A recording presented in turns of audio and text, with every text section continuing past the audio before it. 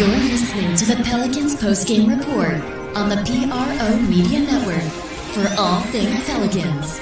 Perfect. Fly Pelican, fly Pelican, fly Pelican. And I tell them that birds of a feather flock together. Fly down, I'm a Pelican forever. Pelican forever. Ain't gon' lie, I feel flyer than I ever been. We stay ballin', this New Orleans, I'm a Pelican. It's going down in the nest, wild, wild west. Come in town and you best show us some respect. 3-point threat, I better make it rain. If it's something, don't jump stupid like your ankle sprain. Always said, never hate the player, hate the game. Jumping where the dame late, punch a train. Post game, Big Q, talking about business. Bird gang, YouTube, they ain't flocking with us. Lock up the division mission, get into the finals. Finish competition, then it's going win the title. I know this flyer than you can get. Such a threat that the refs just might call a tag. You could double, you could press, but you can't check. Right, left, slide by you like a Eurostep. Fly Pelican, fly Pelican, fly Pelican. And I tell them that birds of a feather flock together. Fly down, I'm a Pelican forever. Pelican forever. And never, and never, and never, and never, and never, and never say birds of a feather flock together. Yeah, fly down, I'm a Pelican forever. Pelican forever. All right, shout out to the fam, man. All right. Big ups to the fam, man. Appreciate y'all being in the stream, man. For all things Pelicans, PPR representing the flock and nation stand up. We up in this thing. Pelicans Kings live watch about to go down, man. Shout out to the fam. We got the starting five for the Pelicans: Jose, CJ, Zion, Trey, and Yves. Reports are saying that we'll see Bruce Brown tonight, Olenek. You know, we'll see some of those guys in action tonight for the Pelicans. Hopefully it means something, right, tonight. So big ups to you guys. Appreciate you being in the stream for this one. Pelicans trying to get off of, what is it, a 9-game losing streak? I don't know. I done lost count, man. I really done lost count on it. So big ups to you guys. Appreciate you for being in the stream. Do me a service. Hit the like button. We will be here for the summation of the game. So big ups to you guys, man. First and foremost, man, I know you guys probably did see the David Octopus Griffin interview. Kind of snuck it in there during when the Saints made the announcement for their head coach. He kind of snuck in there and got a interview in there. It's basically I chose not to do a reaction on it because what the hell to react on it. So we'll cover some of it at halftime, and we'll of course talk about some of it on the end of the stream. Well, nothing to talk about. He got up there and blamed injuries, the same stuff that I told you that he would do. That's all they have is to blame injuries for everything. Not poor coaching, not stupid play, ineffective decision making, not the fact that he picks weak leaders. He's a control freak that is smothering this organization. You got dumb reporters running around giving them accolades, talking about he had an honest assessment. What else could he say? I mean, the guy caught with his pants down, man. You know, so at the end of the day, this is an atrocity. I mean, the reality is, my thing is, when do these guys pay for the bad decisions that they make? It's not enough success to justify keeping this guy. When do guys pay for bad decisions? When do they pay? That's my question I got to you guys. When the hell do they pay? The answer is they never pay. They don't pay down here. So once again, we'll see what's going on. Now the starting five for the Kings is Malik Monk, Zach LaVine, DeMar DeRozan, Keegan Murray, and Sabonis, and Jose, McCollum, Trey, Zion, and Yves Missi will be the starting five for the Pels. So they got eviscerated by the Kings a couple of games ago. Can the Pelicans, with the Mardi Gras unis on, play better, give a full out effort, and get a win against the Kings? So anyway, much love to you guys. Appreciate y'all being in the stream, man. We about to tip off with this one here.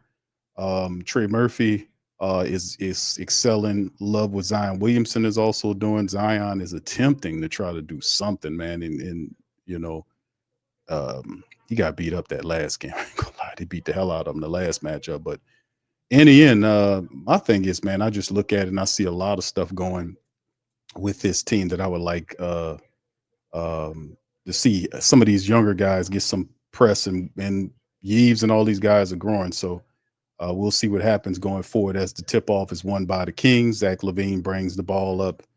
He's guarded by Trey.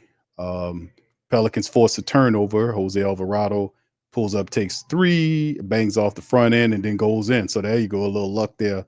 He clanged off the front iron and jumped up and went in. So Pelicans on top 3-0 off a turnover. So that's a pot. That's a plus. We didn't do that last game. We got to force some turnovers and score. All right, Kings with the ball. Monk handling the ball. Sabonis trying to set a pick. Pelicans, I don't know what it was, just backing down off of Monk. I mean, when we go on challenges, drop coverage crap, and he just easily just floats up a shot for a 2-pointer. So it's up 3-2 Pels way. Zion with the ball now. Sabonis. McCollum off the screen, bangs it off the iron, back iron. Kings throws it down, the other opposite end, and then it's a foul right away. CJ McCollum picks up a foul on Keegan Murray at the other side. He'll go to the foul line on the first shot there. So you know, and that's the thing about the outlet stuff. You got to get back up. You got to get back to the other side to defend. We've been dealing with that for whatever reason for this entire season. We defend one end and then we don't get back to the other side. Keegan was smart enough to get to the other end. Hits the first free throw there, ties the game up at 3-3. Doug Christie out there doing his thing, man, as the interim coach. I don't know how y'all feel about Doug Christie, man. Doug Christie actually looks like a head coach out there, man. It's more than I can say about whoever we got. Yves inbounds it. That's another shot there made right there. So they're up 4-3. Jose Alvarado bringing the ball up at the top. The key there is he passes it to Yves. Yves holding the ball. Somebody please get the ball from Yves. Okay, there you go. He passes to Zion. Bounces it to Trey. Trey makes a move there. Pulls up, double covered. Tough shot. Misses. Zion rebounds it. Loses it. Yves fights for it. Gets it. Trey gets it. Against Sabonis. Euro steps, miss, and it's a foul there. It looked like it might be against Sabonis as Trey will go to the foul line there. So a little Euro step right there by Trigger Trey on Sabonis, and Sabonis looked like he got him. So Trey with the Euro, man. All right, first shot by Trey is in. Pelicans tied up 4-all. Trey, man, is really stepping this game up. Trey's he's become that guy, man. He's that Zion compliment, man. At least we realizing that. We're seeing that right in live time. We're seeing that live time. All right, there it is. All right, Trey hits both his foul shots. Monk bringing the ball up for the Kings. He's Monk guarded by Trey. LaVine gets the ball as Jose's guarding him. All right, there it is. Sabonis at the top. Pump fakes a three, goes right past Yves and gets to the basket. Gets the layup there by Sabonis on Yves. Kind of put a little move on him and got past him. All right, 6-5 Kings. Pels. Jose bringing it up. Trade to Zion. Zion bounce pass to Yves with the floater, and it's in. All right, Pelicans actually doing pretty good, man. They're moving pretty well out there. Good energy with the Pelicans early. Good energy. All right, LaVine got the ball. Trey guarding him. Passes it out to Murray. Sabonis, bounce pass inside, loses the ball there. DeRozan loses the ball. CJ gets it, outlets it to Trey. Trey's foul hard by Keegan Murray. He'll go to the foul line. That was a hard foul on Trey. Look like he's all right, though. So he'll go back to the foul line there. That's what I like. Pelicans getting to the line early, man. That's how you do it.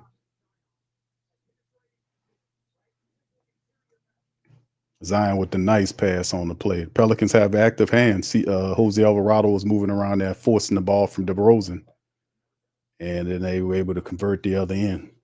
Trey to the line. He gets his first. 9:37. Pelicans up 8-6. So right now, I mean, yeah, the positives of it right now, the season, you're seeing Yves is really, really doing his thing. Trey Murphy has arrived. Zion Williamson is in the best shape of his career and looking impactful. You know, when he plays, when he has his mind right, he looks pretty good out there, man.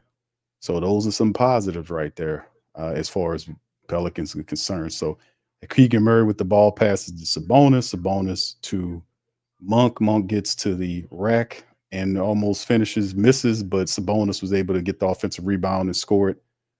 Ball kick to Jose Alvarado, brings it up court opposite way.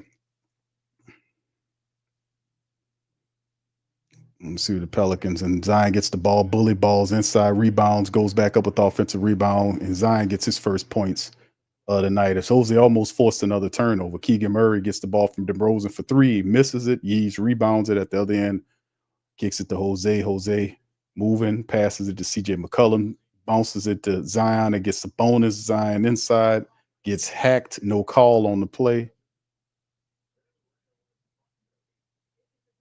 And there's DeRozan against, and the double team there to get DeRozan out of his hands, ball out of his hand, passes it to Malik Monk, hits a three straight away, ties the game up 11-11 with the Kings. Jose bringing the ball up now, 8:25 on the clock with the Pelicans, man. All right, come on, Pelicans. We need some movement now, guys. Jose just took a three in the face of DeRozan, clings it off back iron, rebound Kings. Malik Monk bringing it up. Monk kicks it back out to Keegan Murray. Left three, in and out. Sabonis pushes off, gets the offensive rebound, misses it, tips it back in, scores. Sacramento up 13-11, 7:55. CJ McCollum with the ball now.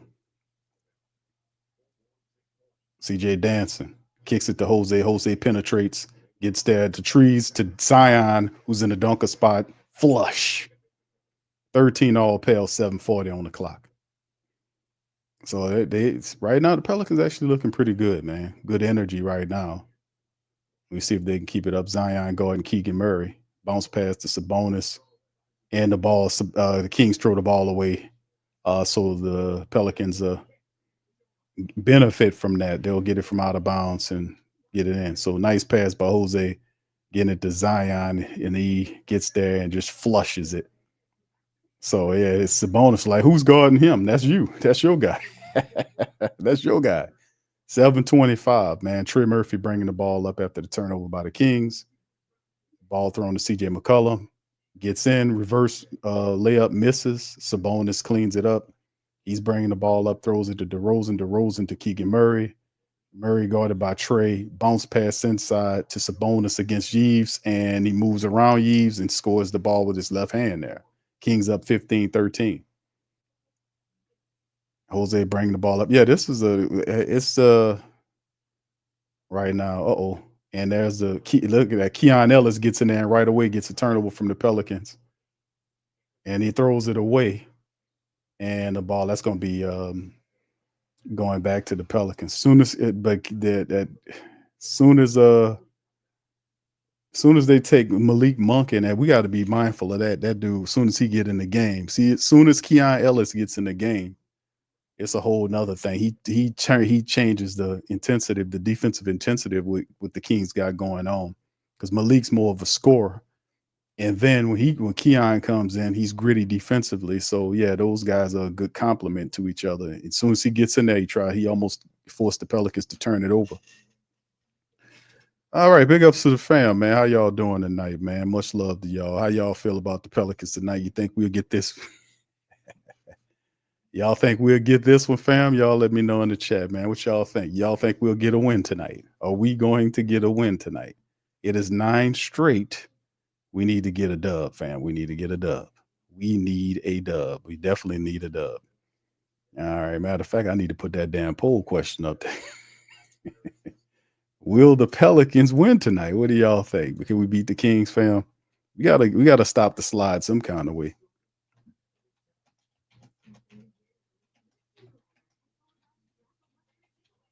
We need to stop. We need to stop the slide some kind of way. We need to stop the slide some kind of way. All right, 15-13. Kings way right now. Pelicans doing a good job of staying in there, though. All right, what's up, Young City? Shout out to you. Marley Mall 6Q, you saw Griff pathetic press conference. Y'all seen it. If you go to their channel, it has 2,000 views. And that happened like what? noon yesterday or sometimes, because he says the man is he listen, man, the guy don't know what he's doing, okay? And it's evident, but this is a dumb organization. These people don't know anything about basketball. This is the worst type of leadership you could possibly have, because she don't know not to. She's only going to jump in there if it gets really bad. So we haven't won enough to judge. Griffin's been here longer than he was with the Cleveland Cavaliers. In the press conference, he took credit for the championship, even though we know that he was making the trades, but LeBron was telling him what to do. But he was like, "Yeah, I won a championship as such and such." I'm like, "Man, are you kidding? You didn't do that by yourself. Prior to LeBron getting there, you was picking guys like Anthony Bennett and all them fancy words he's saying. You know what he said when he picked Anthony Bennett? Sometimes you F up." I was like, "Oh, well, fancy fluffy words to explain that atrocity." But people make mistakes, right? So in the end, he drafted what he had Kyrie, he had Deion Waiters, and them guys could not stand each other. Them guys hated each other. But the Pelicans have a reputation of being soft. That's because of him. All this fluffy human being basketball crap rhetoric is repulsive to me, man. I can't stand it. I don't want a bunch of cool losers. I told you all that before. And DeMar DeRozan just traveled, so he'll get a ball back to the Pelicans. 6:27 on the clock. Yeah, the guy is too fluffy and soft to be here, man. It's too soft and fluffy. I don't want a bunch of cool ass losers, man. We don't want that. I've been saying that. It's like, oh, them guys sure get along. I mean, who cares if they're not winning? We don't need a bunch of cool ass losers, man. I would settle for guys that don't like each other as long as we win it. I don't care about all that other stuff. Winning is the only thing that matters. This man been out here for 6 years. How many winning seasons has he had since he's been out here 6 years? How many winning seasons? So, I mean, these reporters, they got to fluff up to him because that's what they do. A lot of them, not all of them doing it, but you know who doing it. You know who these clowns all they're doing. Not all the ones we rock with. We know what time they on. They ain't on that BS. But them other ones, oh yeah. But that damn interview has, and that's Keon Lewis. He should get a foul for that. He was hanging on the rim. Ain't no call on that. Keon Ellis was hanging on the rim, literally having a picnic on the damn rim, and referee just standing up there. Ain't nothing wrong with that. All right, Pelicans with the ball, and there's Bruce Brown in there with his first shot. Shot it a little too hot, bounces off the rim. Sabonis picks it up. He's now. Somebody stop the ball, please. All right, there's the move right there. Back out. DeMar DeRozan, straightaway three, bounces around and in. You can't believe it. It took two bounces and goes in. 19-13 Sacramento right now. And as a handoff to CJ. CJ with the little floater, and it's a foul. And I think it was CJ. They said it was a foul, but the foul was on the floor. All right, he says no foul. Well, it's a foul, but it's not a shooting foul. He said the foul was on the floor. But yeah, it's just what it is, man. Nobody don't take that seriously, man. I mean, what can I tell y'all? I told y'all that these people don't have a go-to move. We got a general manager. You never see the guy. We got a crisis of leadership, man. Crisis of leadership. This man dumb. He don't understand. You got the wrong coach up there. If you know basketball, if you know anything about basketball, you know that Willie Green, he a cool dude, but he's not a good head coach. You're gonna have to find somebody else. Problem is, he don't want to do that because he gave him a contract extension too soon. And don't want to tell you how much he paid him. So I don't trust David Griffin. And all that bullshit about what these reporters were saying about. I don't trust David Griffin. He did too much sneaky shit. Doing secret contracts 6 months and then reporting them later. Don't want the reporters to ask about what is going on, man. David Griffin can miss me on that. But eventually, it's only what Pac says, only so long fake thugs can pretend. Sooner or later, we'll run his ass out of here when he keep losing. We'll run his ass out of here sooner or later. All right, anyway, here he goes. Passing Keon Ellis, 3, good. Keon Ellis came in there, man, and quickly got going and doing his thing. He just hit a 3-pointer there. He came in there playing defense. That's why I was telling people, man, you got to watch out for that kid. That's the same shit he did against the Pelicans a few games ago. Ellis came in there, excuse me. He came in there and started cooking them, man. And there's Keegan Murray, passes it out to DeMar DeRozan, being guarded by Jordan Hawkins, pulls up a three in Jordan Hawkins' face and hits it straight away, three-pointer, 25-13. Little separation going on. The Kings on a 7-2 run right now, and they're starting to separate from the Pelicans. 4:21 on the clock there. But like I said, that defense, when Ellis came in the game, his defense, he forced a few turnovers, and then all of a sudden the Kings went on the run to try to separate themselves from the Pelicans. They're going to the commercial 25-13. All right, so what do y'all thought about the interview? Y'all let me know. Tell me in the chat what y'all thought about the interview. Like I said, it was, if you go over there and you look at it, that interview got 2,000 looks. 2,000 looks. That's a page that's over 150,000 supposed to be subscribers, but they got like 2,000 looks. That's not good. That's not good at all. And you read the comments. It's a bunch of Pelican Postgame Report people on there. If you read the comments on underneath that video, go over there and read the comments. And look, they're not going for it.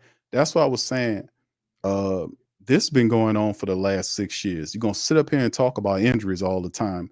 The Pelicans have been hurt consistently under David Griffin. Consistently. It wasn't up to a couple years ago that they hired a physical therapist for the first time in team history. That's stupid. And then they are like injuries. And they keep missing the fact that it's insane, man. If you look at the Pelicans injury situation, they are tied to Ashna Medical Center. They're tied just like the Saints are. And they talk about, oh, we just so banged up. And right now, that's literally an indictment on Ashna Medical, on their athletic side. It's an indictment. So why are you still having these people if they can't help you keep them healthy? Because this is a whole health system. It's just some old bootleg health clinic. This is a 47 system hospital setup that has access to everything on their sports medicine side. They have it all. Everything you can possibly imagine that you would need, I would think, for a professional basketball team or football team, they have access to it. But yet here we go with the injuries. And every year you can check the statistics and the analytics on the injuries. The Pelicans are always a top 3 to 5 team when it comes down to injuries. And this has been going on prior to David Griffin, but even still underneath him since he's been here for the last 6 years. So, I mean, 2,000 views on all that, man, people are not. And you look up under here. Last year, Zion and Brandon were hurt at the end of the season. Brandon went through limping into the playoffs. The training staff is a huge problem. Another man says, this era of Pels basketball has been plagued with bad luck. Can't really blame anyone. What you talking about, fool? Can't blame anyone. Yes, you can. It's not the Casper ghost monster going around there chopping people down. No, it's stuff you can definitely play. Injuries just don't happen under the blue. But that was just one idiot. They have a ton of really smart people here that's talking about it. One guy says, fire David Griffin. Character and champion caliber human beings will make up for a deficit in talent or coaching. He says, all I'm hearing is excuse. Another guy. Some other guy says, same old BS. Another dude says 6 season, 2 playoffs wins and a sweep. What exactly is he building? You can't keep saying the same BS every single year. This has to stop. See, people are waking up to the nonsense, and I'm happy for it. Tired of it. All right. Yeah, he says, holy crap, he says it got to be pumping delusion into the water system on Airline Drive. Loomis and this tool, meaning Griffin, must have daily sessions on how to spin dog shit.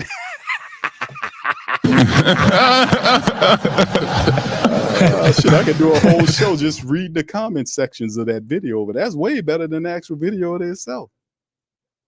One dude says it's sad he's getting paid for this job only in America.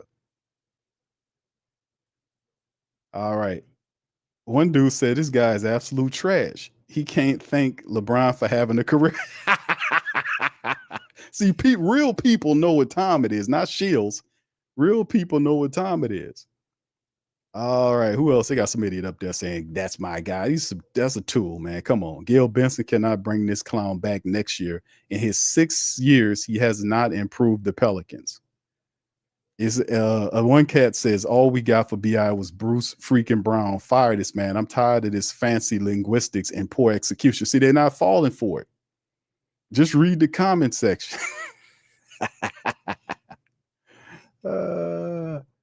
David Griffin is a good human being, but a terrible GM. One cat on there says snake oil salesman. See, it's all coming down. It's all coming down. One dude got trash cans up there, silver trash cans up there.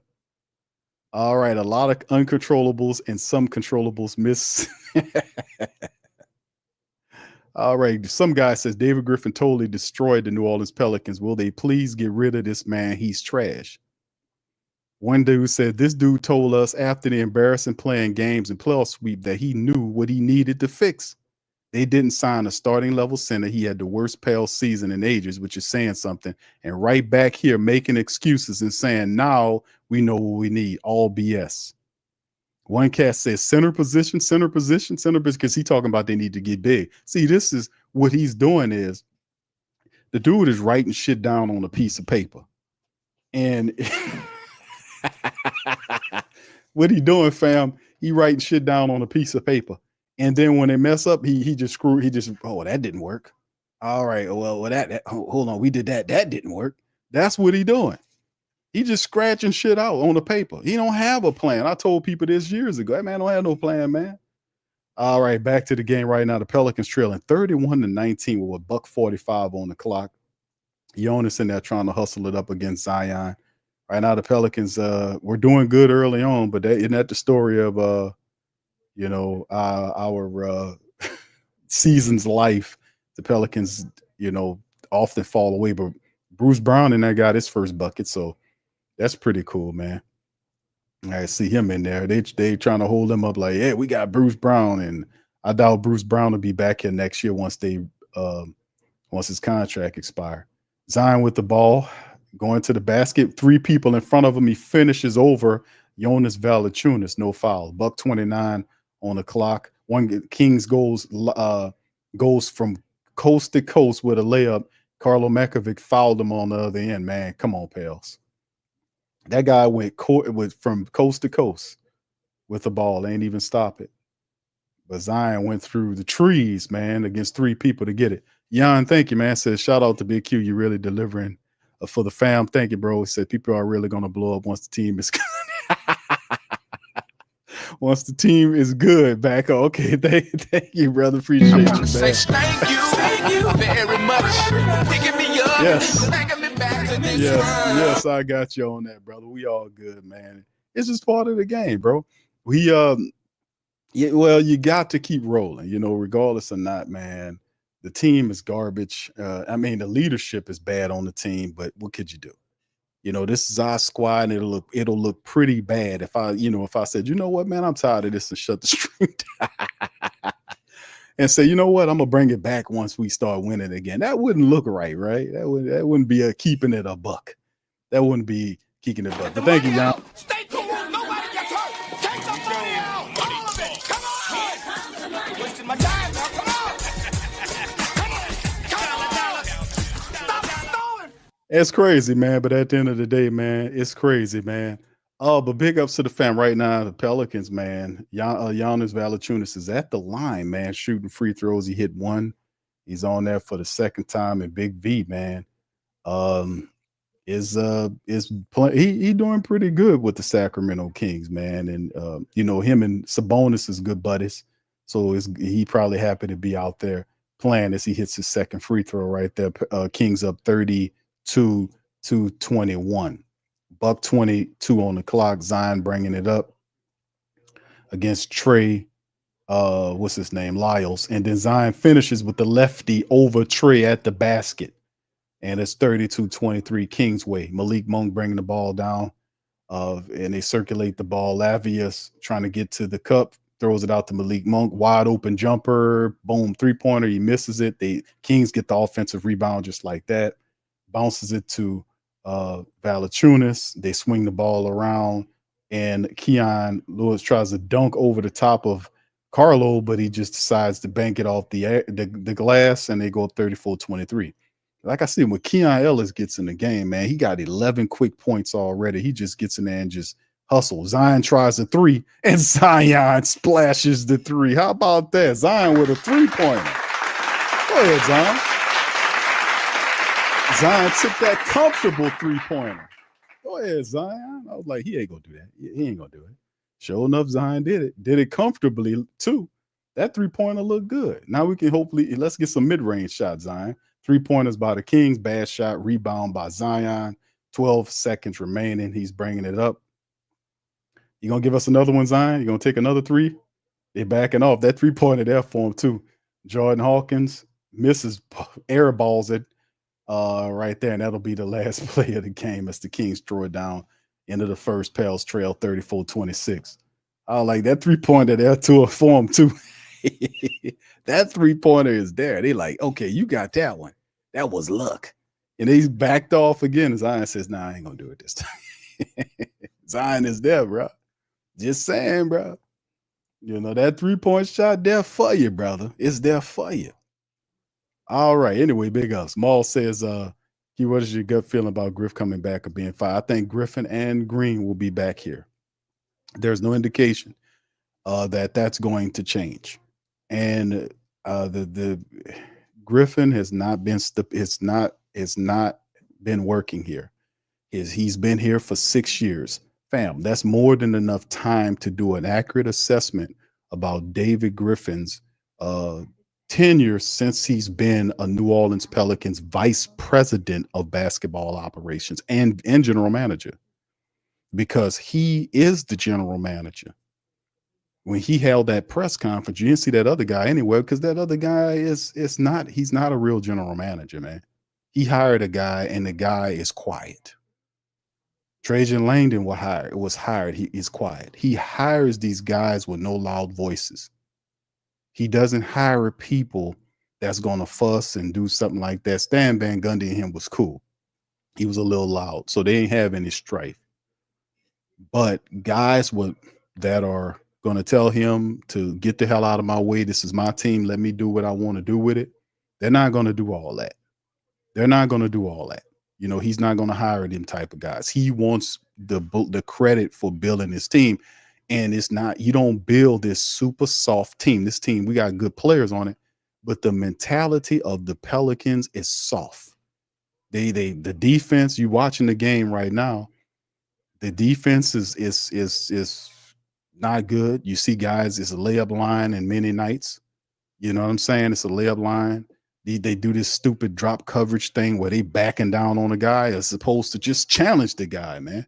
You drop, and then the guy just floated the ball up. Why what's the point of that? I know it has its usage, but at times we're not an aggressive team. Like, I want the Pelicans to represent the energy or the philosophy of the city, of the area, of the territory that we have. New Orleans is a gritty town, but at the same time, it's a town that'll teach you, or, you know, you come here and you get the best food in the world. That's right. I said it. You come here and get the best food. Now you go down to South, you know, to the Carolina, South Carolina. Hey, man, they got some great food down there too in the Carolinas, but it's a little different here. But some of the best food in the world. Not only that, but we know it's not just the party, it's the culture. It's a very unique mixture of things that's going on here that gives us that swag, that flair. And when you bring a Super Bowl or an All-Star game down here, mix right in, you know, because that's the vibe and that's the swag of the city. I would like to have our team to represent that grittiness, like you see what happens with Memphis, or even on the football side with the Steelers, the gritty blue collar nature of the people that support the team. It represents that. This team does not have an identity. And you got a guy sitting up here talking about good human beings all day. I don't want to hear about good human beings if the team is failing. I don't want cool losers. I'm just saying, what are we talking about? I don't want no cool losers. Well, these guys sure get along. Yeah, what point is that if these guys, they're losing? You can't, year after year, that man blamed injuries for the last 5 years. Go look it up. Every year they blame injuries over and over, and some people don't even have a memory. They don't even remember shit 6 months past. But for those who have strong memories, even for the weaker memory people, if you got Google, just Google the shit. Go in there and put in there 2025 press, 24 press conference, 2024, 23, 22, 21. Go pull it up and listen to it. Every year that dude been down here, he blame injuries for why the Pelicans fail. He blames it every year. You can't blame injuries every effing year for why you failing and expect to keep your job unless you work for a dumb team that's ran by Gail who don't know shit. Dennis Lauscher don't know shit. And David Griffin is I call it, the guy is he's the NBA's version of a car salesman that sells flooded cars. He suck all the water out the car and then heavy deodorizes the car and sell flood cars in another area of the country. That's what he that's what he is. Nobody don't believe that bullshit he talking about, man. We got sustainable human beings, and it's our, it's because of what we did, and Zion, he's such a, his minutes restriction, as you can see, his time that he's been playing, his defense has been out of worldly, and he's been doing such a phenomenal job defenses. And then you span to the fact that we 12 wins. There's some bitch talking like we 40, like we sit up here with 40 wins or something. You better look at that damn standing. Well, that's because of all that, man. Get out of here, man. A good general manager know that to keep your team competitive, you can do something. You can shake, you can move, you can do stuff.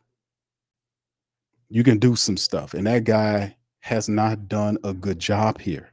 1 year last year, I think that's the only winning season that David Griffin has had since it was last year. The only one winning season he had. He has a sub 500 record as a general manager, and it's been 6 freaking years. When are we supposed to see the perennial champion, the perennial playoff team? He had 6 years. That's enough time. Some people build an organization within half the time. The Sacramento Kings last year, they got Wembanyama. They were a team peddling around in a damn cellar. Look what they did this year. They done leapfrogged the Pelicans in personnel. They got that guy Foxy down there. They didn't give up none of their core people. None of them to get Foxy.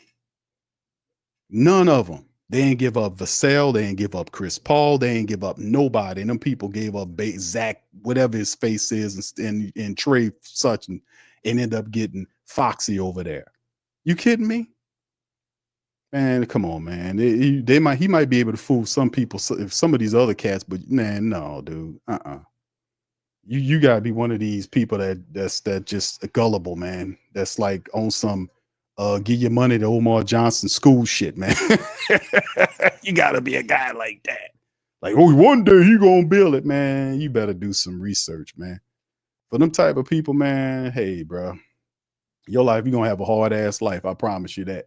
If you believe that, yeah, David Griffin's a liar and he's a con man. He hires weaklings. That's what I'm saying. He can't stand to have somebody in the building that's stronger and smarter than he is. He got a general manager who's scared to do press conferences by himself. Why that dude ain't come out and talk about the team? Where's the general manager at? Oh, my bad. You got one. His name is Griffin. This team's a joke, man. The leadership at the top is a joke. And until we get rid of Willie Green got to go. I like Willie Green, the person, but the coach is shitty. He's not good at adjustments. He's not inspiring these people. And when you get a high draft pick in a lottery, who gonna teach him to play in the system when you don't even have a steady system or an identity? Are we expecting whoever the lottery pick player is to come in here and establish the identity of the team? That's something the head coach is supposed to do. Some of the answers that he was given in that presser the other day, only stuff that the head coach can answer, and the head coach ain't gonna answer because he don't know shit anyway. You don't have an identity. That's why you don't consistently win. You are not going to beat teams that have identities. That's just what it is. You're not going to beat teams that have identities consistently. You might sneak them every now and again, get a win, beat on talent because Zion is on the move and you can't stop him. Trey start lighting you up.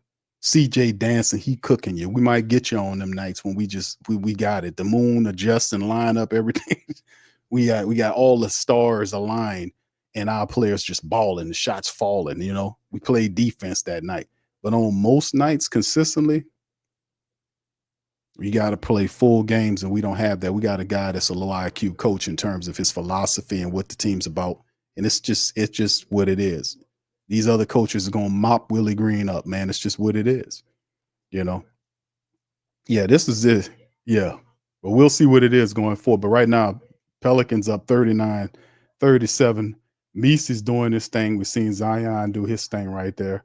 As Keon, like I said, Keon Ellis is in the game. He passes the ball to Levine. They're moving the ball around pretty good. And Jose almost got the turnover, man. He almost got it.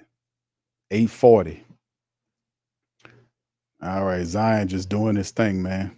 Gave it to Yeezy with the little toss, a little toss, a little floater by Meesey. Joel said it was a jump hook. Wasn't no jump hook, Joel. Zach LaVine for 3. Taps it. It's a foul. Who was it on? They call it on Yeeves. How was that a foul on Yeeves? The guy jumped over Yeeves' back to tip the ball back to his king player, and they called him for that. I don't. That was not a good call. All right. There's DeRozan with the ball. Ellis throws it down to Sabonis.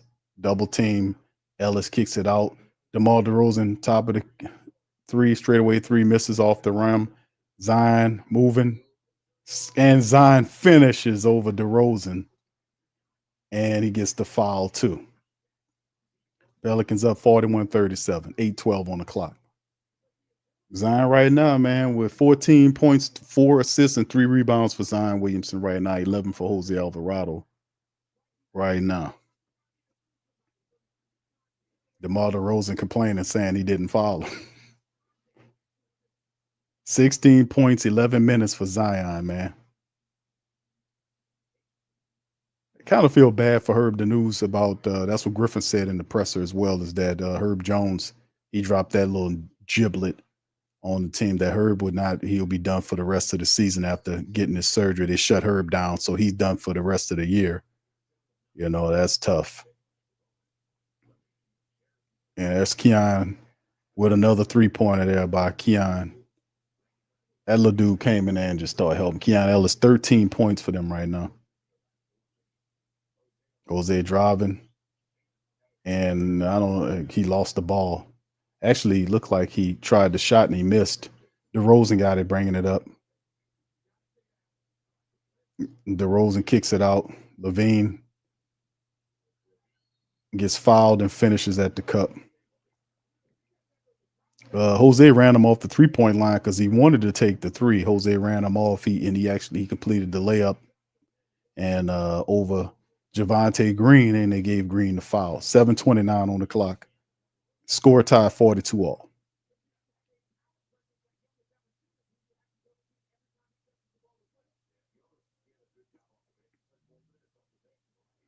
They just interviewed Kellen Moore. He's sitting courtside.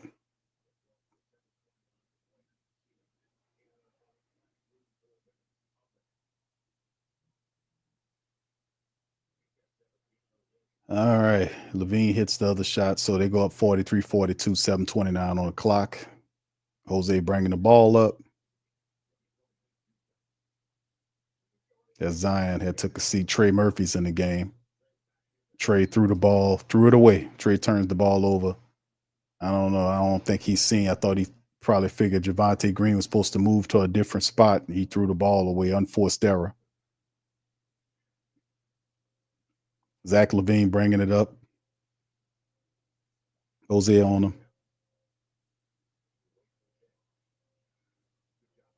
Sabonis pass, and DeMar DeRozan wide open for a 3-pointer on the right wing. Just wide open, man. 46-42, Kings ahead. CJ McCollum driving, kicks out to a wide open Javonte Green, and it's missed the 3-pointer. Rebound by Keegan Murray. Sabonis pushing the ball. Ellis for 3. Rolls it off. Green gets the rebound. Jose bringing it up.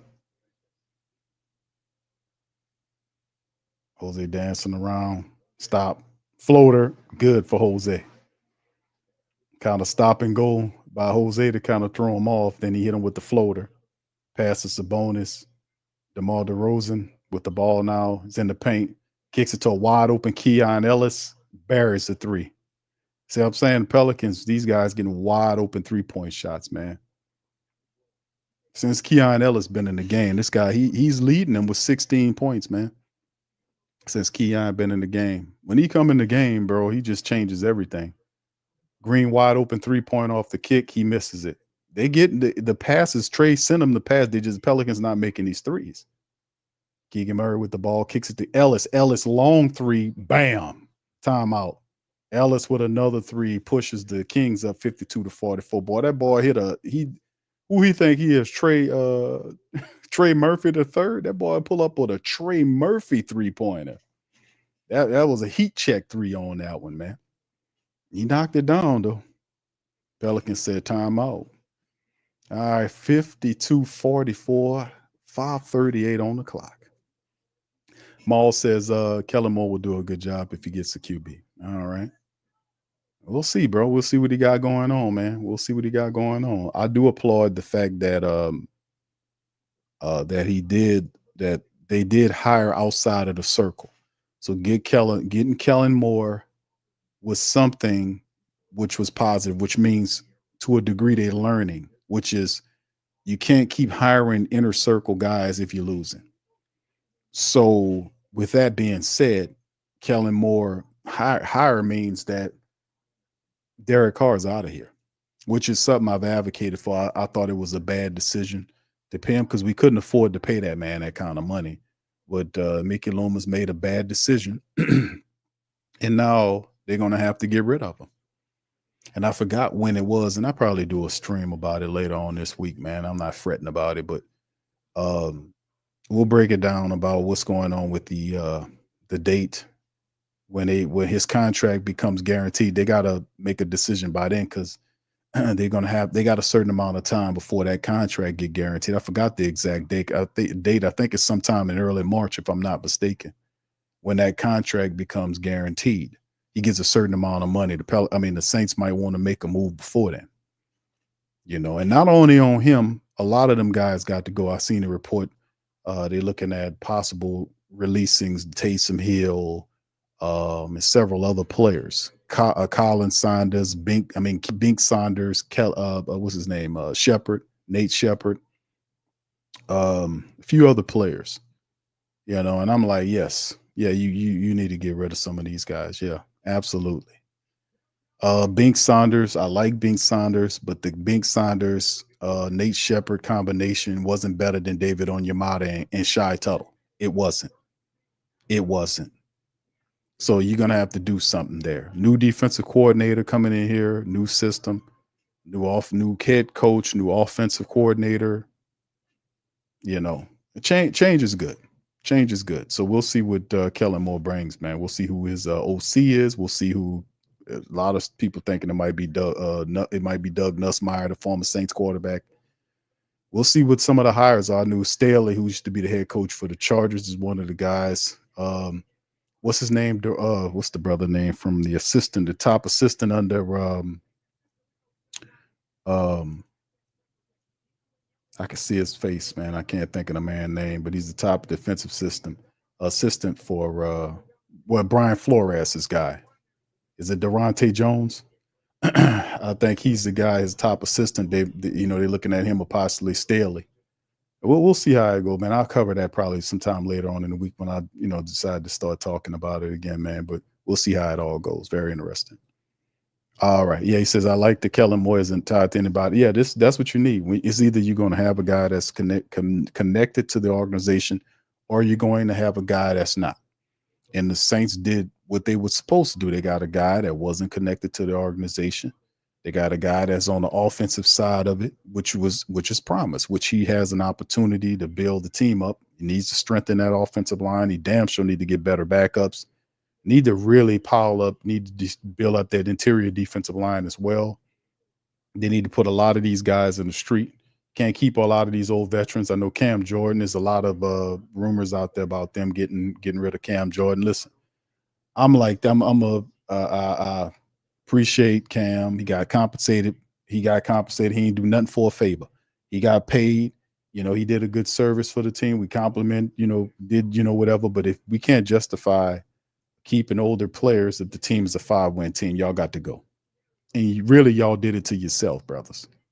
I ain't do it. I wasn't out there not knowing my playbook, missing blocks, and all this foolishness. That wasn't me.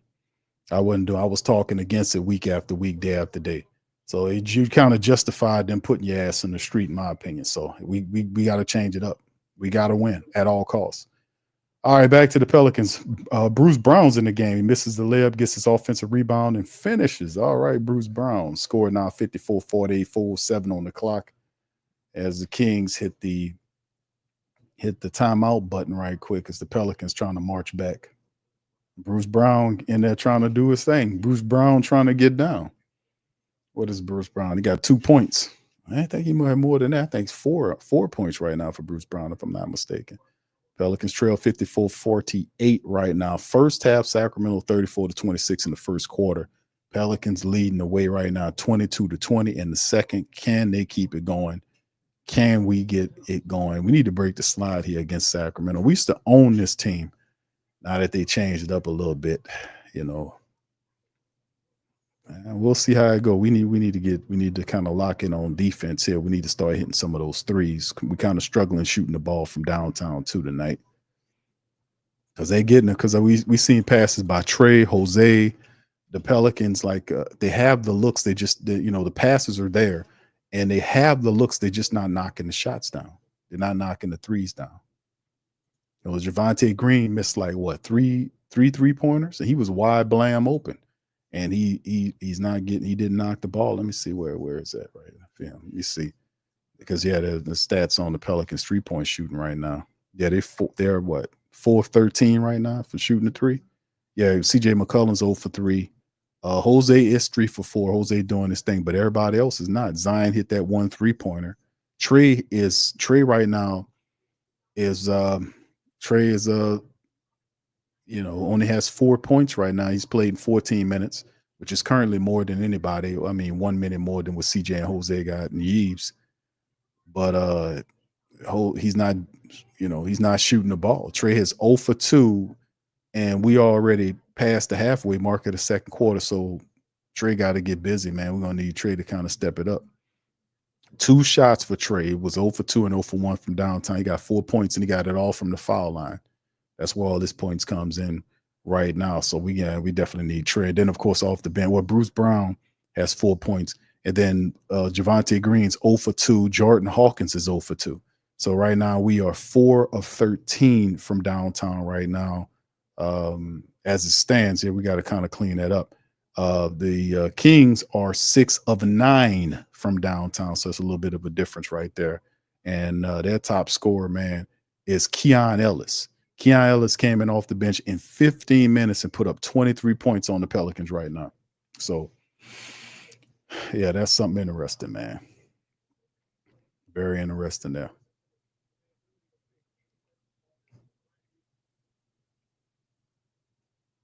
I want to know, what do you guys think? I'm going to answer this question in the chat. Do you guys think that the Pelicans, I know they had the rhetoric that, checking it out.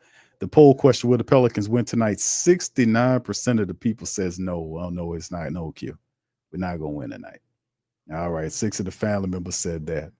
And there's a fall away for Zach LaVine. He misses it. Trey gets the rebound, is bringing it up.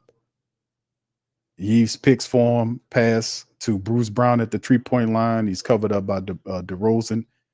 Boy, that was a weird little dude jumped. Bruce Brown, weird jump. Got there and missed out. And looked like the Kings lost the ball out of bounds. Pelicans going to get it on the other end. 3:27 on the clock. 3:27. No, oh, they saying it's a foul. Okay, CJ McCollum. Foul Keegan Murray. All right. It looked like he just lost it. But they're sending Keegan Murray to the line. 3:27 on the clock. Yeah, it's Keon Ellis came in the game, man, and really lit the Pelicans up. He was a lot of his stuff is wide open 3-point shots. He was 6 of 9 from 3-point land. So that's a big part of what's going on here for the Pels. All right, let's see. Young City says QB coach is going to be your boy that be on NFL Network. On NFL Network? On NFL Network? Who's on NFL Network?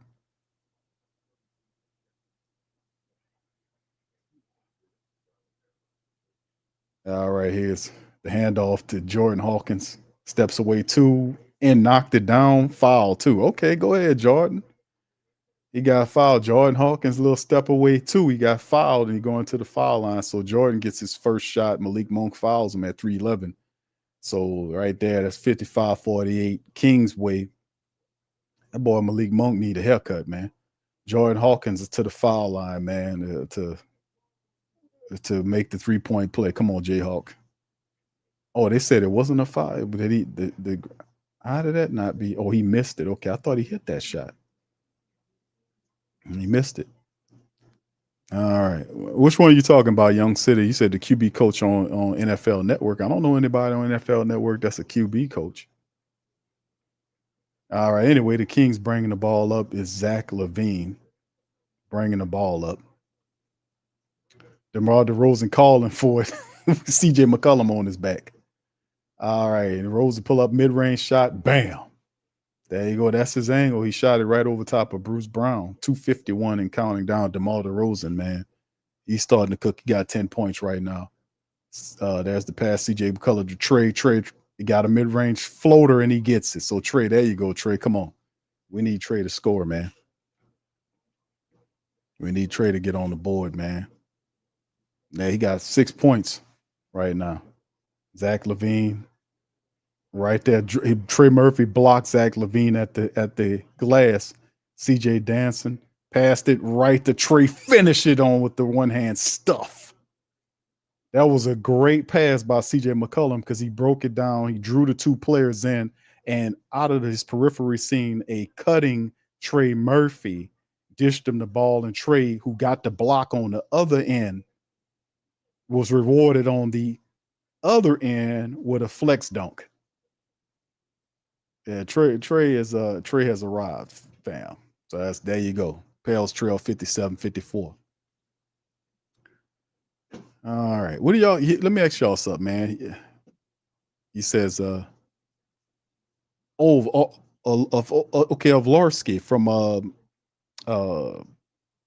ESPN. Yes, Ovlarski. Yeah, I heard that rumor. And I also seen something about him stepping away from being on television. So it got to be a coaching job because a guy like that, he wasn't somebody that was sought after to be on television, and he kind of took to it. And I would think that he would not want to leave where he is because he built himself up as a respectable commentator on ESPN. So if he's stepping away from doing that, and I think Ovlarski used to do some of the games and doing like commentary in some of the games too. So if he's stepping away from that, it got to be something related to getting back into the NFL as a coach of some sort. So that might be a good idea to have him as a QB coach. That wouldn't be a bad idea. We'll see how it goes because he looked like he knows what he's talking about, right? All right, so we'll see if he's a real deal, man. All right, here we go back to the game. DeMar DeRozan with the ball trying to back down Zion Williamson. Steps back, takes a shot over Zion, no good. CJ gets the rebound. Jose gets the ball, gives it back to CJ, and CJ runs right to it and dunks the ball in the paint, and that's 57-56. Pelicans trail by 1. LaVine with the ball gives it to DeMar DeRozan. DeMar DeRozan pulls up in the paint. All that's his area every time he's there. And what's up with Sabonis on the ground the last 2 plays, man? Sabonis is on the ground a couple of times. What are you trying to do? Trey Murphy with the pass from Zion Williamson. Splash. 3-pointer. Good pass by Zion. He's seen him there. Left corner 3. And there's the tip out. Good defense by Zion. Gives it to Trey. Trey running. CJ McCollum said, no, I'm going to keep it. Why didn't he pass it to Trey? See, CJ McCollum had Trey with the alley. What did CJ McCollum do? He kept the ball and tried to make the layup. Come on, CJ, man. Come on, bro. You get that ball up to Trey. That was an alley-oop moment, man. Throw the ball up to Trey. He tried to finish with a layup. That's why CJ McCollum can't be your point guard, man. Man, what he doing? Just throw the ball up. He had Trey opposite side. Just toss the ball up. Trey was running. That was an alley, man. What's up, CJ? CJ McCollum, man. CJ McCollum, man. That's that dude, man. CJ be getting ball hawkish at time, man. That was one of the moments right there. It's like, man, I got to get mine. All right, I got 6 points. Trey got 11, man. I got to get mine. All right, so there you go. So we'll see what's up, man. We'll see what's going on here. Pelicans inbounding the ball. Jose passes it to Trey. Brown with the pick to the opposite side to Jose Alvarado. Took a three. Boy, that was a terrible three. Banged on the other side. And Malik Monk trying to get what a tough layup over CJ McCollum. He was fouled and everything, but he converted to 61-59 alley-oop. Oh, flush to Zion Williamson, the alley from Jose Alvarado to Zion. That was a tough one, man. Zion had to do a little reaching to get that one. 61-61. All right, Malik Monk trying to get in. Malik Monk powered through Zion Williamson. Why did under the bigs block him at the rim? It was right there. Jose goes back the opposite way, gets it up, misses it, and the Kings get the ball back 35 seconds. There's a three-pointer by Monk. He misses it. Kings miss out on the offensive rebound. Brown gets the ball to Trey, who flushes it at the other end. Pelicans tie it up with less than 25 seconds on the clock. So the Pelicans got some good energy here. Brown bringing some good stuff here, man. He out there hustling, getting his hands in the shit. Yeah, Brown doing a good job out there with his hustle, man. All right, DeMar DeRozan has the ball, trying to hold up. 15 seconds remaining. He's guarded by Zion Williamson. Malik Monk has Jose Alvarado on his back. He tries to pick Zion. Zion is doing a good job staying in front of DeMar DeRozan. Oh, come on, man. He pulls up and the referee gives the foul to DeMar DeRozan. Come on, bro. Come on, man. Come on. Come on, man. Come on, bro. You could have let that rock, man. What are you talking about here? Got him a little. Yeah, come on, man. Yeah, I'm kind of biased towards Zion, man, because if that would have been Zion doing that shit and DeMar DeRozan would have hit him on his arm, that wouldn't have been a call. Well, you strong enough. You all right. And that DeRozan hits the first of the free throws. Kings up by 164-63, less than 2 seconds on the clock. What's up, Snake Bite? How you doing, fam? Appreciate y'all. Y'all do me a service. Hit the like button, fam. We up in this thing, man. Hit the like button. Hit the like button. Hit the like button. A young city says quarterbacks coach. It looks like it's going to be Orlovsky. Okay. Okay. All right. We'll see, fam. We shall see. We shall see who it is, man. He got to announce his staff. I think he got an idea of who some of the people are. We probably start hearing a lot of this start happening, not just this week, but into next week, because he has to hurry up and put the staff together because you got to get ready for the draft. April, you got March and all this stuff coming up. So you got to get ready. So you got to get your staff in place ASAP. And that's one of the side effects or one of the setbacks of waiting because you waited as long as you can. You waited to after the Super Bowl for the hire, which means a lot of the coaches that you were thinking about, that could have been a part of your staff, a lot of those guys have jobs now. So you would have to, if you were astute enough and knew that, hey, man, I'm going to take the Saints job. If he knew a long time ago, he could have been secretly on the line with his boy, say, hey, man, don't take that gig. Listen, I don't know, such and such. You see what I'm saying? And we'll know if that's the case because if his staff fills up quick, then we know that he was behind the scenes. And if he's smart and he knew he was going to get the job, and we've been knowing he was going to get the job, they just couldn't officially announce it because of the rules, the tampering rules. So if you see what I'm saying? And I know he's doing that because if Orlovsky gets off of ESPN, he said that several days ago, then he was contacted. Say, hey, listen, man, I'm gonna take this job here, man. I'm gonna take this job. And listen, man, I want you to be my offensive coordinator, my QB coach, my wide receiver coach, my tight end coach, my offensive line coach, my defensive line coach, my defensive coordinator, my offensive coordinator, my special teams guy. He might keep a couple of them guys there. Like, I didn't hear anything about Clancy Barone going nowhere. You know, Clancy Barone could be a guy that stays. Coach Williams might be staying on as the wide receiver coach. I hadn't heard him go anywhere. Who else was it? Jari Evans could be a guy that stays on as offensive line. We don't know. I don't know. He might have his own people too, because he has a lot of connections to the Dallas organizations, some of those guys that he likes, a couple of the Philly guys that he likes.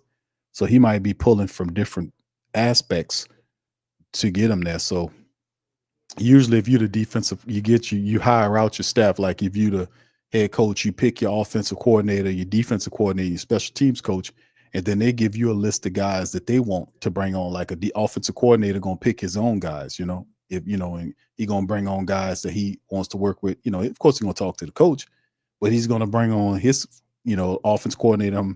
I want this to be my QB coach. This is my wide receiver coach, tight end, offensive line coach, whatever. Defensive coordinator, the same way. He's gonna build out that defense.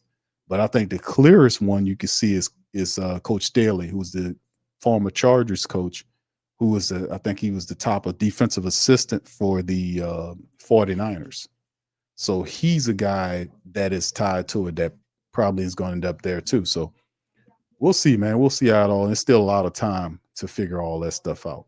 Anyway, let's hit some of the halftime stuff, man. Right now with the Pelicans, is they made it kind of inciting as they put up 37 points in the second quarter, fam. The Pelicans put up 37 in the second. They are trailing 65-63 to the Sacramento Kings currently. And right now the Pelicans numbers are improvement from the shooting: 25 of 47 for 53%. The Kings are 24 for 46, 52.2. Pelicans are 5 of 15 from downtown. Three-pointers started falling late. Trey was struggling early on. He got loose in the second part of that second quarter. He started really handling his business. Bruce Brown came in the game, had some good defensive plays that helped facilitate some stuff. You know what I'm saying? The Kings were 9 of 23 from downtown for 39.1%. And then from the foul line, the Pelicans are actually doing a pretty decent job shooting from the foul line when they do get only 9 attempts, but they're 8 of 9 for almost 89%. The Kings are 8 of 13 for 61.5%. They're out rebounding the Pelicans 25-16, 9 offensive rebounds, 16 all in terms of the assists, 6-3 the steal game, block game. Is Kings way 3-2, and the Kings have 10 turnovers with 12 points given up. Pelicans single-digit turnovers right now, 5 given up for the Pels with 5 points off those turnovers. The Pels also are winning in the points in the paint game, the fast break game, 14-5, and they're beating them in the points in the paint game, 38-24. Despite all that, Kings still are enjoying a 2-point lead at halftime. So yeah, and but like I said, a lot of this would probably look a lot different if it wasn't for Keon Ellis. Keon Ellis played 15 minutes. He came in the game in the middle of the first quarter and just started going off, man. He got in there with some gritty defense, hit a bunch of wide open 3-point shots. He's leading their side with 22 points, and he's 6 of 9 from downtown. So he's really doing this thing. 16 for DeMar DeRozan that came on in the middle of the second half, toward the back end of the second quarter, actually. And he put up 16 points. He hit several mid-range shots to help facilitate and keep them going and doing their thing. For our side of things, Zion Williamson is leading the day. For 14 minutes, Zion has 19 points. It's going to be a good game for Zion, fam. Because Zion in 20, if we match the 14 minutes he played in the first half, what could possibly be in the second half, we might see a 28-minute game for Zion Williamson, or perhaps 28, 29 minutes. We know he's not going to play tomorrow, because the Kings and the Pelicans do this again tomorrow, and then it's the All-Star break comes in, right? So Zion, 19 points in 14 minutes. He's 8 of 10 from the field. He's 1-1. He hit a three-pointer tonight. He's 2 of 3 from the foul line. He's plus 14. He has 5 assists, 3 rebounds, and 2 steals. So if he keeps this up, this might be a 40-burger game in 28, 29 minutes for Zion Williamson, right? That's kind of interesting. Another interesting thing that Griffin said too was the fact that he spoke about the coaches having a tablet that, tied to Zion Williamson, almost like he like he the Russian from Rocky. We know that he can win. Oh man, I was like, what? Yeah, he got a tablet tuned into him, and I'm like, what? What are we doing? Like he the Russian from Rocky 3. You know what I'm saying? Or Rocky 2. Which one was that? Rocky, yeah. Hold on. Which one is that? Yeah, no, 4. Rocky 4. Yeah, Rocky 4. The first one was Apollo Creed. He got his ass whooped. The second time in Rocky 2, he beat Apollo. The third was Mr. T, and the fourth one was the Russian. So Rocky 4. I don't care about any of the rest of them after that. But you remember they had the Russian dude. He had all of the shit attached to him, and he was running on there. That's what. When he said that shit, I was like, what? We seen minute spikes. We had to stop them. Like, what? They got microchips in Zion. What the fuck going on over there? They got our dog Zion chipped up over there, man. He said we was watching the tablet. We have to keep him from spiking. I was like, what? What? Hit that Russell, man. What? Bro, what are you talking about, man? Right. I was like, bro, what are you talking about, man? Yeah, we got to watch them, man. We got to watch the spikes. And I was like, what? They hit a button, Zion comes out automatically. That what happened. They hit a button on the tablet. They're like, oh, hold on here. He got too many. Okay, we played too many minutes now. Hit the button. They hit a damn button on the tablet. Zion turns around and walks out of the game without arguing.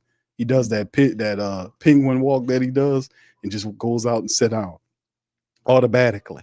They got our dog Zion chipped up over there, fam. We got to save him, man. What's going on over there? Dude say got a tablet on Zion. That's probably the only one because nobody else, I guarantee you, that's only technology saved for Zion, man. But anyway, the rest of the game, 13 points from Jose, 13 from Trey. And Trey really got cooking in the back end of the second quarter of the game. He went 4 of 6, 1 of 2 from downtown, got a little funky through 13 in because up to that point, he only had 4 points. So he kind of scored a bunch of points, man, and kind of got loose to kind of shrink this lead right here. The Pelicans not really getting any help off the bench. Now, Bruce Brown he's played in 13 minutes, 4 points, 3 rebounds, a steal, and assist. And he's actually having an impact on the game because a guy like a Bruce Brown, who's a hustle player with high intensity, Javonte Green is another one of these hustle players, but you could tell it's a different level of hustle, isn't it? When you look at a Bruce Brown and a Javonte Green, right? It's almost Jose Alvarado-ish, maybe a level two higher, because he plays defense. He sticks his head in there. He's active in the passing lane, stuff like that, man. And he's all over the place, got a good IQ in terms of defense. So right now he's played in 13 minutes right now with 4 points on him and not really much else to talk about. CJ McCollum, 6 points. He's 0 for 3 from downtown in 17 minutes. Yeeves Messi in 14 minutes, 6 points, 4 boards, and a steal for Yeeves. So right now Pelicans trailing 65-63, man. Keeping it going. All right. So anyway, shout out to you, man. All right. Yeah. Okay, Dennis. What's up, Dennis? Dennis says, yeah, I wanted Bruce Brown. Okay, cool. All right. Tremal says Nugent was just hired as dog. Okay. I'm familiar with him. All right. So let's see. Pelicans. Nola says Warren Easton band played the halftime show. Yeah. There was a lot of real positive stuff going on there. I seen a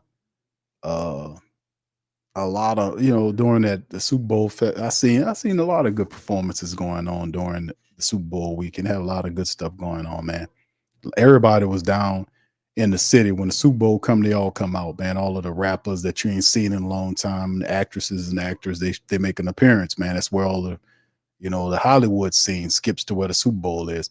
All right, Michael says, give the ball to Z more. All right, let's hit second half adjustments from the fam. Y'all let me know what do y'all guys think will be the keys to victory for the Pelicans in the second half outside of just keeping the defense, keeping the turnovers down, in which the Pelicans are single digits. In terms of the turnovers, the Pelicans only have, 5 turnovers currently? They only have 5 turnovers right now. So keeping the turnovers down could be something positive for the Pelicans, to be honest with you. Keep them damn turnovers down, they'll be fine. Let me see. Yeah. How many they got? Yeah, I think 5 turnovers. So as long as we keep doing that and Trey, Zion, those guys keep doing their thing. CJ McCollum is eventually going to hit a couple of 3-pointers to help out. But yeah, keeping the turnovers down. When they get to the foul line, they are converting those as well. And then some of these things like the defense has to improve. Like it's too many wide open 3-pointers, man. Like for the Kings, they'll circulate the ball. Guys are wide open taking shots. Now, a couple of them guys missed. We've seen Zach LaVine miss a couple of them. We've seen Keegan Murray. He missed a couple of them. So, but Keon Ellis is hitting his, man, 6 of 9. So they got a few guys. DeMar DeRozan, he hit a couple of them. And now he's missed a few of them, and now he's starting to get into his mid-range game. He was actually trying to post up Zion Williamson. I was like, what is this? What are you trying to do? So, I mean, we'll see what happens. They're trying to get it more gritty. The take on the Pelicans is you musk them up. They're not a physical team. If you push them around and you muscle them up, they tend to fold up. So, I mean, that's the league perspective of the Pelicans. What are the Kings going to do in the second half if they can continue to do this? Eventually Malik Monk is going to start cooking. We just got to intensify our defense and play smart on that side of the ball. Offensively speaking, they're doing all right now. Some of the 3-point, like I said, 5 or 15 from downtown for the Pelicans tonight. They need to, they need to get some of these shots to fall. Like I said, Javonte Green had wide open shots he missed. Trey missed a few early. Seems like he's trying to get going. I think he only have one right now, but he's attacking the paint. So, hopefully we can just dial up our defensive intensity and IQ on that side of the ball. Keep the turnovers low at 5 right now and hit at the foul line. When we get there, man, we should be able to pull this game out. This is a game the Pelicans should win. If they score 37 in the second quarter we often hear this tale of the 2 halves thing that we talk about here on PPR. Hopefully that won't be the case. Hopefully the Pelicans can get a win tonight to break this 9-game losing streak, because that's the problem. All right, Michael says, shout out to you. Michael says, make and run plays for Z. That's right. Yeah, they ain't got nobody to stop them, are they? Nobody out there to stop them. All right, TFP says, I'm happy with Bruce Brown play so far. He is a guy, bro. Gritty guy, man. Gritty guy, man. Plays defense. Yeah, he's all over the place. So, yeah, we do like that Jose Alvarado type energy. I think his might be, around that level, maybe just a little bit higher.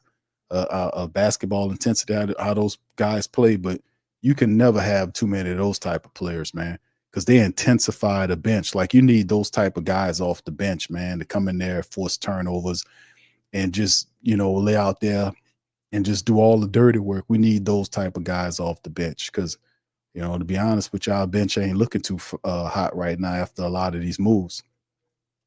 Maul says, Coach Washington staying on as he stays as wide receiver coach. Yeah, I can see that happening. Is that official? Because I haven't heard that. All right. Young City says, keep the turnover down and make your shots. That's right. Thank you, bro. Appreciate you on that as well. All right. Big ups to the fam, man. Y'all do me a service. Hit that like button. Dennis says, can Zion rest? Well, he's played in what is it? 14 minutes right now? I mean, right now, sheesh. I ain't gonna lie, man. Zion's in 14 minutes, 19 points in 14 minutes. And you double that up because that's probably where it's going to fall between 26 and 28 minutes, somewhere around in there. And I thought they might let him play a little bit longer, being that he won't play in the back-to-back. That's tomorrow. So you thinking they'll be like, give him that? I don't think so. They'll hit the button on the iPad and he'll shut down and walk back to the bench sooner or later. They got our dog chipped up. So, all right, here's the start of the second half right here. Zion bringing the ball up, man. All right, let's see what he got going. Passes to Trey. Trey had a shot, but kind of moved around. Jose Wide open shot there, misses it. Rebound by Keegan Murray by the Kings. Murray with the ball, passes to Malik Monk. Jose got him guarded. Sabonis comes over to try to pick, bounces it to Sabonis. Wide open shot by Murray. No, that was Levine. He misses it. Zion passes to CJ McCollum. CJ guarded by two people, passes to Zion. Zion handoff to Trey. Trey looking and is fouled by Murray. Murray reached in there and slapped him on the arm, and that'll put Trey at the line. So there you go. Trey Murphy, man, trying to get to the rim. And he catches Keegan Murray right there. So it should be a foul shot, shouldn't it be? Look like Trey was collecting for a shot. They're gonna make him take it out on the side. Oh, come on, man. That should have been a foul shot. They said it was on the floor. All right. Jose with the ball, passes to CJ McCollum. CJ dancing, scoop the loop underneath Sabonis, scores for CJ McCollum. All right. Pelicans tie the game up 65 all. The inbound, Malik Monk bringing the ball up, passes Sabonis. Throws it to Levine. Levine to Sabonis. Sabonis hands it off to Levine. He's guarded by Trey, double team. Sabonis, wide open 3-point shot. Bad, missed everything, and it goes out of bounds. Pels ball. Sabonis missed everything on that shot.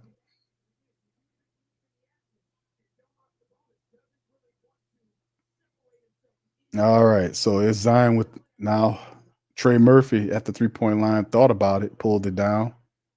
Then he takes a Trey three and no good. Jose gets the rebound.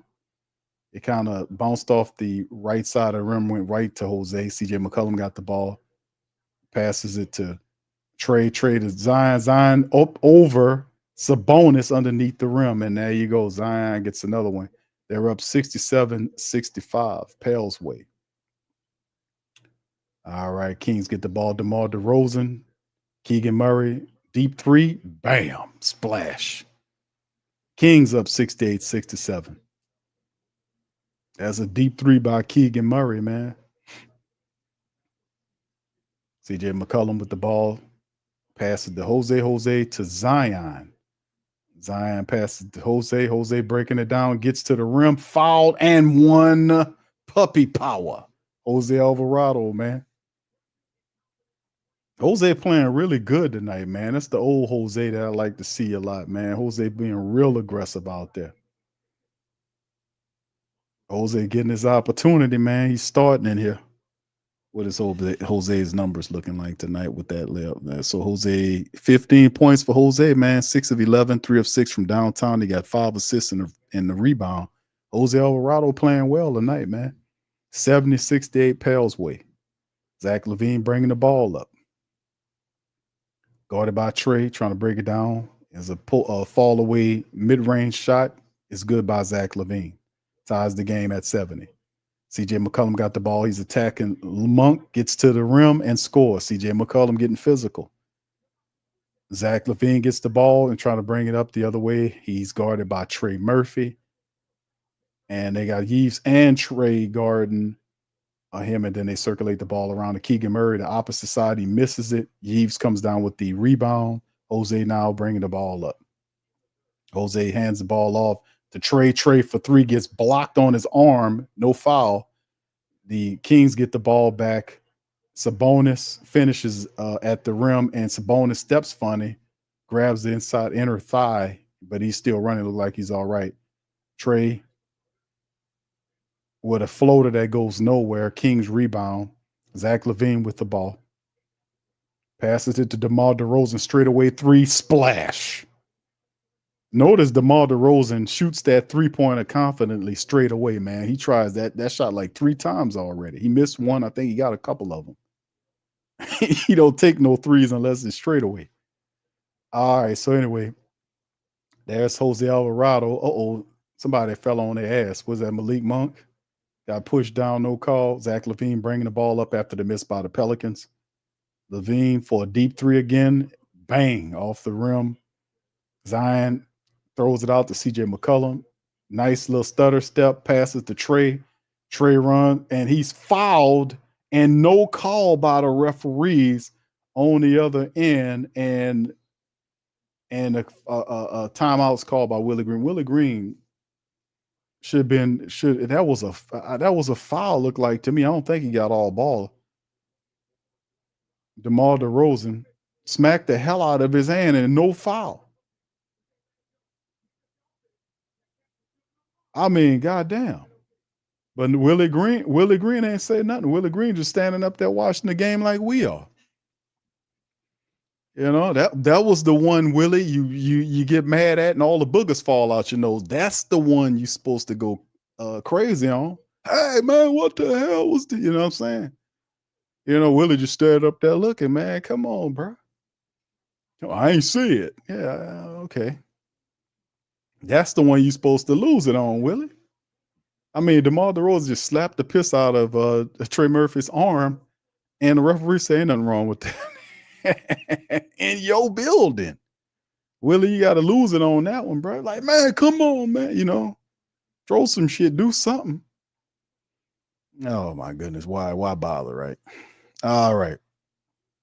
Yeah, that was terrible. All right, Michael says, will he get it? He says, will it get hectic? Big Q? Yeah, you know, it's already hectic.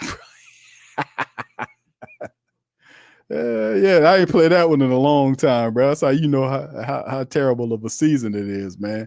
But yeah, it is.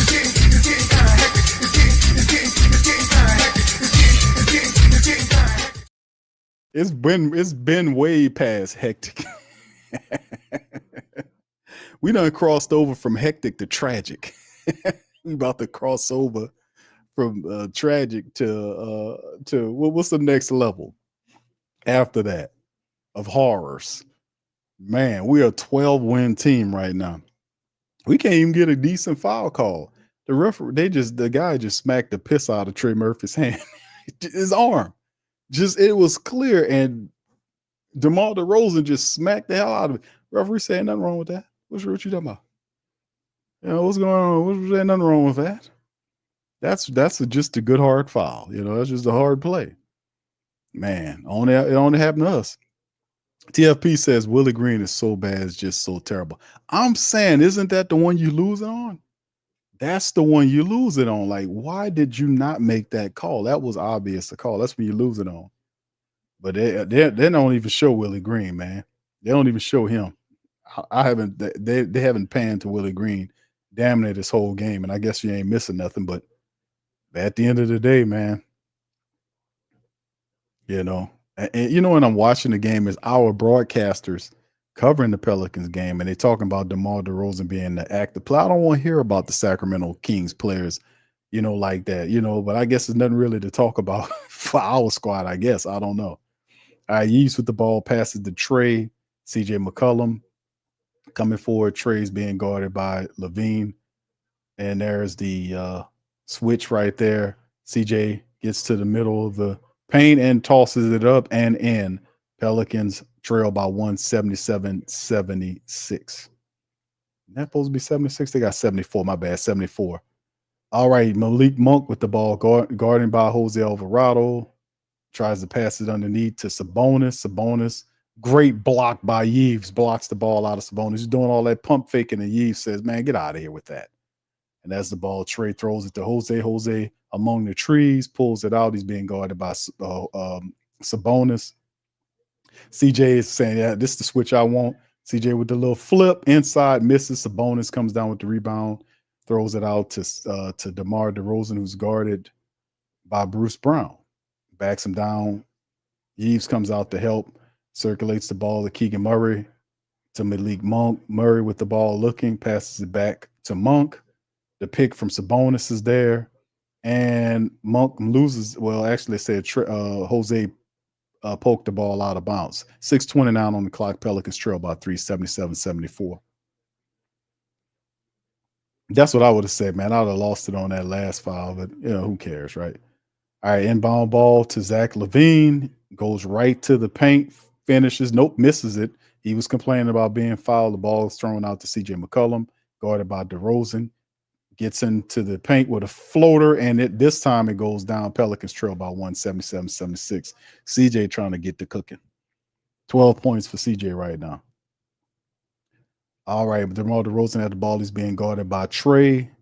Nice. The switches with Jose Alvarado. Jose switches to Keegan Murray. Ball to Sabonis. Wide open shot because Yves was late on the switch, but Sabonis misses it.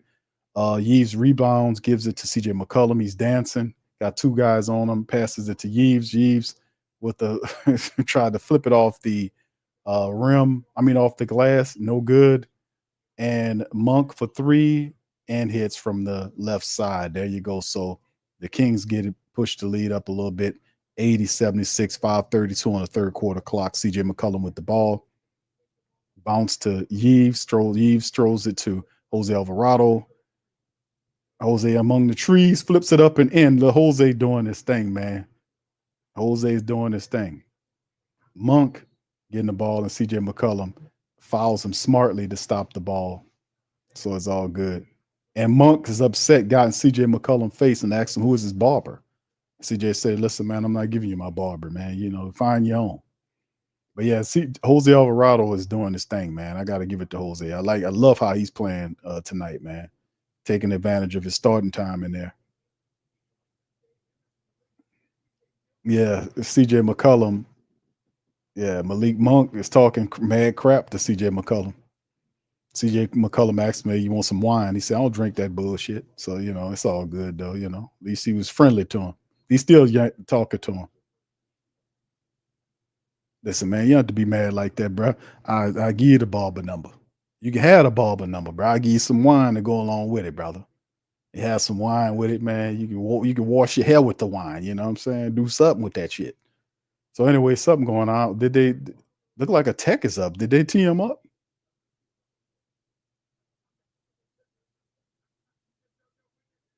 Yeah, they about to look at it.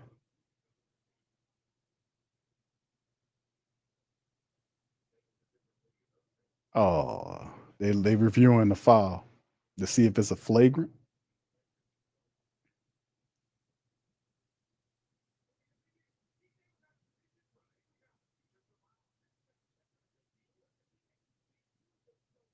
I think he went for the ball.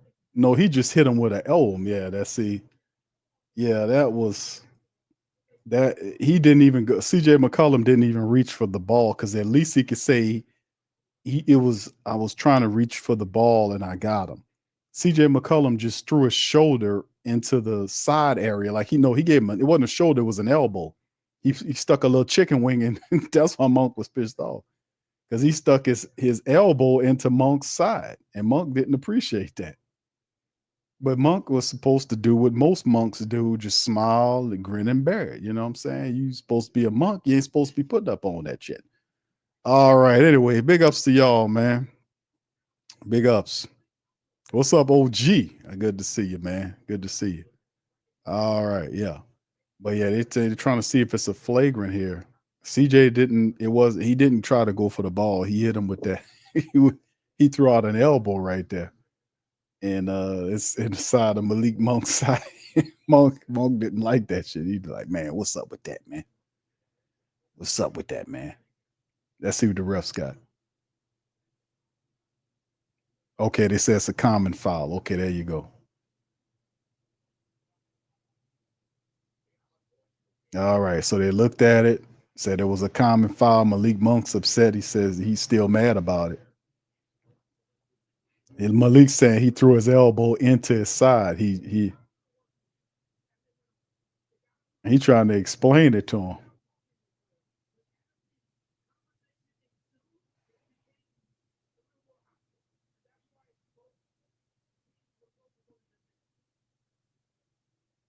And CJ McCollum talking to him, saying, man, look, chill out, man. I got a case of wine. I'm gonna throw it to you, bro. You know I'm the players. You know I'm saying? I'm the player president, brother. I'll take care of you, man. Don't worry about all that. But Malik Monk don't want to hear it. He getting physical. He gets hacked. He tries to take it to the paint. 3 Pelicans meet him. And there's a circulation. Jordan Hawkins with the 3. Bam. Hawk on the board. Pelicans up by 1. 81-80.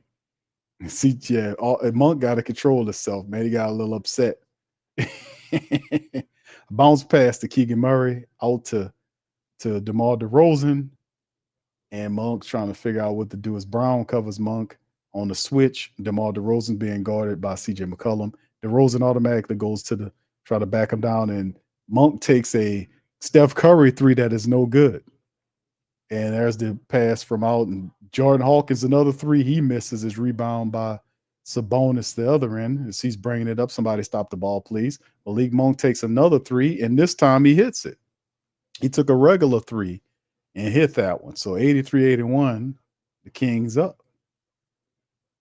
All right, Bruce Brown bringing the ball up for the Pelicans, throws it to Jordan Hawkins. Toss. Oh, it's knocked away by Sabonis, but Trey gets it back, rebounds it, throws it to Brown, who tries a three. He misses it off the rim. DeRozan rebounds, brings it up. As Brown covers him, Monk forces the switch as Jordan Hawkins is guarding. DeRozan cross pass to Keon Ellis, to Murray, then Ellis. Ellis flips it up and in. Ellis is hot, man. He on fire, man. He coming in there, man. He the biggest reason why the Kings got a lead, man. He putting up these points. All right, Trey has the ball. There's throws it across court pass. Come on, Trey. Almost was picked off by Malik Monk. And knocked out of bounds. So CJ McCollum is going to come out of the game. They're going to give him a rest.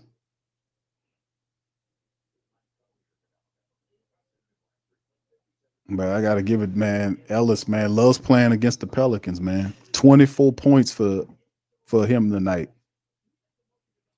Inbound pass by Reeves into Bruce Brown. Brown passes it to Carlo Mekovic. Brown then to Jordan Hawkins.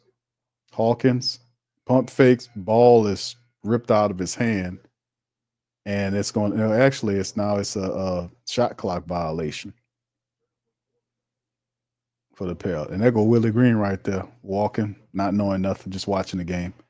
All right, there's Malik Monk bringing the ball up for him to pass. Almost picked off by Bruce Brown. Dived on the floor, he missed it.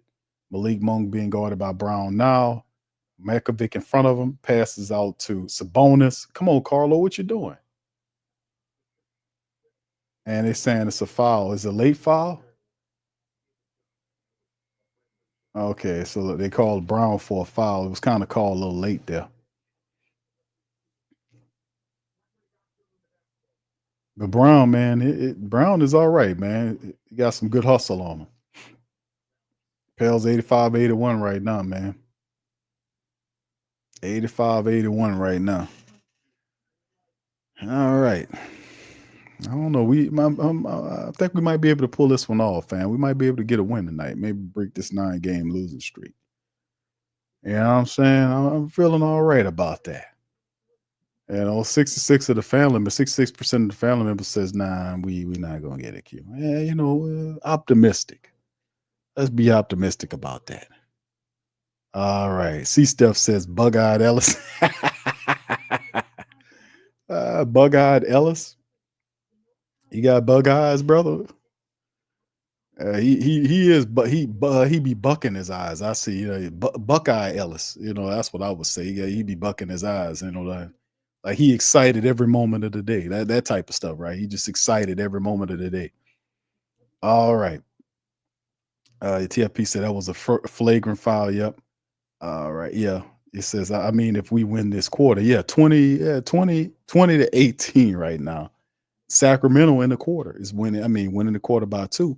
But man, like I'm saying, the Pelicans right now, they're there with the team. We just got to stop, allowing them to have these wide open 3-point shots. That's another problem. Well, like and y'all notice this too, when this happens all the time when you're watching Pelican basketball, when your ops start circulating the ball. That just confuses the Pelicans players because they'll be overcommitted on one side, so they'll circulate the ball around to the right guy. And when that happened, I was like, "Uh-oh, here we go," because then you're forcing the defense to kind of show its IQ. I was like, "Uh-oh, here we go." All they have to do is circulate the ball around. Test the IQ of the Pelicans defense. I'd be like, don't do that. But if we can stop doing that, man, we might have a chance to pull this game out. Like I said, but Zion Williamson should be coming back in the game soon, right? Zion should be coming back in the game at some point, right? Probably right now in a little bit. We'll see him because right now the minutes right now on Zion is 18 minutes up to this point. He has 21 points, 6 assists, 5 rebounds, and 18 minutes on 9 of 11 shooting from the field. Plus he hit a 3-pointer and he's 2 of 3 from the foul line. So there you go. All right. So, man, we're going to see what's going on with Zion. He should be back in the game right now, right? I think they hit the iPad button and put him back in there. Nope, he still ain't hit the button yet. All right, so they started the game. Malik Monk took a 3, bad 3, missed, and it's a foul on the floor. It's going to be against Karlo Mekovic. Carlos like, man, what? How? That's paying to Willie Green and see what Willie Green says. Because both Carlo and Jonas were locked. Their arms were locked, and they gave Carlo the foul. 2:37. Zach LaVine with the ball. Straightaway 3. Bam. Don't give Zach a straightaway 3. 88-81. Kings ahead. We don't need LaVine to get started with his shenanigans. Come on, y'all. All right, Bruce Brown bringing the ball up, pass to Karlo Mekovic. Tosses across and out of bounds, Carlo trying to throw it to Antonio Reeves, throws it too far to his right and out of bounds. So unenforced error by the Pelicans is what they do. Kings currently on an 8-0 run. Here comes Zion Williamson. They hit the button. So Zion is activated to play. All right. So they hit the iPad button. Zion's back out there. All right. Zach LaVine with the ball. Pass to, let's see, to Murray. Murray throws it to Lavia. Jonas calls for it. Punt fakes Carlo and just dunks it on the reverse dunk. Carlo. That was the slowest dunk. Reverse, but hey, it worked. Big Jonas. Let me show you something. 90-81 Kings. Zion with the ball, bringing it up. Pass out to, the shot was partially blocked. Reeves took the shot. It was partially blocked by the Kings. They get the rebound. Keon Ellis with the ball, passes it out to Malik Monk. Zach LaVine going to the hoop, and he's fouled. Who is it by? Karlo Mekovic? Is it another one on Carlo? Yeah, he turned Carlo, and they showing the replay of Carlo. He turned Carlo into a paratrooper, and that's what happened. He did a slow pump fake.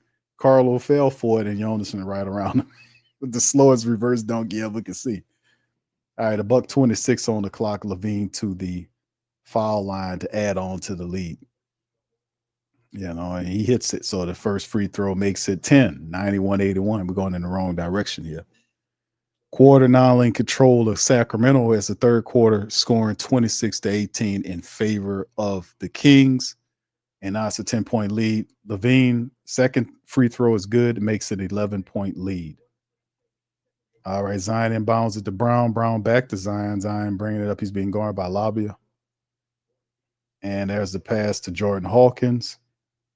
Hawkins passes to Carlo. He throws it back. Carlo with the ball, gives it back to Hawkins. It's a 2-man game back to Carlo, and he's moving the ball around. It's 5 seconds on the clock. Somebody do something. Reeves with the ball, throws it up, finishes. He misses it, then taps it in. Antonio Reeves, 92-83, Kingsway. I'm like, all these backup players, isn't their offense supposed to flow through Zion Williamson? Damn. Where's Zion? Anyway, there's Lavia right there throwing. He passes to Zach LaVine's being guarded by Zion Williamson. And he tosses it around here. Brown. And it's a foul on Bruce Brown. Got got tangled up with the King player, and there you go.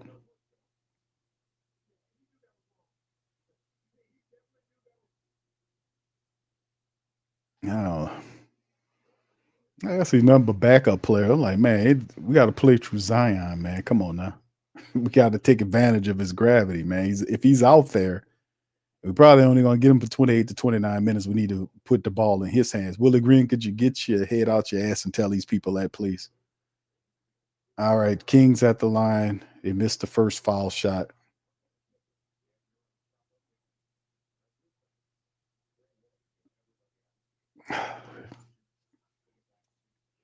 Let's see what happens here. The next one, he missed the first one. That guy is at the line. He's actually a pretty good. Laravia is a good free throw shooter. He just missed that first one. Can he get the second one? Missed both of them. All right. And there's Karlo Mekovic gets the offensive board. They use Bruce Brown to bring the ball up. He gives it back to Zion Williamson, who's one-on-one with Laravia. Zion goes over Valanciunas and one for Zion. Finishes strong. Zion playing bully ball, and he gets the basket. So there you go. And you got right there once he gets there, once Zion get right up under that rim, man, that's a done data there, baby. That's a done data.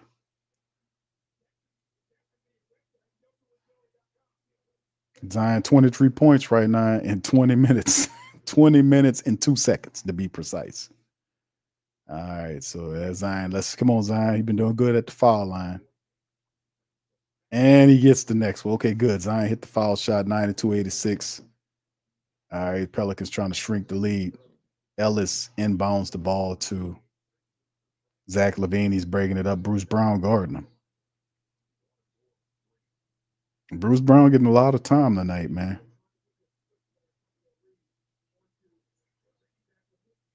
And then they do a dumb switch and give Zach LaVine the switch he wants. He fall back 3-point shot. He missed it. Goes right into the hands of Laravia. Malik Monk for the 3, misses, and that'll be the end of the third quarter. So the Pelicans barely lose the third quarter, 27-23, but the lead is the score is 92-86. So they keeping it close. We just need Zion and Trey to come alive in this fourth and final quarter, man. We might be able to steal this one away from the Kings, man. All right. C-Step says, I'm convinced Willie has an IQ. Listen, man. I can't get around it, man. I don't get it. Like, if for you to have that type of success, man, we need a coach that can establish our identity, man. And listen, the team, you see guys like Zion Williamson. A lot of these are not plays. You know, they're not calling any plays. It doesn't look like plays. Like Zion, what he just did. That's just him with all of his girth and his talent getting to the finishing strong at the rim. That's straight talent. I just don't see a lot of, plays being called, and I'm like, okay, if it's like freestyling, I'm saying, y'all see me, are y'all agreeing with me on this? Let me know in the chat. You see a lot of freestyling going on with the Pelicans, with their offense, a lot of freestyling. I don't see, I see a lot of handoffs here or there, and at times they get disjointed and stuck, but I see a lot of freestyling going on. Then you see CJ dance and he'll take it to the cup. Trey Murphy will do Trey Murphy type stuff. He'll pull up with that Trey Murphy 3-point, like it's a Steph Curry 3. It's a Trey Murphy 3 too now.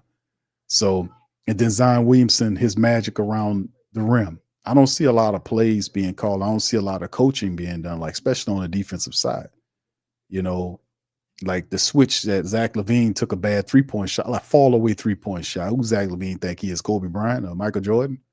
He missed the shot, obviously, but what I'm saying is he wanted the switch of Reeves on him, and he wanted to get Bruce Brown off, and Bruce Brown was attached to him, but he wanted the lesser defensive player. The Pelicans defense gave him that. We can't do that, man. We can't switch into matchups that benefit the opposition. If they want that matchup, we don't give them the matchup. But there has to be something like all the defense does, the ops do, is the guy will come up to you and push you. And then they'll attach themselves to the guy and move where he wants to go. You push, like, get your ass out of here. And then you communicate. I don't see a lot of that going on. You see what I'm saying? If they want that switch, I'm not giving them that switch. Like, I'm communicating, but you got to communicate with your guy to make that switch, to make that play, to stay with that guy. I just don't see all of that, man. Maybe I'm just tripping. I don't know. Y'all let me know.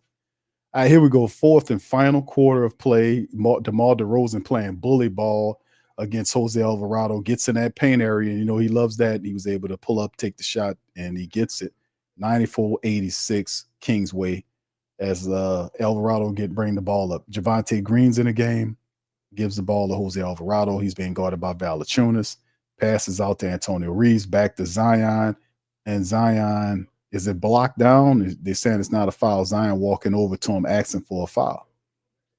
He's saying Jonas hacked him. The referee says, I don't see no foul. That's definitely a foul, dude. Even Jonas looked at the referee thinking it was going to be a foul call made. It's just he just doesn't get the benefit of that. Wide open three-pointer from the side. The Kings misses. Pelicans rebound and are pushing it the opposite way. Zion bringing the ball up. Pass to Jose, misses. Reeves inbounds it, throws it to Zion, and they're going to call it a charge. They're going to call it a charge the opposite way for Zion on Zion, and there you go. Zion was going down, and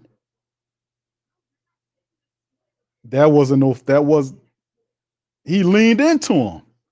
That's not the guy wasn't standing up straight. He leaned into Zion. You can see he leaned into him. These referees, man, they just dumb, man. They fall for the simplest shit. The guy was moving. He leaned into Zion. He did that, whatever, man. And there's a rebound right there by Antonio Reeves. Passes it out to Zion Williamson, bringing the ball up, gives it back to Reeves. Reeves straight away three. Bam. All right, Antonio Reeves with a three. All right, so that makes the lane 94-86 Pels way. And Zach LaVine was able to get to the line and draw a foul there on the opposite way. Just that fast, man. Pelicans get good on one. Reeves gets the three on one end, and then just that fast, the Kings get up the other side, and we're able to make a play there. You got to get back on defense, man. See that all the time with the Pelicans. They'll score on the offensive end, and then they slow to transition back to get defense set up, and the Kings took advantage of that. 10-19 on the clock. LaVine at the foul line. Gets the first one. That'll make it 6 points, 95-89 right now. Kings ahead. This game is in our hands. We can get this game, fam. We can get this game, fam. We can get this one, man. They're not doing anything special. We're within. We can get this. We can get it. LaVine hits both. Suckage. All right, LaVine gets both of them right there, so that makes it 96-89. All right, Jose with the ball gives it to Zion. Zion's in there, and he gets fouled. I think he missed it. Yeah, Zion missed it, but at least he gets the foul call. He gets called on Valanciunas there. So Zion been to the foul line so far 4 times. This will make what? This will make 5 and 6 for Zion at the foul line. And he's doing a good job. He's shooting 3 or 4 on these suckers. So Zion ain't doing a bad job at the foul line. 10 or 12. Zion 24 points. He hits the first one. 96-90 Pelicans. 10-10 on the clock. Zion.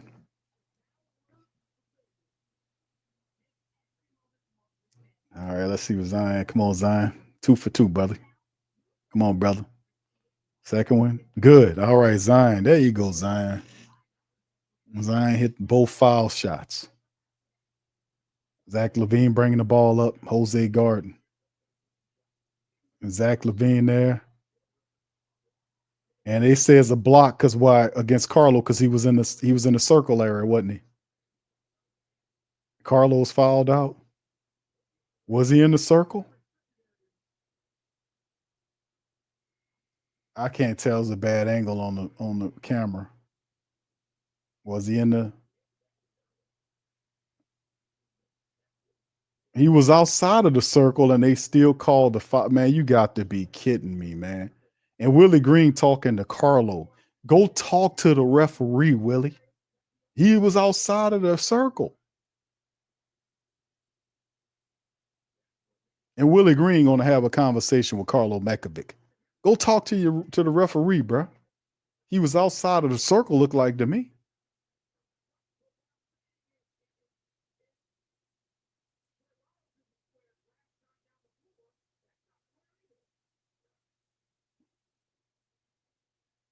Man, Willie Green is such a soft punk, man. He don't tell them referees nothing, and them referees is screwing the Pelicans right now. He just standing up there looking dumb and nosy as all the time. Just I don't know what to say about that dude sometimes, man. They're screwing the Pelicans, man. Zion's getting fouled by Valanciunas. That last call was not consistent. What happened? Trey Lyles leaned into him. That's a foul. But then they talk about Carlo leaning. Zach LaVine takes a three, misses it, gets his own offensive rebound, and they call a foul on Zion Williamson. He put his hand. I mean, the Pelicans is getting screwed by these referees, man, in this quarter. They're getting screwed by these referees tonight, man. Especially in this quarter here. 98, 91, 9:30 on the clock. These calls are bad, man. 99-91 is DeMar DeRozan hit the first to two.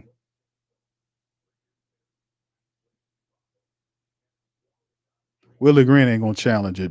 Milton says challenge it. Yeah, it ain't gonna happen. Willie Green, man, was talking to Carlo Mekovic. Don't talk to Carlo. Go talk to the referee. And he missed it. And then what's the call here?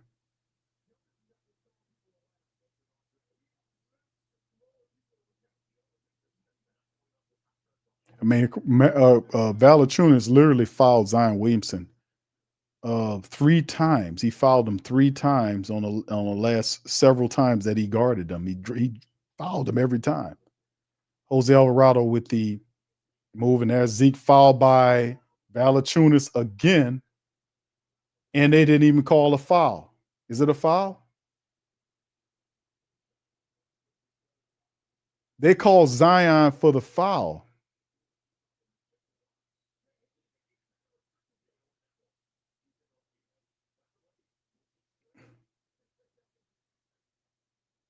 He hit Zion with the charge, and they just showed a replay of Trey Lyles, who didn't take the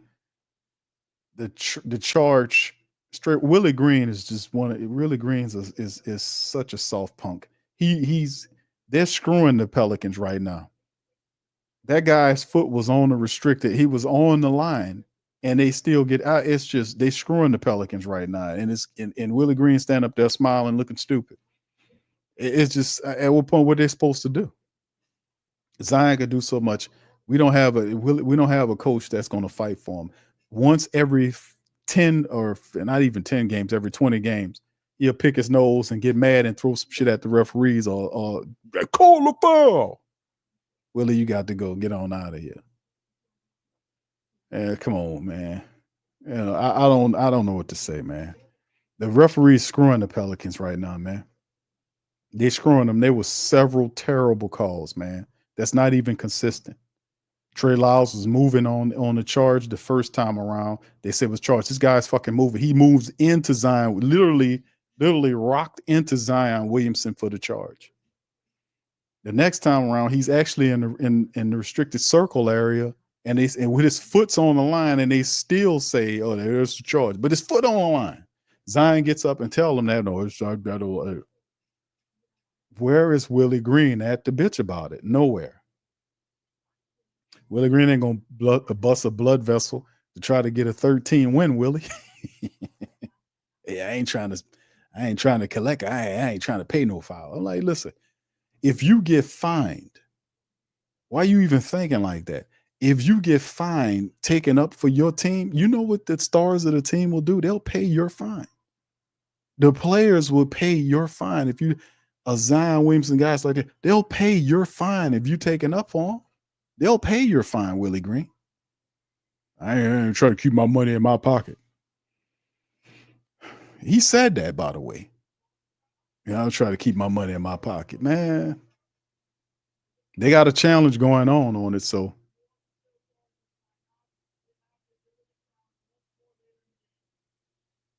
a challenge successful. Okay, so we got that one back. He challenged it. You can see that his heel is on the line.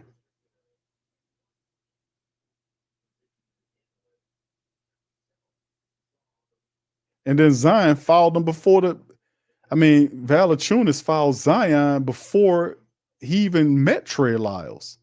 Valanciunas fouls Zion every time he went to the cup. Every time he's there, Valanciunas had fouled him. So anyway, the Pelicans win the challenge. And Zion missed the first free throw.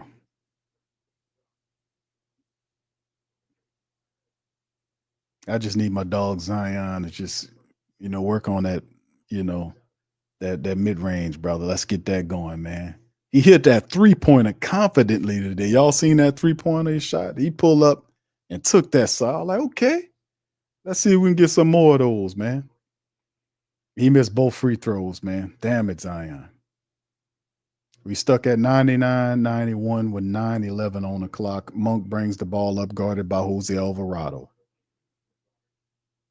He passes it to Valanciunas. Valanciunas gives it back to him. Passes to DeRozan. DeRozan takes the three-pointer, clings it off the rim. The ball is collected by Reeves. Reeves to Zion. Zion to Trey in the game. Trey looking. He passes out to Reeves. Nice pass, and he flushes on Valanciunas. Reeves has got a highlight dome. He dunking on people. He just posterized Valanciunas, man. That's what I'm talking about, Reeves. And DeMar DeRozan just shoved Trey Murphy out of the way. Referees didn't see that shit. And there's Monk trying to battle ram Jose. Puppy power wins. Jose gets the ball. He's going back up. Alley-oops to Zion, flush. Here we go. And the Kings say, hold on here. Stop. Time out. Time the hell out. Time. So there you go. So there we go. So yeah, a little hustle. Trey with the nice pass to Reeves, who posterized Valanciunas. And then the opposite side of it, you see Jose finding Zion for the alley-oop. 99-95, man. Here we go. So there you go. Like I said, we're right there. We can win this game, fam. We can get this one here. We can get this here. We just get a little bit more intense, and hopefully we can get Zion to finish the rest of this game because it's 8:15. At some point, they're going to pull Zion. They're going to hit the iPad button and pull Zion out of the game at some point. I don't know if they'll let him play the entire summation of the rest of the game, being that he won't play tomorrow. So we won't get Zion tomorrow. But will they say, you know what, let him stand there and play the rest of the game? Will we be able to get that? With 8 minutes left, I don't think so. That means at some point they're going to take him off for 2 minutes. At some point, y'all know that, right? At some point, because he's at 24 minutes right now. That means he based on what we've seen, he can only play 4 minutes. 4 minutes, maybe 5 minutes more, right? 28 minutes somewhere along in there, right? And we trying to win the game, man. But I'm thinking at some point they're about to pull him out of the game. They're about to pull him right smooth up out of the game for about 2 minutes. And they say, okay, you can finish out the rest of y'all know it's coming. Hell, it might happen right now after the commercial break. We'll see, man. What's up, Carlton? Shout out to Carlton, man. What's happening, bro? How you doing, sir? All right.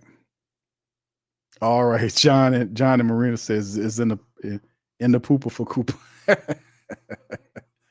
Our flag, man. I don't know. We got a couple of Pelicans are definitely a lottery team, so it is what it is.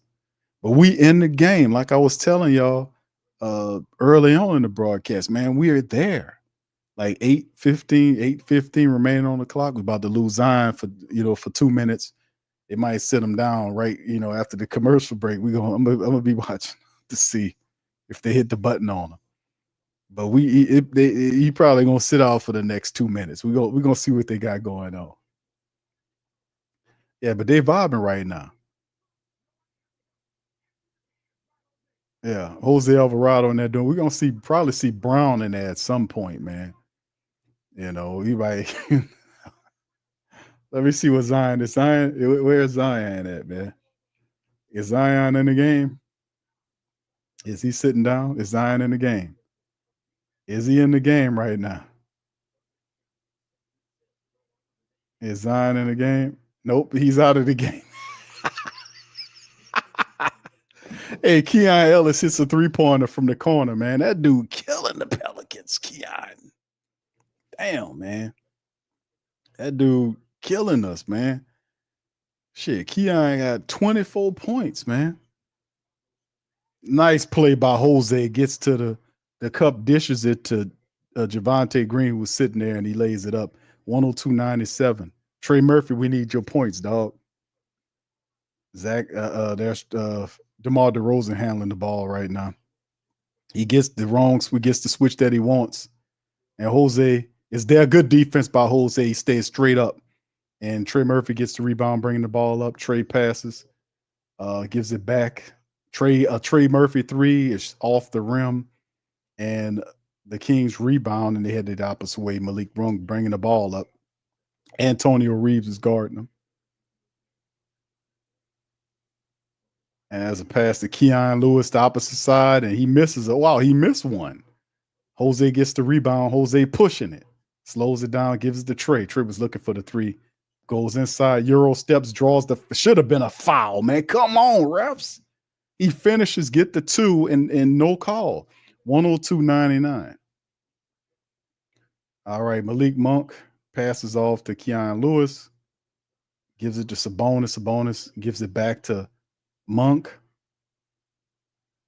Monk guarded by Reeves. Passes it to Keon Lewis. He gets ran off the 3-point line. Nice passing, man. Nice passing. Keon was looking like he was going to lay it off, then dumped it off to Sabonis. Sabonis lays it up, and then 104.99, 6:11 on the clock. We can't be a bunch of paratroopers right now jumping at every damn thing. We got to be patient now, y'all. Trey Murphy fall away 2 off the side of the rim. When Zion sits down, man, we need somebody to pick up the scoring, man. As Malik Monk passes the ball to Keon Ellis across court, another pass, turnover. Antonio Reeves gets it. We got to score it. And he's wide open to the right corner. He hits it all right, good. So there's Antonio Reeves with the wide open 3-pointer, makes it a 2-point game, 104-102. Kings way. DeMar DeRozan has the ball. Trey Murphy's guarding him. Gives it to Sabonis. Sabonis gives it to Monk. Jose is on Monk. Monk passes it out. Keegan Murray for a 3. Bang. Oh, no good. That's all on top of the rim. Like a game of plank or something. It was up top the rim, bounced up around the shot clock and every damn thing to be Pelicans ball. Wide open Antonio Reeves shot, man. And knocked it down. So there goes Javonte Green out. So Zion's still on the side too. So he hadn't came back up in the game. So Zion will probably put it last 4 minutes. So y'all be looking at Zion coming in at the 4-minute mark. All right, CJ McCollum is in the game now. 104, 102, 5:03 on the clock. Trey Murphy has the ball. That's the pick by Yves. He's double team ball inside to is that Yves? He misses the layup. And then the ball off the body of Reeves, and that goes back. He had a bunny there, and he missed it. Reeves had it there, and he missed it. 104, 102. Come on, pals. We got this game, man. These guys we got this, man. We just got to make the shots. Monk bringing the ball up. Reeves guarding him. Sabonis tries a little pick action. Throws the ball to Levine. Levine fall away 3-pointer in the face of CJ McCollum is good. 107, 102, 4:32 on the clock. CJ McCollum with the ball, dancing, don't love dancing. Pass to Reeves. He juggles the damn ball. He could have had the shot if he was ready. He wasn't shot ready. CJ McCollum is there. They wanted to say it was a traveling play, but they said no. All right. So anyway, Reeves, Levine gets the ball at the other end. CJ McCollum is guarding him. Man, we losing a lot of time here, man. And Sabonis gets the ball inside, pump fakes, and gets G's, man. We can't be paratroopers, bro. 109, 102, man. They trying to extend out the lead. All right, so we need to get Zion back in the game, man. 342 there, and almost was stolen. Trey gets the ball, trying to get it inside. He was hacked and no call on it. I mean, golly. Trey was just hacked there, and the referee didn't see anything, man. These guys. Then there's a foul now for the Pelicans now. They've had the foul to get Zion Williamson in the game. 3:30, Mark Zion is in the game now, so he'll more than likely finish the game. So, like I said, man, 24-minute mark at 3:30, so that means Zion will be right up under 28 minutes or right at it. So they were aiming right for 28 minutes. They hit the iPad button and put him in the game.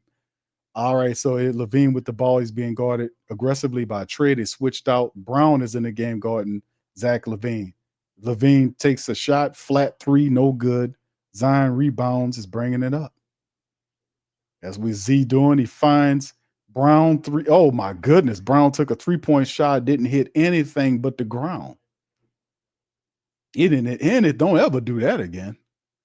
The Kings rebound, and they're just walking the clock down. Pelicans, man, just became frozen. Oh, my goodness. Referees just missed a straight-out push off by DeRozan. Straight up, DeRozan just pushed Trey. Referee, I ain't seeing anything. These dogs here. And there's Z. Fouled at the rim, no call. But Zion doing this thing. I mean, these dogs have completely silenced their whistles on the Pelicans. For the Pelicans, actually. They got it going on for the Kings, that's for certain.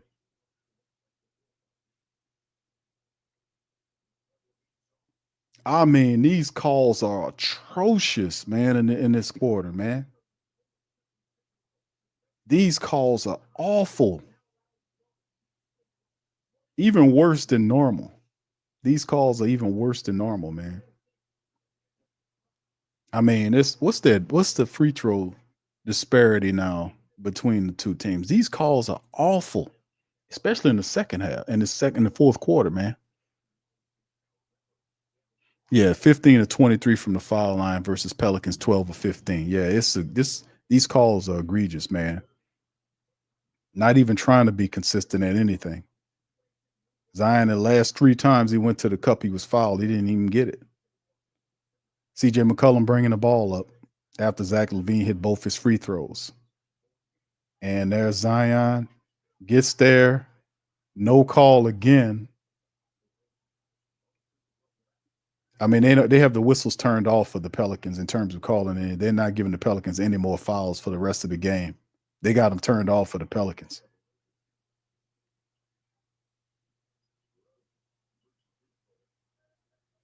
DeRozan with the ball, trying to find somebody to throw the ball to. He just turns around and shoots a fall away mid-range shot and hits it. That's what he does. 115, 104, 145 remain. This game's over with, man. Pelicans can't even score, and the referees have the whistles turned off on them.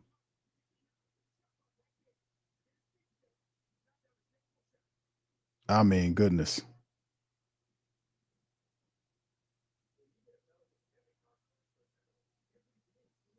You don't hear no calls.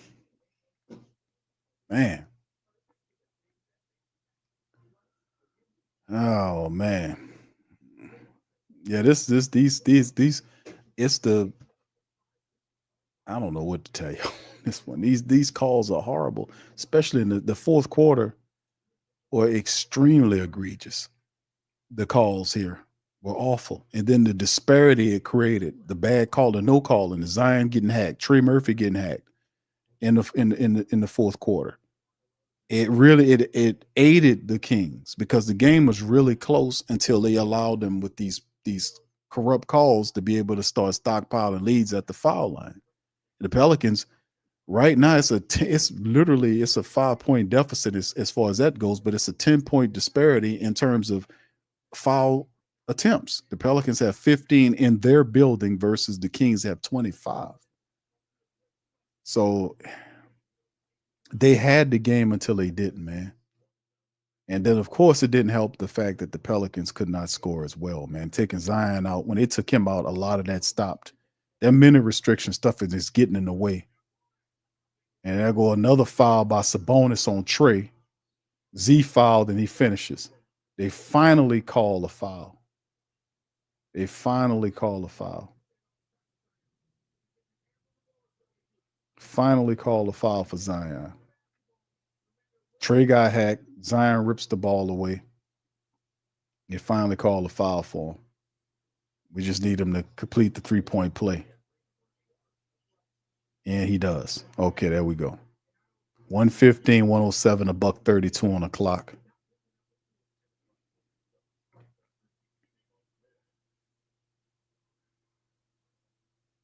Man, they're going to just run the clock out. Game done, man.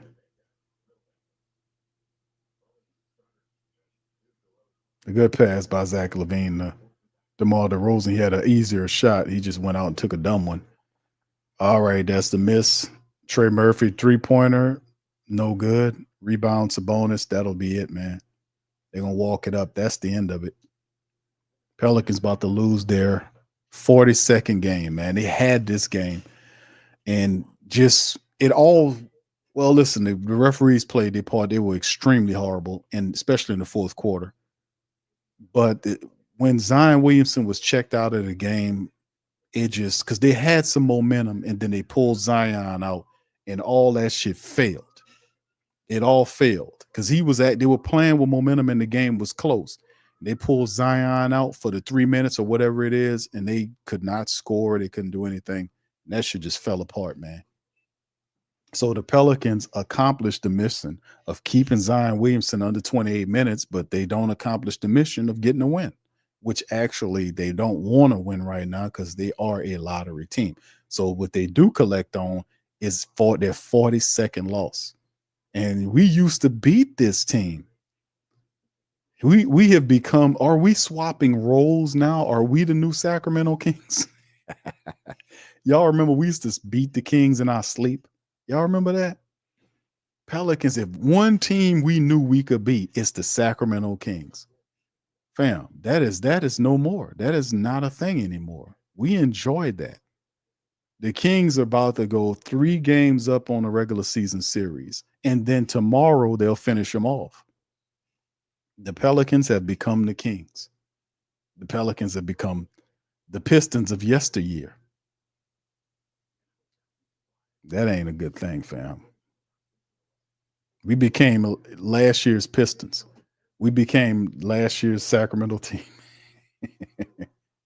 We used to be able to beat. We used to, you go out and you wake up out of your sleep and go and beat the Kings.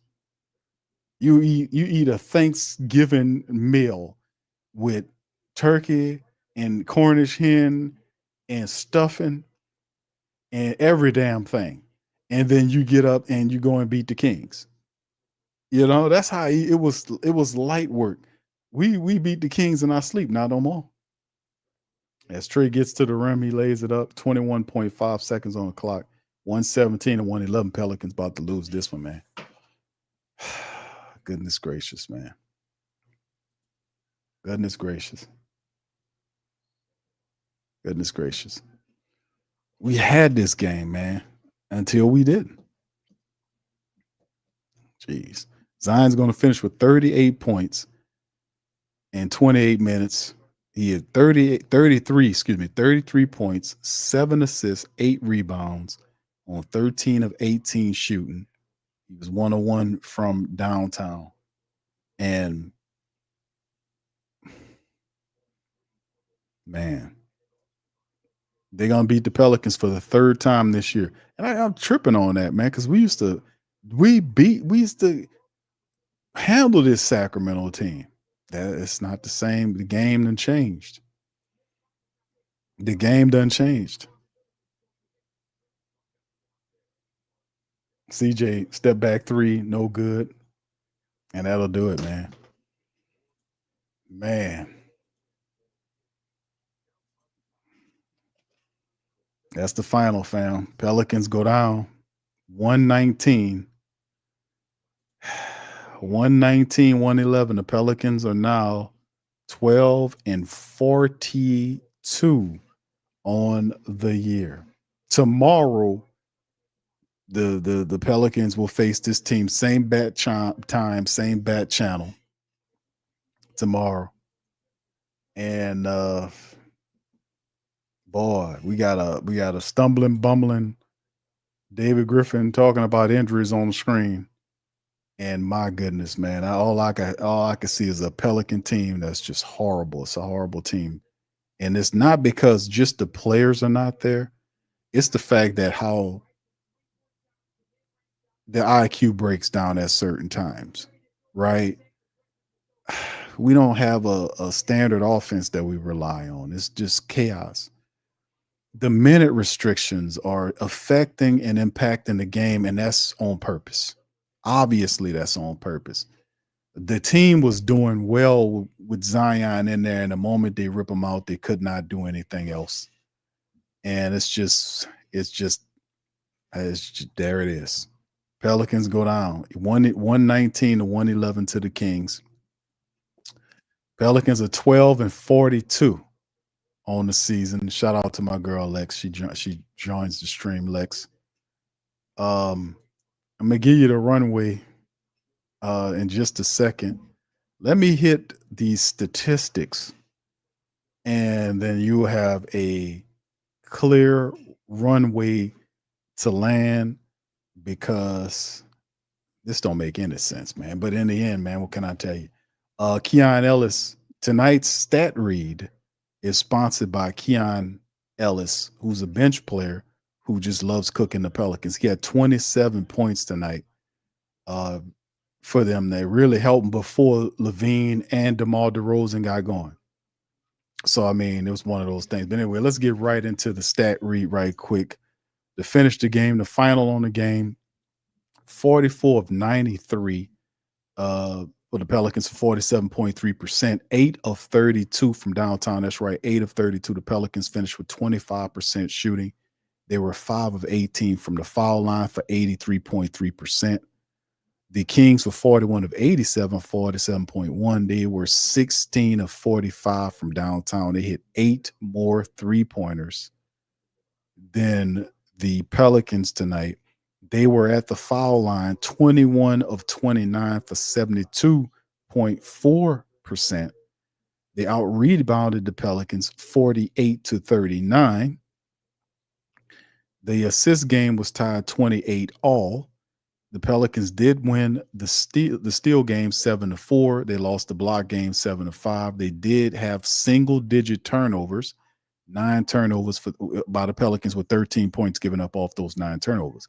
The Kings finished with 11 turnovers with 15 points given up on them. Pelicans did win the points in the paint battle 70-40 and the fast break game 20-17.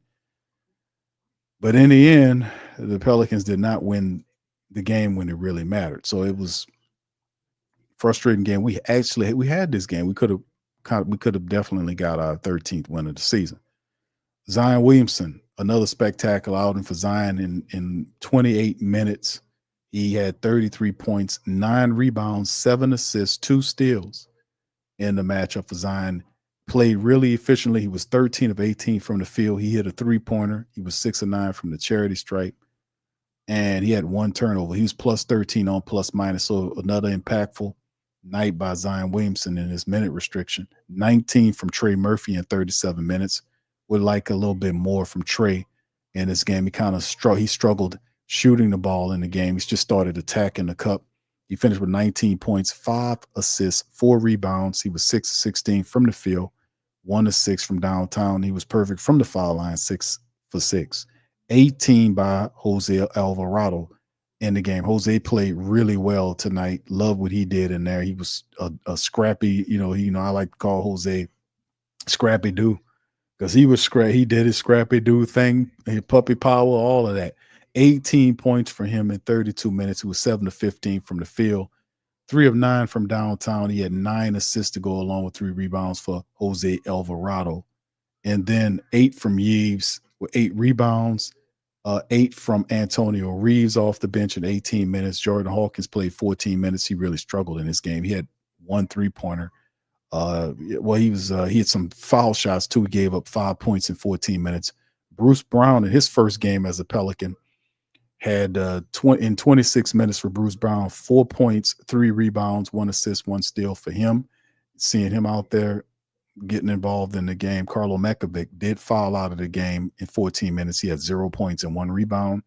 Javonte Green played 12 minutes, 2 points, 2 rebounds. So as Bruce Brown's arrived, Javonte Green minutes severely reduced. All right. So anyway, and Kelly Olynyk did not play because of coaching decision. Jeremiah Robinson-Earl also did not play for Willie Green. So who knows how he determines his lineups. And then on the other side of things, the Kings did their thing. The top scorer was Keon Ellis off the bench, 27 points in 29 minutes. He was plus 11 and plus minus 5 rebounds. The guy just kills the Pelicans. He had 7 3-pointers tonight. He was 7 of 11 tonight.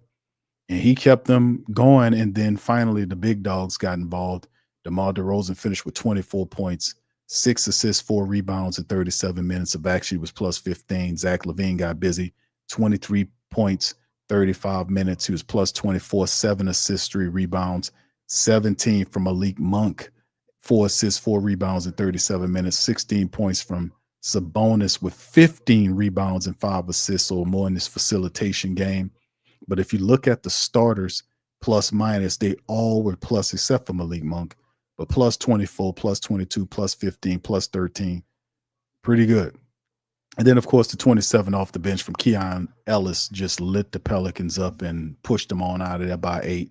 Pels fall to 12 and 42 on the season. So there you go there. It just sucks, man. All this stuff sucks, don't it, fam? It sucks. I hate losing. I really do. Despise it. But in the end, the Pelicans go down. And like I said, man, what I seen, man, they were there until they took Zion out of the game. They took Zion Williamson out of the game. And then everything changed when that happened, man. It all changed when Zion came out of the game. When he came out of the game, it all went to hell in the handbasket. We couldn't make any shots. Then the referees really doubled down on the bad calls. It all went to hell real quick for them anyway. But anyway, we'll have Willie Green chiming in momentarily to see. He'll tell us how proud he is about his team losing. But I'm not very happy about this at all. To be honest with you. Not happy about this shit at all. I hate this, man. 12 and 42. Man. All right. Anyway, that's the stats, man. Oh, yeah. I hate it, man. Don't y'all hate this shit, man? Don't y'all hate it? And I hate this guy. I'm sorry, man. I don't hate nobody. But I hate this guy, bro. I ain't gonna lie to you. Is there some bitch over here? Oh, man. Oh my God, I can't stand this guy, man. Y'all feeling me on that? Put 100 in the chat. I can't stand this guy. Please go. Oh man, y'all feeling me on that, man? I'm just tired of it, man. I'm sick of it.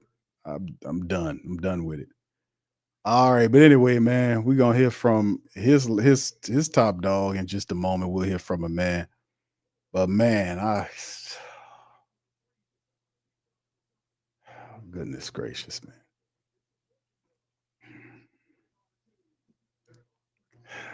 God. Lord, help us. Help us, Lord. Anyway, man, we're going to play a little bit of this guy momentarily, man, until we got Lex. She having some computer issues, but we'll automatically flash to Willie Green. It's just what we do. Even though the Pelicans aren't consistent, we are. So we're going to play a little of whatever this dude his stupid ass name is. We'll play some of his interview here before we get to Willie Green. and we'll react to some of this. But why are the Pelicans losing? Let's see what he got to say about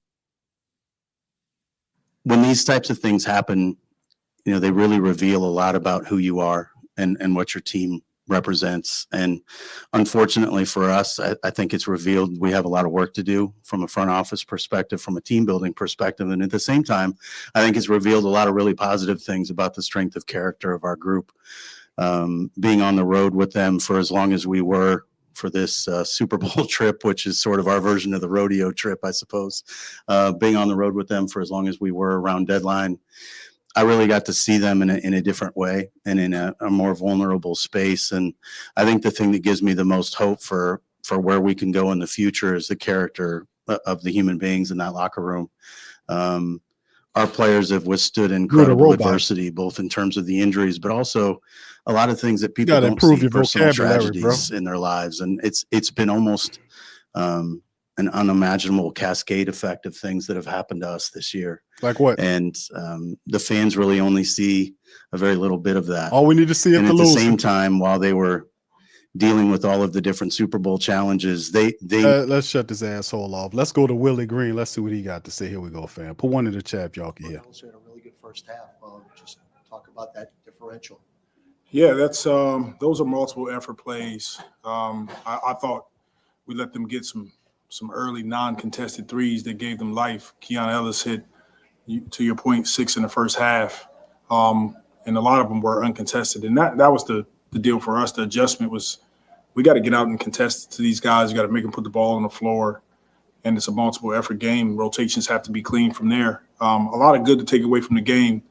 Unfortunately, came up short tonight. Yeah, we were talking about 70 points in the paint tonight. It's I think you would have signed up for that before the game starts. It's got to be frustrating. You had 70 points and weren't able to win. Yeah, it is. It's there's some frustration for sure. We got competitors in our locker room. We all want to step out on the floor and give ourselves a chance to win the game. We did, but just some key concepts, key plays that aren't allowing us to close these games out that we got to continue to stay on. And the early threes, the stick hand contest, boxing out, things like that, things that we can control, we have to do a better job of. It was a big night from Zion again. Just what you say about the way he played, and also just there was that little stretch when you had to take him out in the fourth. How frustrating is that part of it? Zion is on a tear. He is playing at an extremely high level, and it's good to see him continue to step on the floor and play like he has been. Look, we would love to play him more, but right now we're all on the same page, and we all understand that for us it's more about doing everything we can to give him the best opportunity to be healthy. And tonight you were using him a lot as kind of a screener and finally roll it down the middle. Was that something that's more matchup based, or is that something y'all are seeing, to see how comfortable he is in those situations? Well, it's a little bit of both. It's a little bit of matchups. It's a little bit of, we're accustomed to seeing Zion handle the ball, and he's going to do a lot of that. And so he can initiate plays. He can start our break. But to add a layer to what we're doing is now having him set screens, moving those guys around, hitting them in the pocket, allowing him to make plays on the move from there. So that's kind of what you saw. And, adding to that, how much do you think insert Jose into that start lineup has kind of helped everybody? And, how much have you kind of seen him step up since kind of giving him that role? Yeah, Jose, he came out tonight, really a bounce back from him. Of course, he felt like it after the Oklahoma game, but, playing with confidence, playing with speed, he's aggressive defensively. We really feel like he helps that first unit. And just from a big picture perspective, when you first took the job, one of the first things you mentioned is wanting to establish that defensive identity, and that's something y'all were able to do the 2 previous years. How tough has it been just seeing that slippage this year where you really haven't been able to establish that identity at that core of, what you wanted to be when you first came here? Yeah, it's definitely been difficult this season. Establishing our identity. That was our identity. That's kind of who we've been. And it's what we want to move forward to. Unfortunately, we haven't been able to get there this season. I won't get up here and make excuses, but it's constant work on our part to continue to correct that end of the floor, because that gives us a chance every night. And our guys understand it's extremely important in this league to be able to have a good defense that allows your offense to be even better. Willie, how tough was that stretch in the fourth quarter where I think Zion walked up to the scores table, 2-point game? Then I think Eve missed one at the rim, CJ fade away from in close, and then Trey the lay-in. Yeah. You guys had a foul to get Z in. Yeah, I only had 2 timeouts. I didn't want to burn one with 3-4 minutes left. So I'm kind of yelling our signal to take a foul. But we had three good looks during that stretch. And so those are the key plays that we got to capitalize on. I was going to say, is that kind of like the hump you're talking about when you're in a close game? You just get through a stretch like that and you can't get through it, right? You have to figure out a way to overcome that stuff. For sure. It happened, around the 8-minute mark. We had to take Zion out. I think they hit a couple key threes, stretched the lead out. We end up battling back, getting it close again, and then that key stretch right before we got them in. So those are key plays that at the end of games we have to be better at. Willie, it's the third. It's another really long losing streak, right? Yeah, losing streaks of 11, 9, now this one's 10. Is it beginning to feel like it's weighing at all on anybody, the locker room, the team? I mean, we're past that point where I guess you can think playoffs, right? So how is everybody doing? I'm extremely grateful for our entire group, staff, coaching staff, medical performance, our players. They've been awesome through all of this adversity. Everybody has been, and it's Stop the cap. It's a joy to come to work every day, even going through the difficulties that we've been going through. And so that's a blessing to have a group that's strong mentally, that brings it every single day. They give us everything, that we ask them to do. And sometimes we come up short, and, those things have been happening this season, but we have some momentum that we can build from this. And that's the goal right now, is to continue to attack each and every game. You're going to see some of our young guys a bit more, but there's some momentum that we can build from this season. Well, would you say that the atmosphere isn't befitting of a team that's 12-42? Like, I'm not sure how many times you've been around a losing locker room, but would you say that this is not characteristic of that? No, typically, no, it's not. And that's a credit to the guys in our locker room, high character, hard workers. It's a character to, everybody in our front office. I said it again, our whole staff has been great. And that makes going through these difficult situations even better. Man, I don't have a when you have great people that you work with. And I'm extremely blessed, and I'll leave it at that. Well, your first time seeing Bruce Brown just kind of bouncing his play in his freshman game. Love what he brought to our group. Extremely aggressive defensively. A good rebounder, high IQ on the floor. Missed a couple easy shots that we know he'll knock down, but a really good addition to our group. We're great at tanking.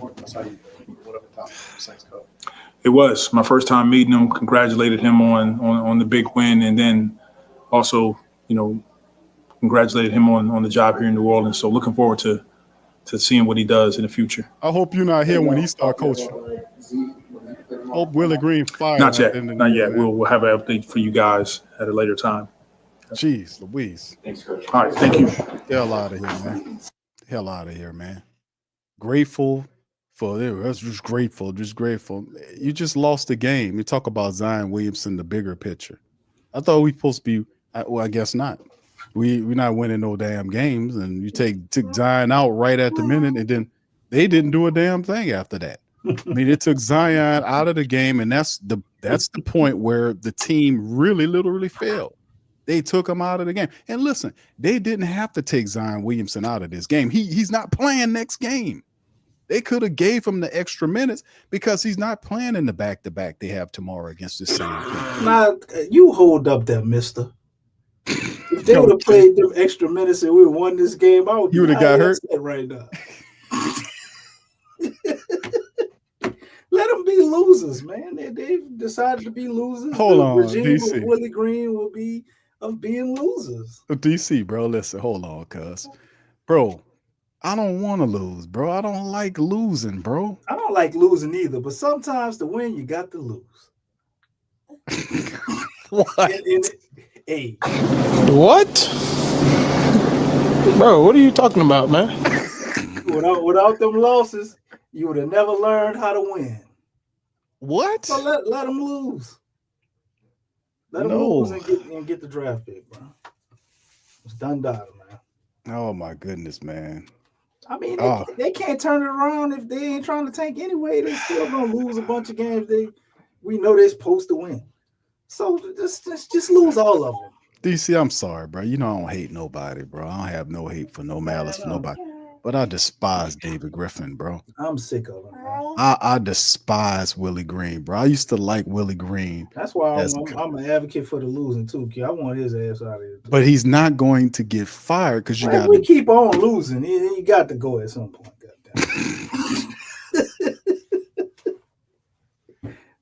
I mean, if 31 of the other NBA teams don't take you seriously, bro, you know. They don't care.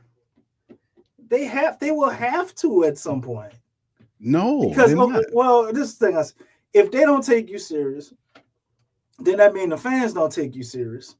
And if our fan base get tired of fighting because nobody ain't taking them serious, like what does that do to your ticket sales and your merchandise and all this stuff they're trying to sell? All that go down, and that's why they don't care. DC, I'm so sick. I'm sick of Gail. I'm sick of Gail. I'm sick of this dumb front office. I'm sick of Griffin with the lies as a con man. I hate to see this type of stuff happen to my team. I'm sick of Willie Green being thankful for losses. I am so sick. This is not how winners behave. We don't behave. If you what specifically was he thankful for? Like what else? DC is the same stuff. I'm still grateful for the guy, how the guys handle losing. How guys handle losing. What? You can't lose and keep a job in the NBA. That's not how it's supposed to go. And Mike Brown's a way better coach than Willie Green ever will be. But at the end of the day, Mike Brown gets fired and Willie Green still has a job. And you got a dumb Griffin sitting up there making excuses. We'll play a little bit of that. But go ahead, DC, thoughts on the game tonight. Shout out to my girl, Lex. She having computer issues. Lex, if you can get it together and pop in, we'll if you can't, then we all good. We see you in the chat dropping some game. But DC, go ahead, bro. Floor is yours. Well, bro. I mean, I like what I saw from Zion. You know what I'm saying?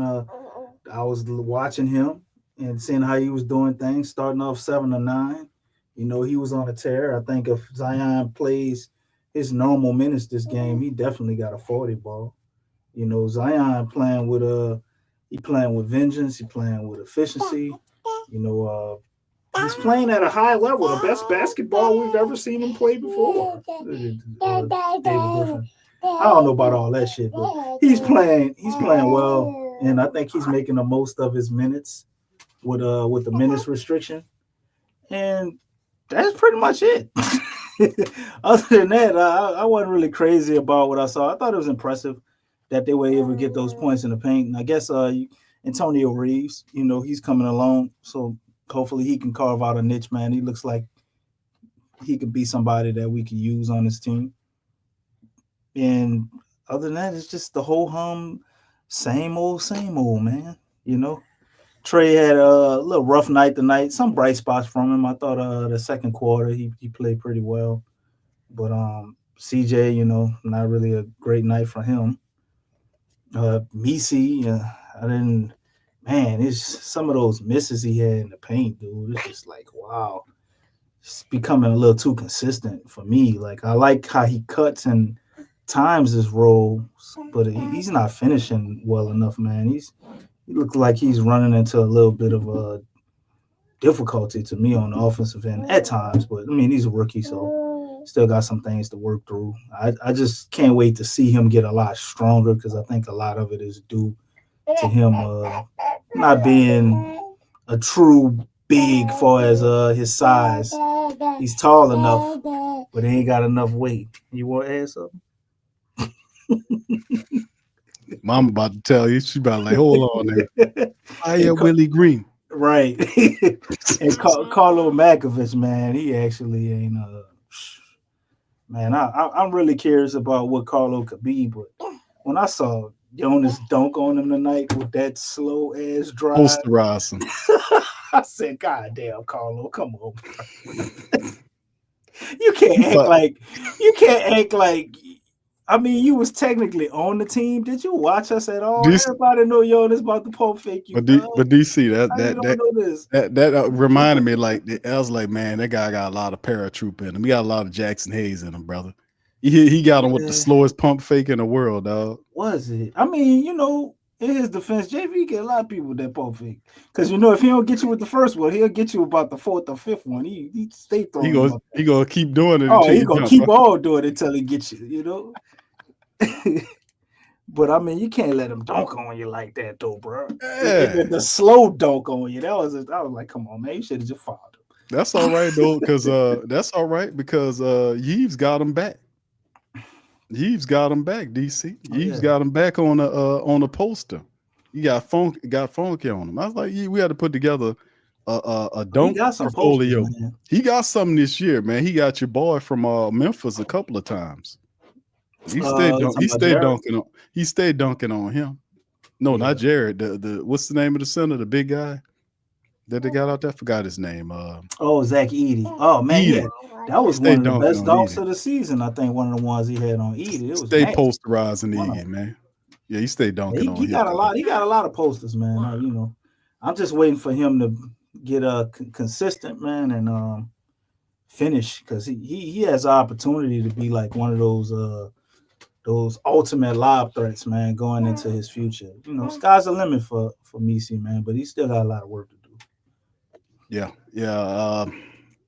Man, DC, we got the same team tomorrow, man. Yeah, that's right. Lexxah did posterize Miles Turner as well.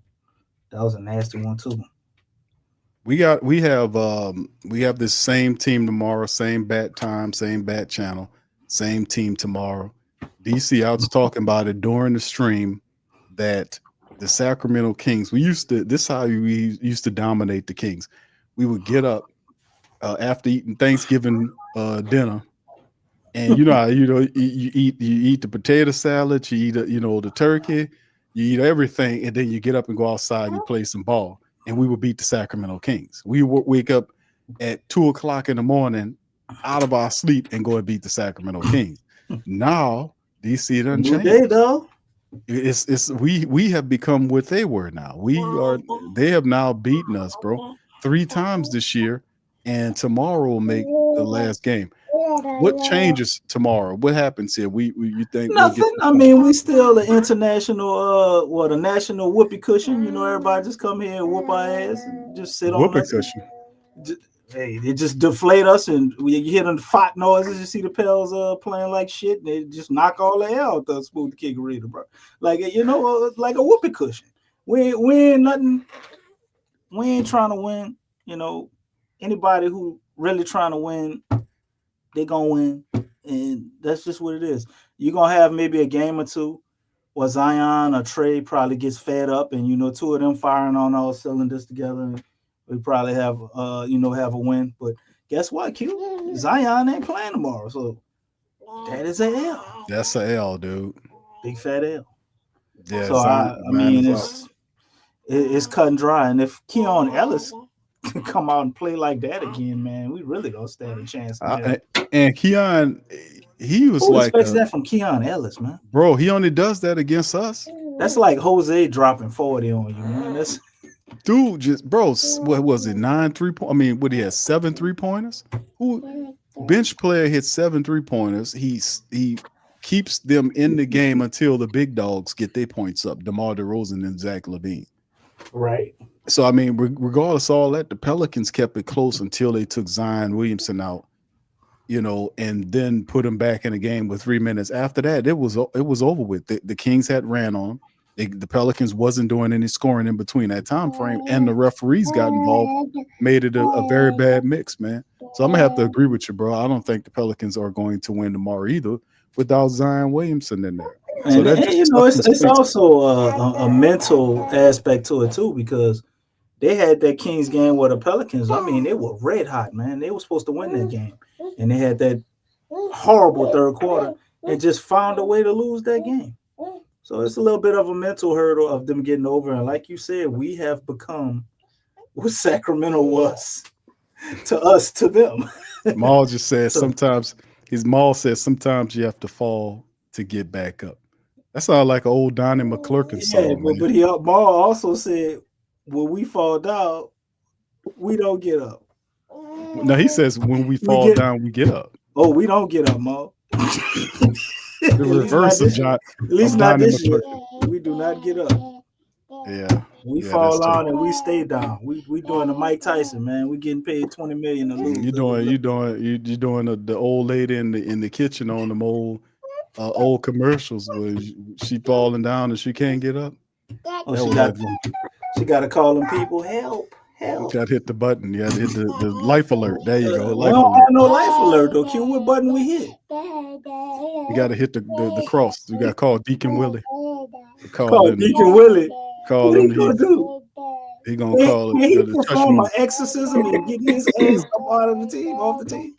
No, the biggest demon of them all is sitting on. Well, I ain't gonna even go there. But anyway, Lex, it appears that you are good. Hold on, here we go. Here goes Zion. Let's listen to what Zion got to say. Here we go. I asked Coach earlier about them using you a little different tonight with you setting more screens and rolling down the middle. Just how did you feel just with that little switch up, and do you feel like you got more comfortable with it as the game went along? Yeah, I'm already comfortable with it. I did it a lot my first 2 years in the league with Coach Gentry and Coach Gundy. So it was something that kind of just comes natural to me. And just what was it like just having Bruce out there, and what do you think he can kind of add just as a veteran presence in the rotation? He can add a lot. And honestly, if you looked at his resume, he's a player that I think Detroit had him playing center. Then he went to Denver, and they told him, we need you to hit corner threes, be an energy guy, and he did that. Don't tell Willie Green. So he's one of those guys that, you give him a task. Talk about him at center. What have you kind of seen from Jose 6'4", since they moved like into the starting 180. lineup, and how has he kind of helped you guys with the way he's playing? Jose's being Jose. I think putting him in the starting lineup definitely gives us more energy in the first half, his first quarter especially, because it allows me, CJ, and Murph to kind of get to our spots. And also just, he always has an impact on the game, but instead of 15, 18 minutes, is 28, 32. As I know we've asked you about your minutes before, do you feel like you might get up to 30 minutes a game eventually, or you just kind of where do you feel like you are in that? I feel like I should definitely get up to 30 minutes post All-Star break. Like I said, whatever the team decides to do, that I support it, and we're gonna work smart. 30 minutes from 28 to 30 minutes. Either Kelly Olynyk or Bruce Brown. I think it was the initial thought was just kind of, BI not being here anymore, and it's different. Like I said, he's been here with me since day one. Even walking in the locker room today and not seeing his number at the locker was definitely different, but we're professionals, so once start really looking into the game and what we got going on, those are two pieces that are great for us.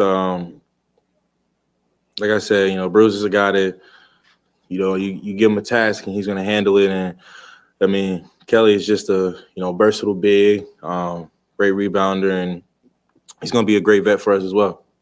Did you like his cowboy outfit? I saw he walked in wearing one of that. I actually didn't get a chance to see it because I think he was already here before I got here. But I'll go look at the Pels Instagram and see what he's talking about. I've got to ask you, since you always talk about wins, that's everything for you. This is now the third big losing streak for you guys. You've lost 10 now in a row. Previously, you had lost 11 in a row, 9 in a row. How's that weighing on you? How are you dealing with that?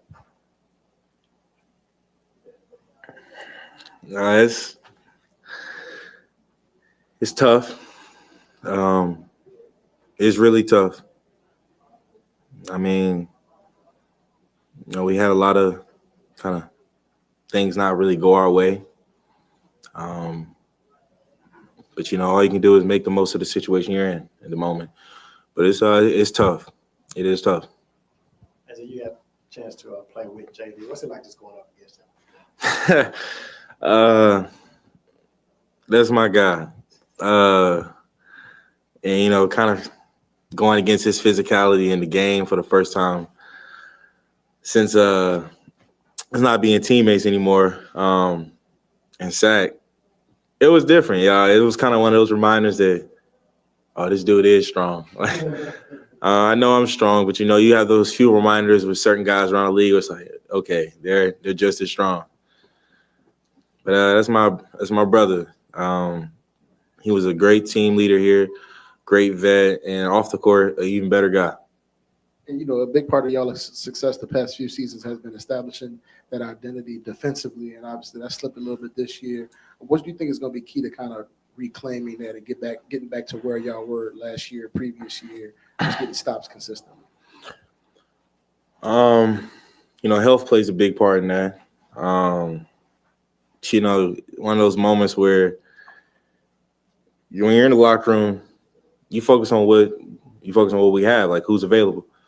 But there's a moment today when I was playing the intro video, and it was like, wow, we don't have Herb right now. We don't have DeJounte. Like, guys are out. So that definitely plays a part in it. But that's just something we got to build on as a team, working on it in practice and just putting more emphasis on it, in film, scouting, no matter and whatever we do. It's almost kind of like you look in the locker room now. I guess like when you came in, you're the only one that's giving that rhythm. What's that like for you? It's different. It's different, and it's one of those small reminders of kind of about the reality of the league. Going to all these camps when I was younger, especially the NBPA Top 100 camp. That one was, I would say, the most insightful one. With I'm in year 6, and there's nobody player-wise that's here anymore. Not saying that dudes are out the league or anything, but it's different. It's definitely just kind of reminded that things have changed. No problem. You guys have a great night. All right, that's Zion Williamson there. Lex, welcome on in. There she go. Tough game tonight. Pelicans stopped by the Kings 119-101. Heard Zion. What are your thoughts on tonight's game? Same thing from the other night and the night before. Same thing the night before that. Probably the same thing from a week before that, and same thing 2 weeks before that. The same thing before that, and Q, you're not on your job. Can you cue the circus music, please? all the beginning After Lex finished talking. the season. I hope y'all see what I'm saying about the minute restriction. We have, as supporters of the Pelicans, we have yet to see Zion like unleashed. If not now, when? When? Next season. No, that's not even guaranteed. We can't even say that. Like, he's healthy and we're not able to see him. Like, Zion has greatness. Okay, you all have mentioned that in 28 minutes, this guy is scoring more points than he's playing. Mm-hmm. He's doing more in less time than playing. Could you imagine him playing just 35 minutes? 35. Think about that. Just 35 minutes and winning. 35 minutes and winning. And you're talking about him having every night a 40-point game and up. Do you all know what that is? That changes everything. That's greatness, man. Like, you need to when are we going to see this man play? We've been waiting for 6 seasons. 6 seasons. You know, I don't really like right now. The Pelicans don't have no vision. Okay, because really, they're not even tanking on purpose. They're tanking by accident. You know what I'm saying? Like it's because Willie Green has never been a good coach. He's never been a good coach. Even when they were winning, we saw the flaws. I mean, we can't forget 0-27. We can't forget that. You're talking about a 49-win team plus 27 more wins if we would have won close games. Because let me tell you something. Willie has only been winning one way. He's not winning close games, you all. He's not winning blowout wins, ugly games. The only way that the Pelicans have won is if they blew out another team. But it's not always going to be like that. And this is a constant reminder of even last season, a lot of the things that we talked about. But see, no one really saw them. Now everybody sees them. They're loud and clear.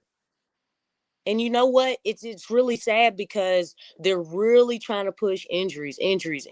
No, you can't push that. You can't push that. You're horrible. You don't know what you're doing. There's no identity. You know what the identity, if there is an identity on this team, you know what that identity is? The Zion show. Because really, you know, the team cannot compensate when Zion sits down.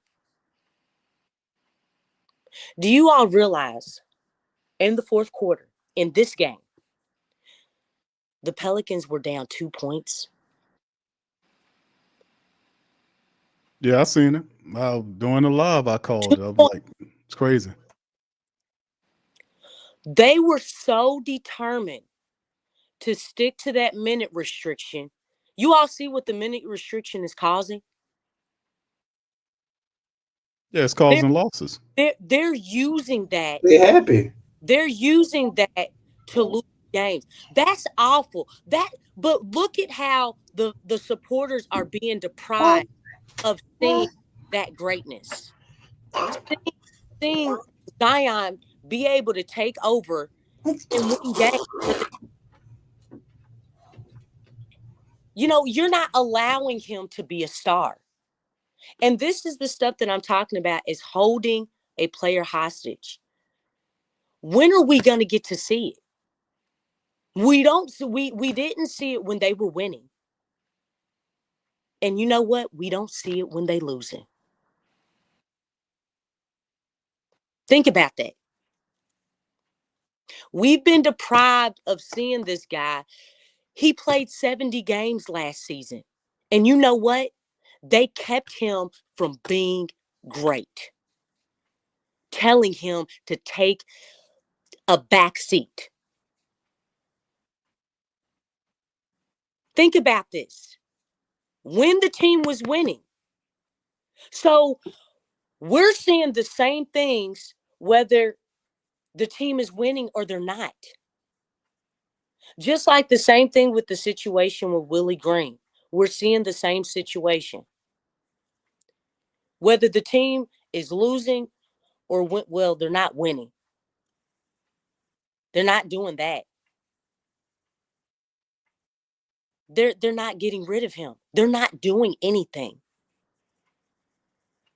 I'm confused. This whole organization is discombobulated. Discombobulated. And you know, golly, I mean, just the fact that, you know, I've never, out of all things, the determination, the dedication, the discipline, you know, the follow through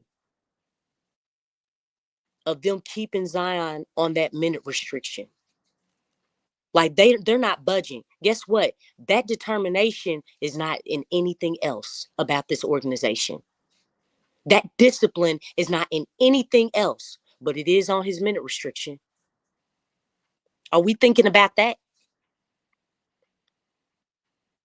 They're not showing any of that determination, discipline, just follow through. They're not showing that in any other facet, any other area of this organization. They're not showing it, but they're showing it on that minute restriction, and they are sticking to it hard. Well, I'm gonna play some of that interview, some of it from Doc Ock. He made mention of it. He actually he said he had a tablet. I joked about it during early in the stream. He has a tablet attached to Zion where he's, checking out all of the data of what he's talking about. So, I mean, it's a bunch of stuff going on with these people, man. Go ahead. If they actually are doing that, I mean, do you believe that? Do you think they're really doing that, or they just... I mean, that would explain why they're so consistent in taking Zion out of the game. And it's very consistent. Lex ain't lying. That is super. They're not consistent about anything. They're not consistent in playing defense. They're not. They don't have any idea. Well, they're consistent in the negatives. Let's just say that all the things that lead to losing. But in terms of the successful stuff, they successfully do that. Go ahead, Lex. No, I mean, it's the same thing. We're both saying the same thing. I think it's just amazing how they're so, like you said, consistent in holding him to that minute restriction. They Absolutely. Are not budging. So guess what? They can be consistent when they want to. Oh yeah. They can discipline when they want to. Now, Willie Green, he can't. He don't got it. He don't got it. He don't got nothing. Absolutely nothing. That ties to his whole staff too, because that funk rubs on off of all those dudes, man. I just think it's so amazing how we're witnessing how disciplined and how punctual and just on point they are with that minute restriction. That's the most discipline that I've seen from this team. Well, he calls it. Willie got up there tonight and talked about the big picture. Zion, what's the big picture? Did he say what the big picture was? The big. He does. Willie Green don't know. Willie Green don't know shit. He's just a whipping boy for Griffin. That dude's brain is so small, it's not even funny. Dude, you are about miniature pictures. You don't know anything about no big picture. Well, he's just all he's doing is mirroring what Doc Ock said on the press conference. That's all he's saying. They don't have a mind of their own. They're pushovers. Again, Doc Ock, he's absolute power. And we all know what happens with absolute power. It's corrupt absolutely. Oh, absolutely. It's corrupting the front office. It's corrupting the coaching staff. It's corrupting the team. It's corrupting Zion being able to be great. And that is not fair to the supporters. There's been so much negativity on Zion. And right now we're seeing, 30 plus points, okay, in just 28 minutes, 27 minutes, 26 minutes. And we actually have a chance to win the game. I mean, this is torture. This is torture. Like, I don't want to see him put up a 30-point game and you're down freaking 2 points. Put him back in. 2 points? That is so selfish of the organization to do that to the supporters of this organization. That's selfish. That is straight up selfish. They don't care. They don't care about their supporters. And that's very irritating because we get on this and we're consistent on talking about this junk. Man, it goes back to what you were saying, Stacey. Man, boycott this junk. This is ridiculous. This is not fair to the supporters, though. It's not fair. Because I feel like Zion's career has not started. It hasn't started. He's been in the NBA for 6 seasons, and his career has not started. It hasn't. I don't care for the reason. I'm just looking at like the fact that we're deprived of seeing him play, deprived of seeing him be great. And let me tell you something. When you're able to get into a rhythm, and Don Guillory, you pointed this out on the last stream. When he's able to be in the game and be in an actual rhythm, we are going to see his mid-range. But right now, his rhythm is so broken. It's hard to really get into a rhythm. Right now, he's fighting to get into a rhythm. Think about this. And when he gets going, who throws in the towel? Is it the other team or is it the Pelicans? Well, this is the thing I see, Lex. They are definitely using the minute restriction to neutralize his effect, because if they really wanted to win this game, all they needed to do was leave him in there and just be cool with it, because he's not going to play tomorrow. So who the hell matters if he gets over 30 or 30 minutes tonight? Who cares? Man, he's not going to play tomorrow, so it doesn't matter. Then you're going into the break, and that's extended time. So that just be another excuse when he comes out of the break. They'll use the declaration that whatever the stupid ass crap that they used before, where he had extended time because of a previous break, and we keeping him out for whatever the dumb thing that they called it at the time. All this fool stuff here. This all his garbage and junk. None of this happened prior to him. Let's hear a little bit of this fool here, then we'll go. These types of things happen.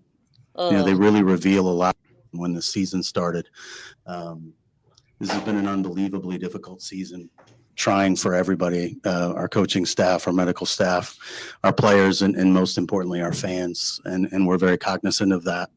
When these types of things happen, they really reveal a lot about who you are and what your team represents. And unfortunately for us, I think it's revealed we have a lot of work to do from a front office perspective, from a team building perspective. And at the same time, I think it's revealed a lot of really positive things about the strength of character of our group.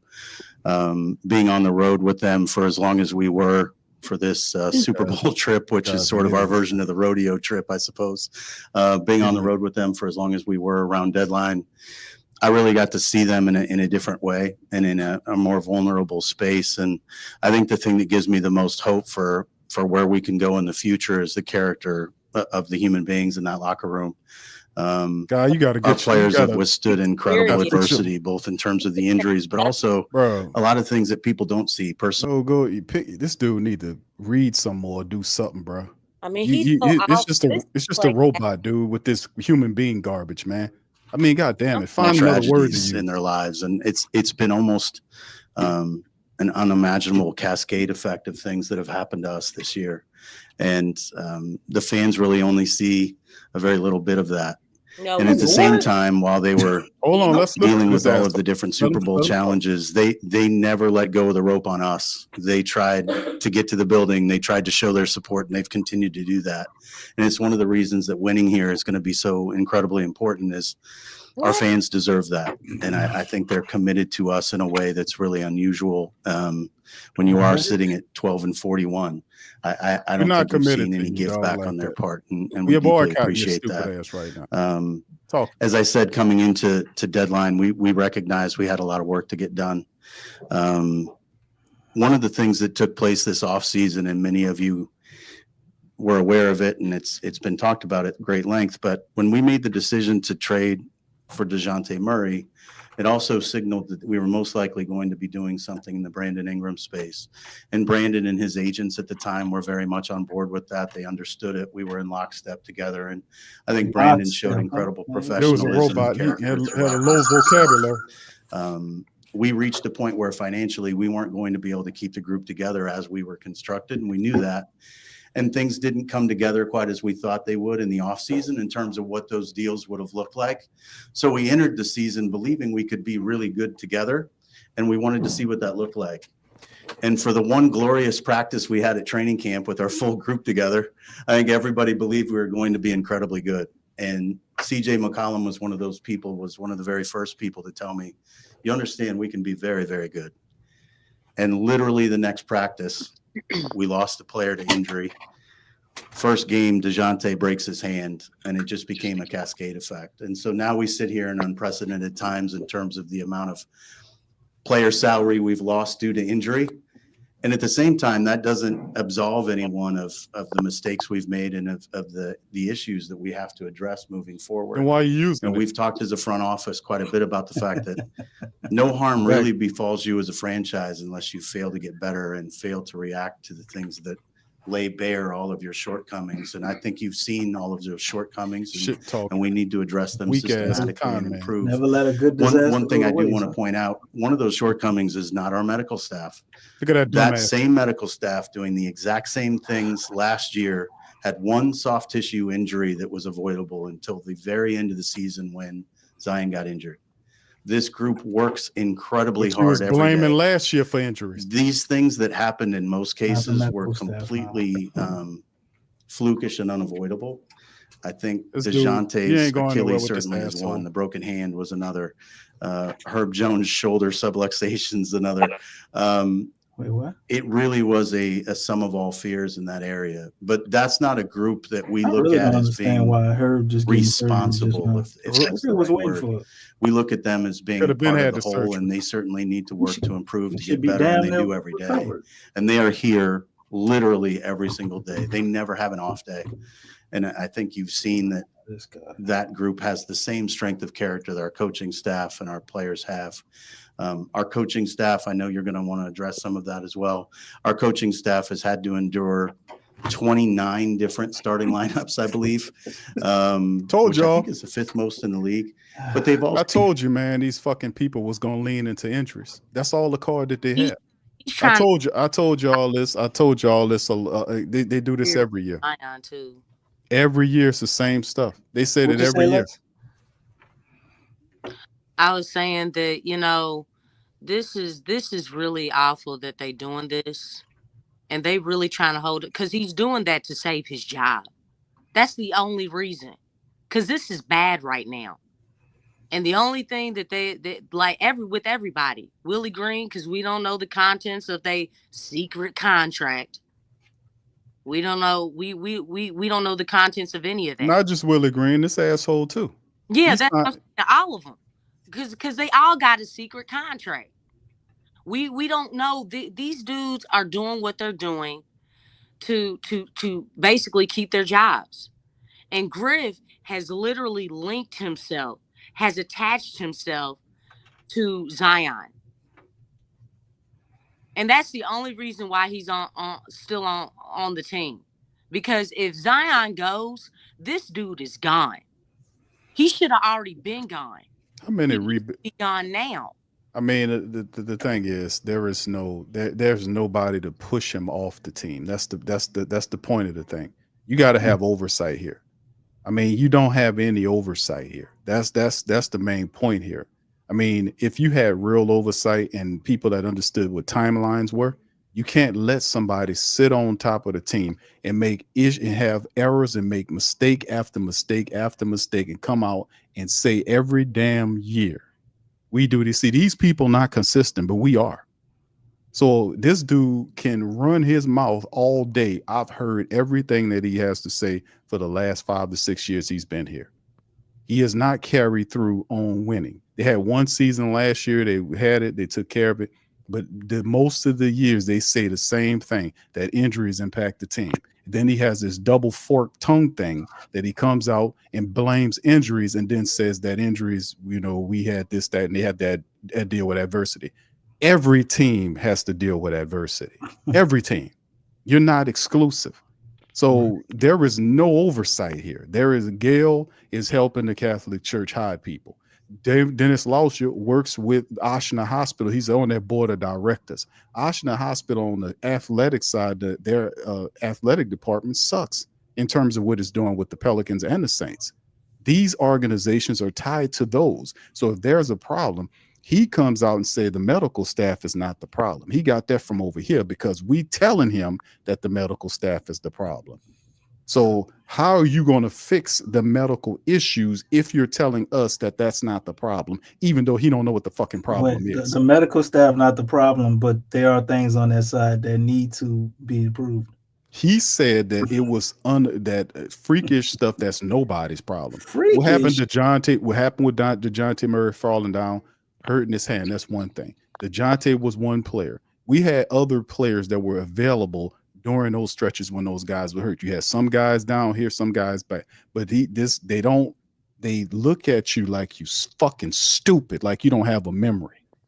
And they don't understand that we watch all of these games. We cover all of these games. We knew that even if you didn't have Zion, you had this other guy. When he was out, you had this guy. Then when you had this guy, you had Trey, you had Herb, you had Jose, you had all these guys at some point in time, and still was losing games. And then when you got some of these guys back, you still was losing games. So in the end, the bottom line is, as long as there is nobody challenging this dude, and we the only ones challenging him, this weak ass con man gonna sit up there forever because you got a dumb Gill, a dumb Lauscher, and this guy running the team, and he don't know what he doing. DC, this dude running the team by way of scratching out shit on a notepad. We tried this didn't work. Let's scratch this out. He has no plan. I'm gonna tell you, he doesn't have any plan because his commentary shifts as the day gets long. Nobody that got a plan is this fucking lost, man. 12 wins on the season. You know, the thing for me is he keep trying to point out all these positives and shit. What like I don't want to hear that, dude. I don't want to hear. Not you, DC. I'm talking about. No. I know. We went into the season trying to contend. Like, what are you talking? What are you talking about? What are you talking? There is no positives. I mean, you would hope, you know, that guys develop and you can figure out how not to get Zion hurt. Like, I know I want to see Zion play, but if they really monitoring his data and all of this, and they pulling him out if they really doing that, then man, I'm with it, bro. Director of sports science and really, but it's like you can't sit up here and try to act like y'all wasn't trying to win, and you try to point out all these little asterisks and like it ain't no big deal and shit. Like he getting up here and you ain't really talking about the real issue. Like we suck. We suck. You ain't saying nothing about you're going to fix it or you know how to fix it. Maybe you know a good GM might not exactly tip his hand and say what they gonna do to fix things, but he don't even talk with the confidence like that he even know what to do or he got a plan for next year or how to fix it. So we just gonna keep rolling the dice with old gambling Griff, right? Because that's all it is, bro. It's a roll of the dice. Like, oh, we had bad injury luck. We'll just start over next year. We'll do the same shit and expect a different result. Because it was just freakish injuries. We've had at least 3 seasons out of the last 6 under you with freakish injuries. Like how many times does it just accidentally happen before it becomes a goddamn pattern? And it's something to do with the way you doing stuff. Yeah, it's or not doing stuff. It's just as long as the thing is, it's long. That's right, Bird Talk. He did say he got a ring. he said that. He did that. He said this guy's up here and talk about he got a ring as such a everybody knows. This how crazy and back ass this guy is. Everybody knows LeBron James was running that team. And the crazy part is when he left out of there, and even Gilbert was saying in the press that he wants control of his team again. He wants his team back. Gilbert said that when Griffin left because LeBron was running the team. He was telling these people what players to get. Because prior to that, this guy wasn't doing nothing like that. Well, LeBron stepped in there. He told him, get this guy, and this guy became LeBron's gopher. And that's why he was upset up there. When he came down here, you see that he don't know what he's doing because he building a team. These people are soft, man. And no disrespect to these guys, but the mentality of the Pelicans, they're just a soft-ass team, and this guy is the reason why. He is, but he's talking this human being rhetoric. Is the guys are going to be a representation of the coach, but the coach is going to be a representation of the front office. So But exactly. It's the You're mirror absolutely effect. right. But looking at Willie Green and he's such a good guy, all that shit was good. The first year sounds good. Okay, you can be a good guy and you can win. And then you start running into some not so good guys and they're beating the shit out you. Like maybe you shouldn't be such of a good guy all the time, But because you get your ass kicked. But that's the reputation of the Pelicans over the last several years, is that even Draymond Green, Golden State, and everybody else, they not like that. That one hurt, bro. Because we a city, we don't let nobody push us around, bro. That's one thing about New Orleans people. We're resilient. We gonna do what we gotta do to make it happen, and that's with anything. And we don't bow down. And they put the slogan out there, won't bow down, but all they kept doing was bowing down and bending over and getting on their knees.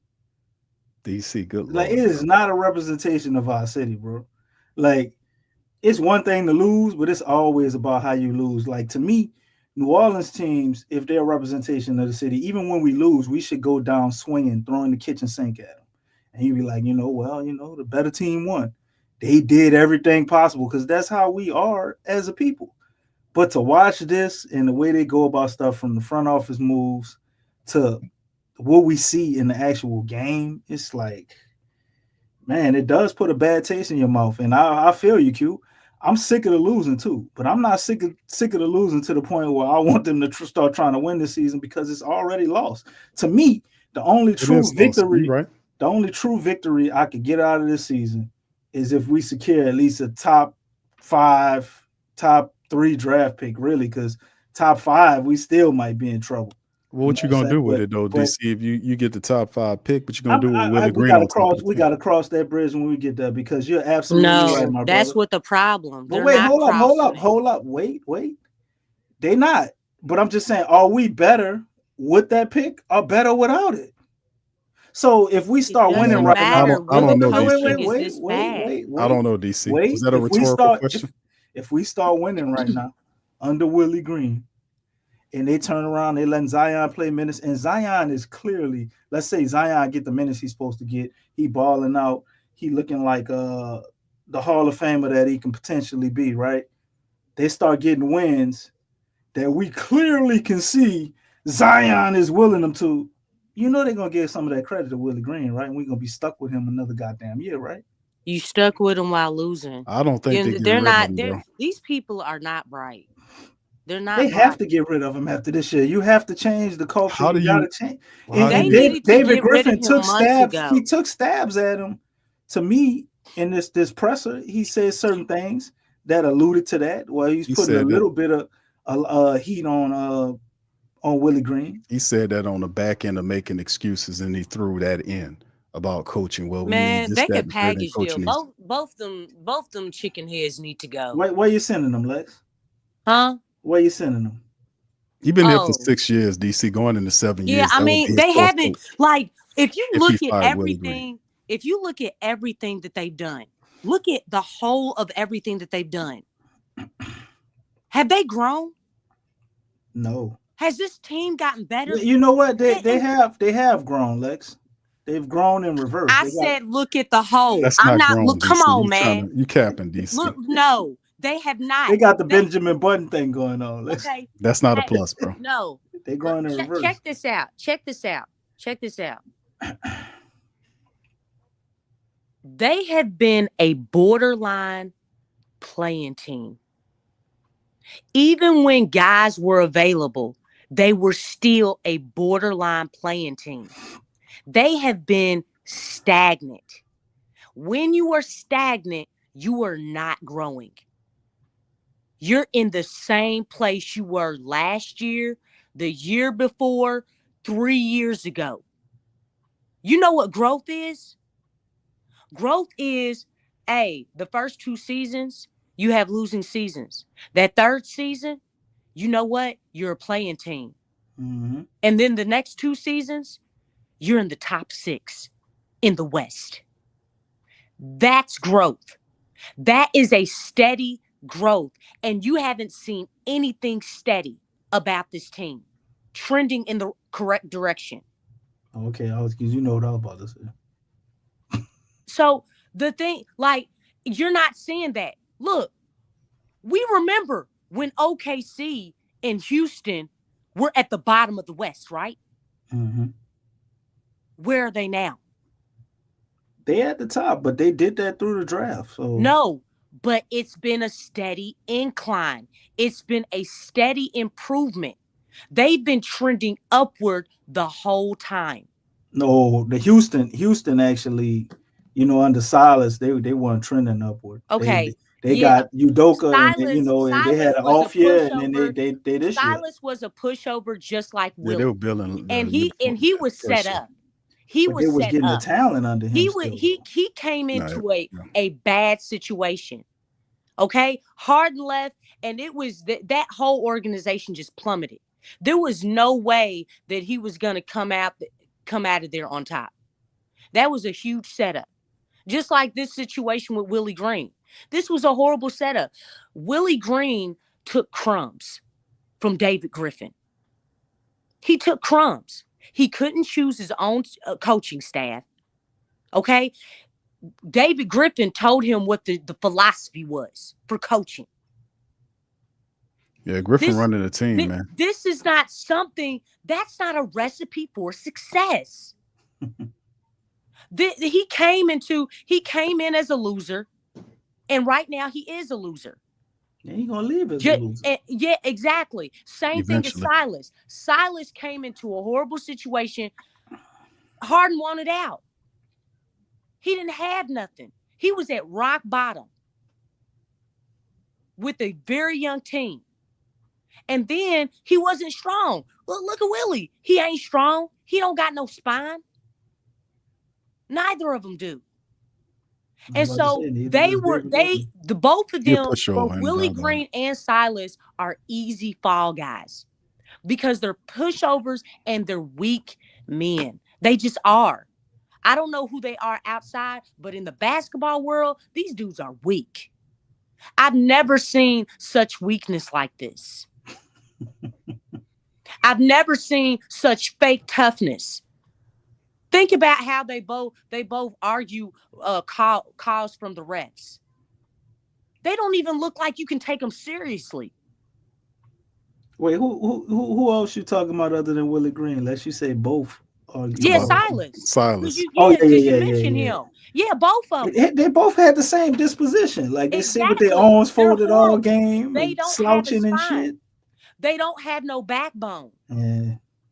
And I don't understand how Silas don't have no some backbone brothers and like the that. He had like I don't to get see that. some brothers like that, it's really weird to me. That's just weird to me. Like that don't even look right. But they don't look strong out there at all.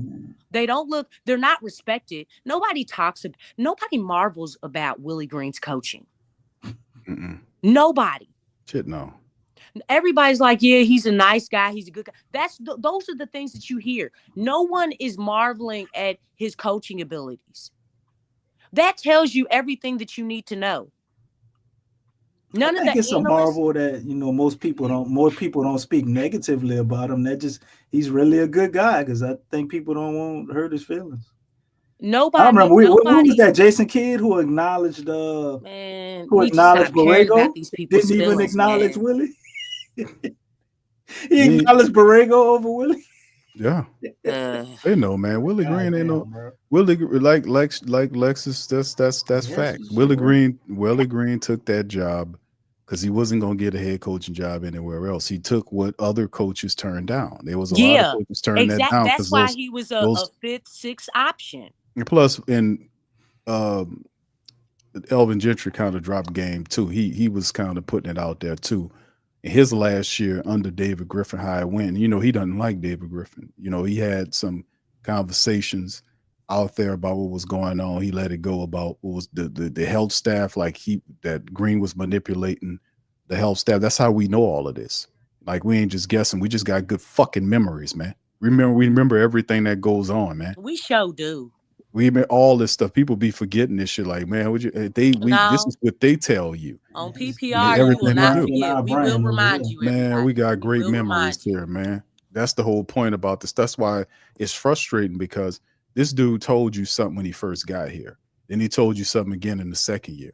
Then in the third year. Every year is something different. And he justifies failure for the last 6 years by telling you that injuries is the reason.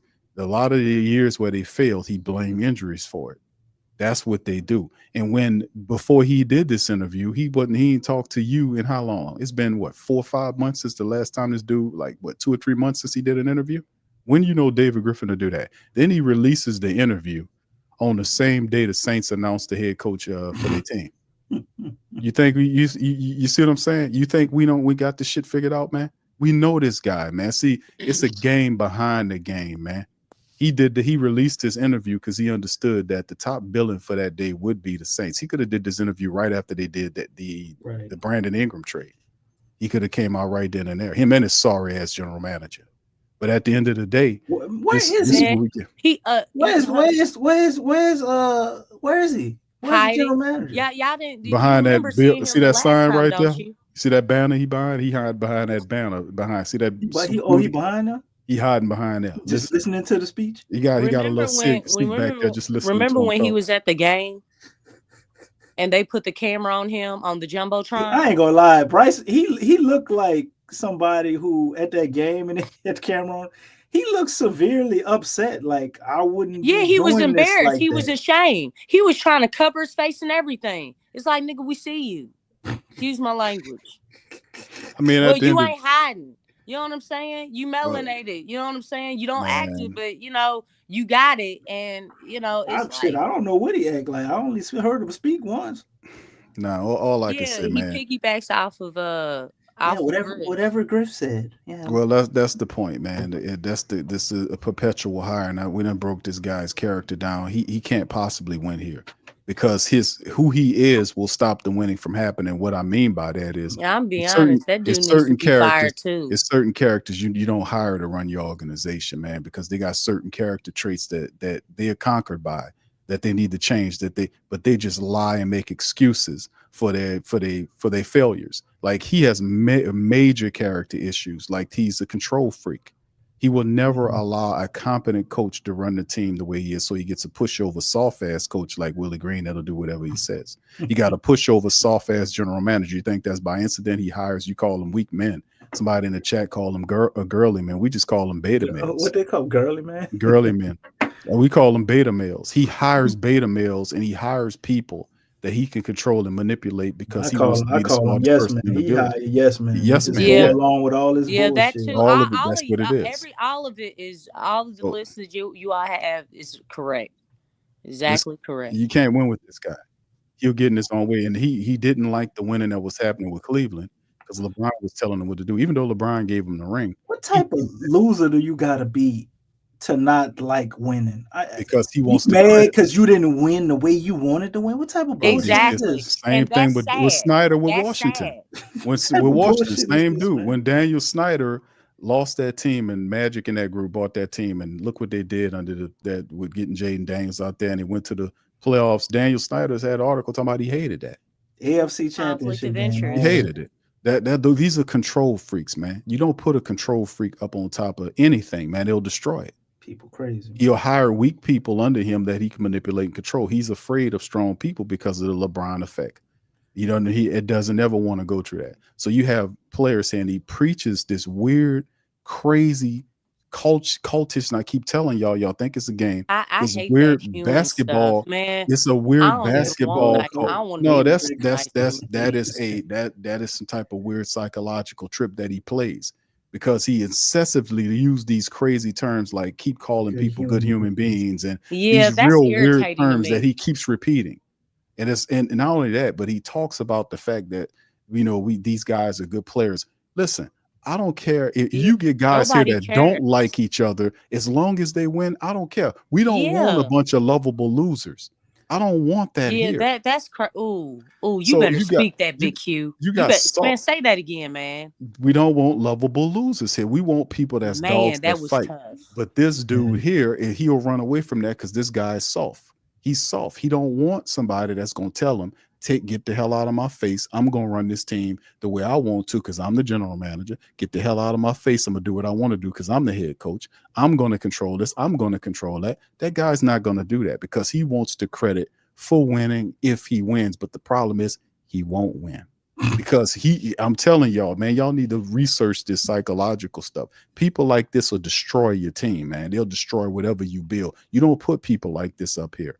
Because when you get to the truth, the truth of the matter, this guy will come up with every excuse that he possibly can to justify why they're failing. And I told y'all this. We set up here and told y'all, DC, Lex, we set up here for show after show and loss after loss and said this guy's running. He didn't just have a media trip and disappear because he wanted to. It was the pressure of the supporters like us who was at his neck.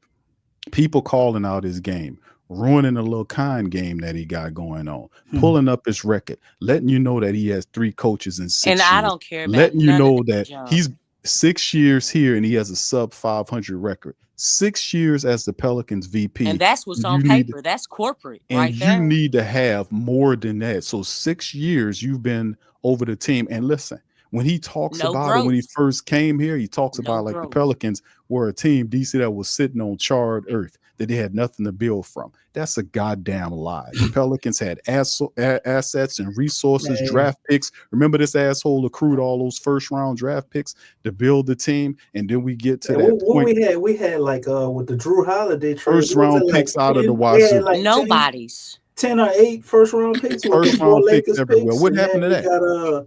Gone. We had 4 or 5 pick swaps from the Bucks. All and pick swaps. You had all of that. What has become from that? This dude pivots. All All these plans. Nothing. All these plans. All we have for that is we got CJ McCollum, man. CJ McCollum, and you can't even count the Trey pick. Look at his schedule. I know Herb or one of them had to be from one of the Lakers picks or something. Yeah, and if you think about it, all the top picks that we've chosen: Jackson Hayes, NAW, Dyson Daniels. We floundered all of them. Like Kyra Lewis. Look at that was our all pick, those though. picks. Yeah. They did not work out. You know, and really, I think one of the biggest things, man.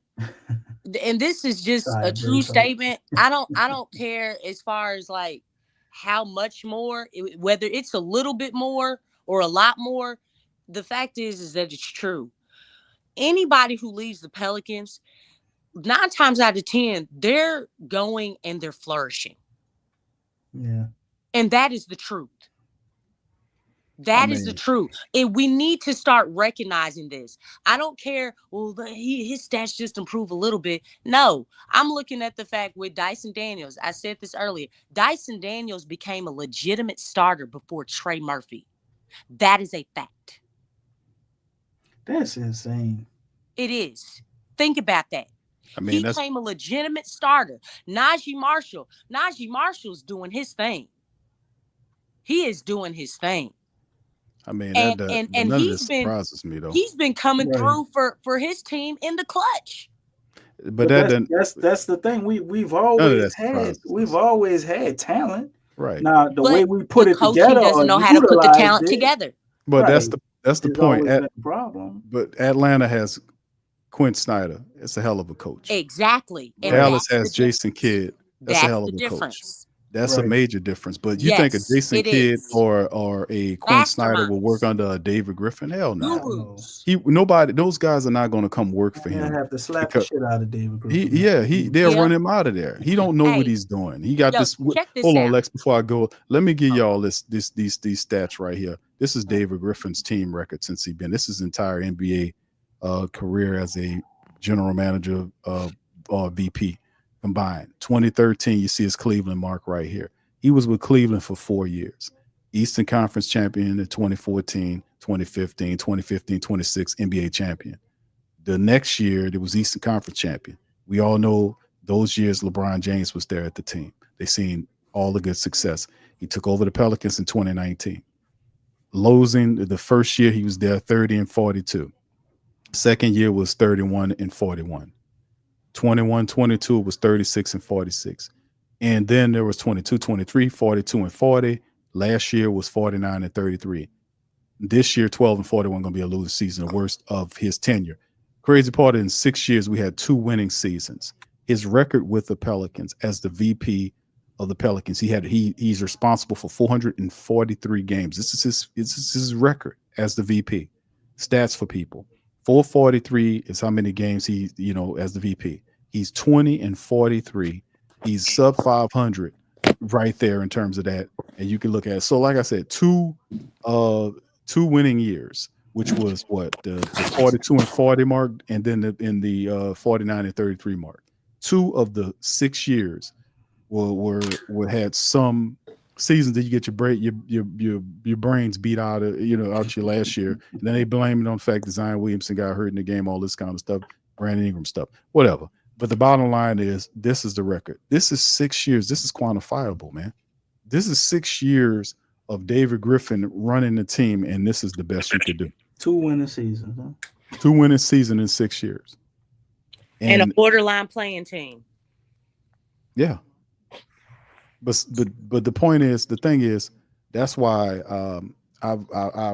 David Griffin is, his character type is not going to lead to winning.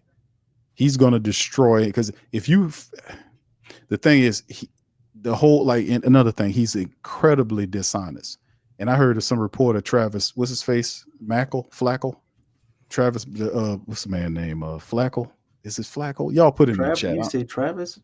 It's Travis Flackle? Oh, I'm getting it wrong. Fletcher Mackle? You talking about? Fletcher? Yeah, there you go. Fletcher Mackle. I'm sorry. I'm saying the man name wrong. Fletcher Mackle. He put out a tweet, and I was about to light his ass up on that, and something told me, man, you know what, man? Fall back. You're a good dude, brother. Don't hurt him like that on there. But the thing is, he was giving accolades, and I knew what he was doing. Griffin? He was kissing up to David Griffin. He said on his tweet, and y'all put in one if y'all seen his tweet, that David Griffin was honest and all this kind of stuff. Listen, Honest? man, let me tell y'all something about David Griffin. David Griffin is not honest. If you're an honest man, you don't do stuff like hide from the people and then put out a press conference the same day the Saints announced their head coach.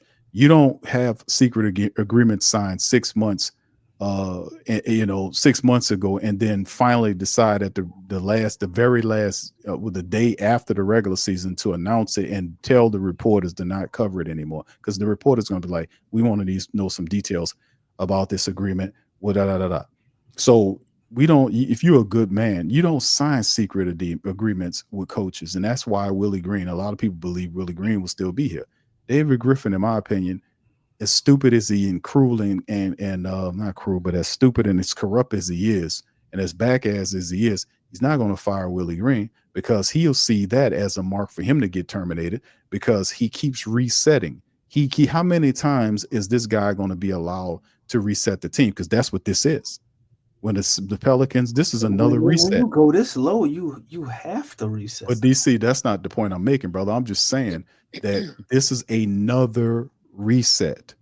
So which means that you effed up again. Yeah. So how were you allowed to keep effing up and screwing up without any casualty, or without taking hits, without being knocked off, without them people getting on you, unless you the stupid, dumb, garbage, back ass Pelicans ran by Gill and Dennis Lauscher, who don't know shit about basketball, who got this kind man running the team. There you go. Lex, go ahead. You had it. You got it. Then we'll go to DC. Then we'll close out, man. Because we got to be back here tomorrow. I just want to point this out. Right now, the Detroit Pistons are number 6 in the East. They were at the bottom of the East just last season. No, the bottom of the whole NBA, Lex. They broke a record. Okay, yeah, okay. Then that's even better. Guess who's there? Who was just here a season ago? I don't want nobody talking bad about that man, because let me tell you something. He has changed that whole organization around, because he knew how to run the stuff. And if that doesn't speak anything, then check the stats. Go and look at Detroit right now. They're number 6. Mm-hmm. You see that growth in just a season? man. 29 and 26. And they're still going on strong, and they're getting better. They won I've 4 been in a row. looking at their games. You gotta say his name. They are on a Change your high right language. now. Can't call him the mind no more. They're on a high right now, and it's almost like you're really seeing. Because I said earlier in the season that it's almost like the Pelicans switch places with the Detroit Pistons. They did. Never lie. That's exactly what happened. Because I said right. that a whole bunch of times, like around in November, December. I was like, yeah, look at this. Look at the losing streak. Look at how bad it is right now. They loses a 10. That's the NBA most. They've lost 10 in a row. They're the worst team in the West. They've been messing around with Utah. Utah then got one game better. Actually, they beat the Lakers tonight. Utah did. They beat the Lakers tonight. Pelicans is the second worst team in the NBA. It's the Washington Wizards, the Pelicans, and the Hornets. Then Jazz. Going backwards. The Pelicans they've been stagnant going backwards. Stagnant going backwards. Because it hasn't been growth. There's been no growth whatsoever with this team. Stagnant. Sad, and man. getting worse. That's Sad. Awful. That's Undergrowth. Shrinkage if you should have it. Go ahead, DC. You got the flow. We're gonna close out, bro. And remember, tomorrow is the last game before we hit the All-Star break. Zion Williamson obviously not going to play, bro. But go ahead. Man, did we talk about tomorrow's game as far as who was gonna win? For what? Yeah, we covered it all. I mean, we did. Go ahead, because I wanted to answer. Your point. Man, it's going to be a blowout L. Damn. Blowout L. Like 1,000%. We used to beat that team all the time. Well, the team has changed and the coaching has changed. But, Max Christie. The Pelicans ain't keeping up with nothing. Yeah. Because he has made a change. He look like a coach. I ain't going to lie. Yeah. Look like a coach. And with the new personnel, you have Sabonis and JV. Levine, DeRozan. I thought they've been 2-2 since he got over there. And let me tell you something. JV looks good. Let me tell you something. He's in I his know element, Doug yeah. Christie know how to use JV. Look what they're doing with JV. They putting them Bringing with him the off the second bench. unit. Yeah. And letting them and playing through them, like I said. Exactly. Yep. And it wasn't even my great. idea. You just see Memphis did this and it worked wonderfully. But you called it though. But you know what? They don't. Willie Green and the staff. Nobody studies. 6 years ago, Q. 6 years ago. Nobody Memphis was doing that studies. shit. He was killing the league too, in that same role 6 years ago. Like it's not that hard. Like, well, I don't understand why The game is hard. we have to reinvent the fucking wheel like all the time. You got a guy who think he's smart and he's stupid as hell. Show is. He out there outsmarting himself. He think he's And the you know smartest what? guy Let in me the tell room, you and he's something. not. A degree don't mean nothing.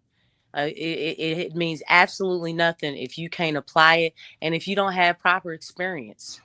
I mean, That's why in some jobs and careers, they're starting to value experience over a sheet of paper. Because a lot of times, man, that sheet of paper don't mean nothing. It really don't. Maybe in the medical field, I'm not knocking degrees and things because obviously I went to school and stuff, but the experience part is very important. If you have no experience, but you have a piece of paper where you graduated in that field, what does that really mean? They got some people you that can sit still and take a together, test. Exactly. Take a test in the classroom. But They the got some people- application's not there. Right, that's the part of it though. That's you're right. You put the application, but they got some people out there that's really good at that, and they got some people that's really not that good at that. But this guy right here, this guy up here, man, he's been fully exposed, and I can only imagine what the next couple of years is going to look like because we were talking like this 3 to 4 years ago. And really a competent organization would have put him on the street by now, him and his coach, because you have a timeline to win. You can't sit up here and blame injuries for why these players, if these players are not healthy, you got to do one or two things. Either you trade the players, get rid of the players, it might be the players, or you fix your damn medical staff. That's the two options you have. You're not helpless in the situation. Because what if the medical staff is tied to the coach and there's dumb rotation and mismanagement of minutes and sitting guys for long ass stretches and letting them get cold? Well, I mean, he was a part of this interview that I wanted to play, but I really don't want to hear this dude. But he was talking about Zion Williamson. Y'all put one on the chat if y'all remember hearing this about being. I've joked about it during the stream about him being tied to a tablet. Like he has Zion's load management on a tablet that they watch live time. And then they knew they got it written in the tablet when his peak, he starts peaking on his analytics on his tablet, and they yank him out of the game. So they got it preset where he's gonna, and it's already set because we were doing a live play-by-play, and I said when we got to the 7-minute mark, I said, okay, we got 7 minutes left. Zion's at, what was it, 24 minutes? And I was like, okay, they're about to pull him out of the game. At some point, they're about to play him. They put him out of the game. The game went into a commercial mode, and then as soon as he came back, Javonte Green was in the game. Zion was out, and they had to do a foul later on. This was 3 minutes in to get Zion back into the game. They had to just do a foul to get him back into the game. But by the time they got him back into the game, it was too late. But that's the point. The point is, even this idiot said in the press conference that's the point. We're gonna start seeing the younger players play, because the younger players, where he said, well, the point is we're gonna start giving the young players the reps, this type of stuff, and this and the third. But they still need coaching. It's like that doesn't mean that you stop coaching. Golly, I don't see him get. I just don't have any faith in David Griffin or Willie Green. But that's what I'm saying, like, because they're just out there running around like chickens with their head cut off. They don't. There's no philosophy. There's no strong strategy. It's like, I see a lot of freestyling. That's what I see. Yeah, when you look at remember Memphis last season when all their starters were out. He compared the Pelicans to them. Jackson. That's a horrible they had he did that. We ain't nothing like Memphis. We wish we could be like Memphis. No, he sent from last year's injuries. Williams. But you saw all of them. They still had guidance. There was still a foundation. And let me tell you something. When you look at those guys and you look at our young players, there's a huge difference. There's a huge difference. Like, man, coaching matters. Coaching matters. Coaching matters so badly, man. So badly. I mean, I can't say that enough. Last season I was trying to okay, I'm going to forget the coaching. The players got to do it. It's just sad because when you look at other teams, they have stellar talent and they have a coach. Think about that. Like, the Pelicans only have half of that recipe. They have talent, but you don't have a coach that knows his personnel, that knows where to position guys so that to maximize each of them and to build chemistry, to form an identity, to give them direction. Like, we don't even know to put someone in the middle in a zone. We don't know how to put the best two players in a pick and roll. I still don't like the drop coverage plays either, man. They're horrible. They're not using them correctly. You can't tell me what guys backing off Malik Monk and he's getting into the paint. He just does a floater and you don't even challenge it. And you steadily dropping back. I don't understand what's going on here, man. Why would you use that? But anyway, let me play a few of these clips and then we'll get ready to go. This is David Griffin.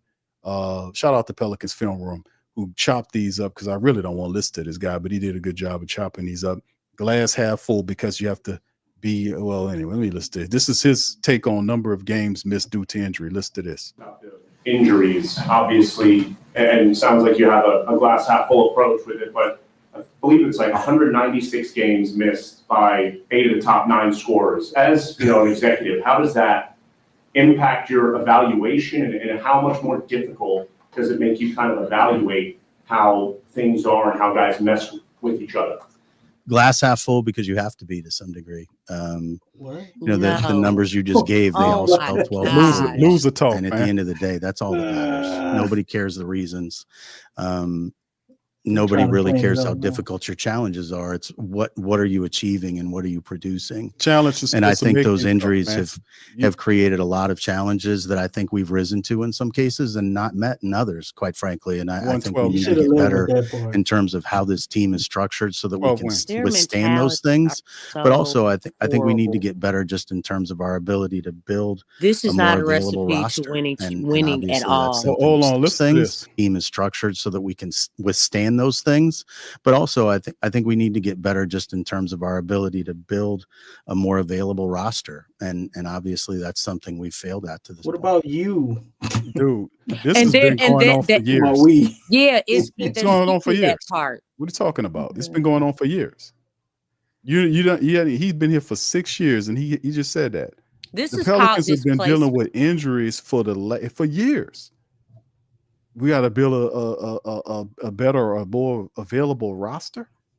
Fam, we've been dealing with injuries for years. This guy knows this. What is he? Say glass half full. Displacement. That's displacement right there. That's a displacement mentality. That dude out his mind, man. He living in his own little vortex of a reality. And that's a good way of saying he's crazy, DC. Yeah. All the stuff that we see, we ain't really see that. You know what I'm saying? You just ain't looking at it right. We need them special VR glasses or whatever the fuck he wearing, because he just looking at the shit from a whole unrealistic perspective. Like, it makes no sense. You get up here, you say one thing the year before, and then you change up and pivot from that every goddamn year. It's like it's always something. Man, but crazy, when you're really looking at it for what it really is, it's the same shit. You just trying to make it sound like it's something else, man. It's poor roster construction and mismanagement, right? Lack of vision and horrible coaching. And they're not gonna say we've been dealing with that Street before Stan Van Gundy and after Stan Van Gundy. Stan Van Gundy was the only time I felt like we had the coaching part right, even though he wasn't a guy that I thought could what do you call it? Like he didn't bond with players in that way outside of basketball. You know what I'm saying? But far as the moves he would make on the court, other than Eric Bledsoe, which he should have never been on a goddamn team to begin with. So that's still point at David Griffin. Yeah, and we at least had the coaching part right, but I just don't understand how you can see this, and we've seen a constant rash of injuries we've constantly had. And like how you talked about, Lexxah, everybody, improving their roster, getting bigger players. The memo was put out, in the West. Everybody's trying to get bigs and go double bigs, and we just fall back and don't do anything. We're going to figure it out. And now you haven't figured it out, and it's injuries. Well, I thought you was going to figure it out. Oh, well, we would have figured it out if it wasn't for the injuries. So my glass is half full. So that shit sound like, to me, next year we're going to line it up. We're going to make some tweaks, and we're going to go at it again. Another reset, because that wasn't what he said at the start, just in particular this year. We're talking about competing. Even if you get rid of Willie, it's still not enough, man. It's still it's not. It's a start, though. You have to have coaching. It's a big start. But looking at this roster, to do more still. Looking at this roster going forward, let's break this down.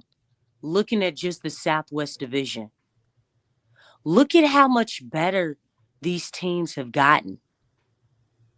Do we really think the Pelicans next season, I don't care what they do, are they really going to be up to par with these other teams? Because right That's now, why I'm for the draft pick, Lex. they're That's all getting we gotta. chemistry. But even with the draft pick, We need a Hail Mary. even with the draft pick, look, you're talking about experience, okay? The experience. Look at the experience in the Southwest Division, okay? Just the experience, okay? All right, now don't think about the experience. Let's think about the chemistry.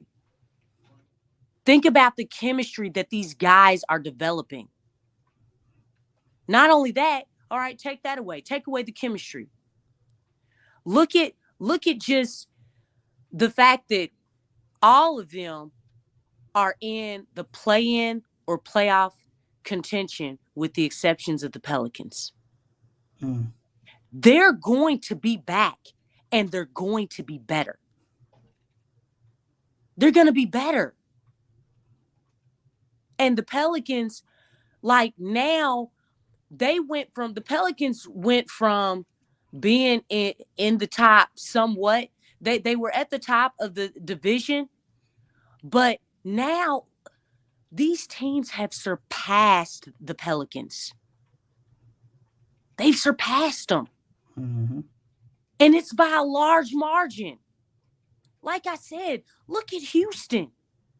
Look at Memphis. Look at both of them. They were at the bottom of the West, guys, just last season. And look where they are now. That ain't gonna change either, Lex. It's gonna exactly. Like they've surpassed the Pelicans. Yeah, Houston only gonna get better. Exactly. Yep, San Antonio. Spurs just got De'Aaron Fox. Pelicans had them. San Antonio was looked at the worst team in the South. Dallas made a move. Dallas might be one. They might fall off. Point guards. Well, not too far, but they still gonna be better than us. They're gonna be like the new Clippers. The Spurs have 2 stud elite point guards. Excuse me, 3. Because Stephon Castle, oh my gosh, he is about to grow at an immaculate rate. It's not even going to be funny. Got Chris Paul over there with him. And they didn't lose anybody. De'Aaron Fox. And De'Aaron Fox. That is. They didn't lose it. They didn't. Vassell, Keldon Johnson. If you Sacramento, how do you not get Stephon Castle out of them? DC, them people didn't lose anybody except for Trey Jones and Zach, whatever his face is. They still kept Devin Vassell. They still have Keldon Johnson. They didn't lose anybody, man. But I mean, it kind of happened like that when a guy say he wants to come to you, and the trade market is as low as it was, with the thing that happened with Luka. So I guess we got to chalk it up to that. Everybody got great deals. Everybody got great deals on their trades with the exceptions of the Pelicans. And we knew that was going to happen. Why? Because when you look at who's making the decisions in other front offices compared to this one, that says it all. I don't think it's just that, though, Lexi. We also have to point out the black eye that we have from an image standpoint. I think everything that happened here with Brandon Ingram from the injuries, as well as our organization and how we look, I think all of that together, it made his value lower from a perception standpoint. On another team, he probably would have had a higher value.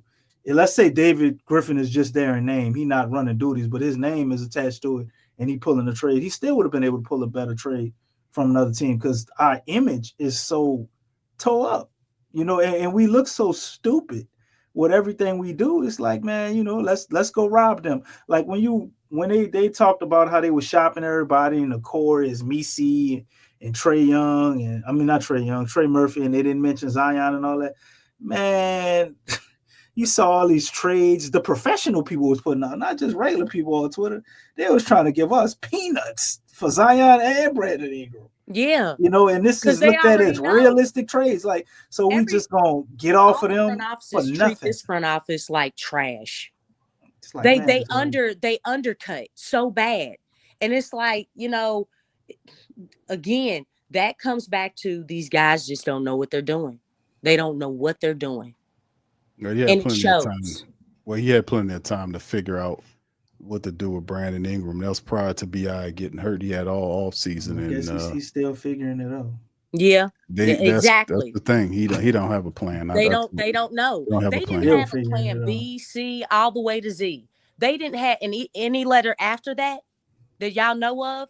They didn't have a plan, any of those plans either. They had a plan A, and that was it. What was the plan A, Lex? To re-sign him? Yep. You know what? Sign and trade. They were still figuring it out. It's awful, man. Just awful. Well, we're going to leave it on that, man. We're going to get on out of there on this one, man. 4 hours to your dome, PPR. We in the building, man. We'll be back tomorrow. It's another game before the All-Star. I mean, I'm not even interested in that. But the reality is the Pelicans. We don't got nobody up in there. We don't deserve. When you got 12 wins, you don't deserve to do shit. You need to stay home and practice. That's what you need to do. But they're not going to do that. But anyway, we're going to get on it. Listen, do us a service, man. If y'all appreciate the content, please do us a service. Hit the like button and the share button. If you're not a sub up. Much love. If you want to support the platform, please feel free to hit the membership button here, man. We up in this thing, PPR representing. Even when the Pelicans aren't consistent and have no idea what consistency is, we are. We are here. We are representing. These shows are not easy for us as well. They're very difficult shows to do because this makes no sense. You know, I'm sick of the excuses. We're tired of all of this and we're frustrated by all this. But anyway, it helps to be able to everybody have a therapy session to get it on out. Speaking of which, we'll come back tomorrow and do it again, man, to see if the Pelicans can at least get a win against the Kings. Remember, Zion Williamson is not going to play tomorrow, so it's going to be difficult. They're going to get swept by the Kings. They're going to get what's swept. The term they use? Is he's reconditioning.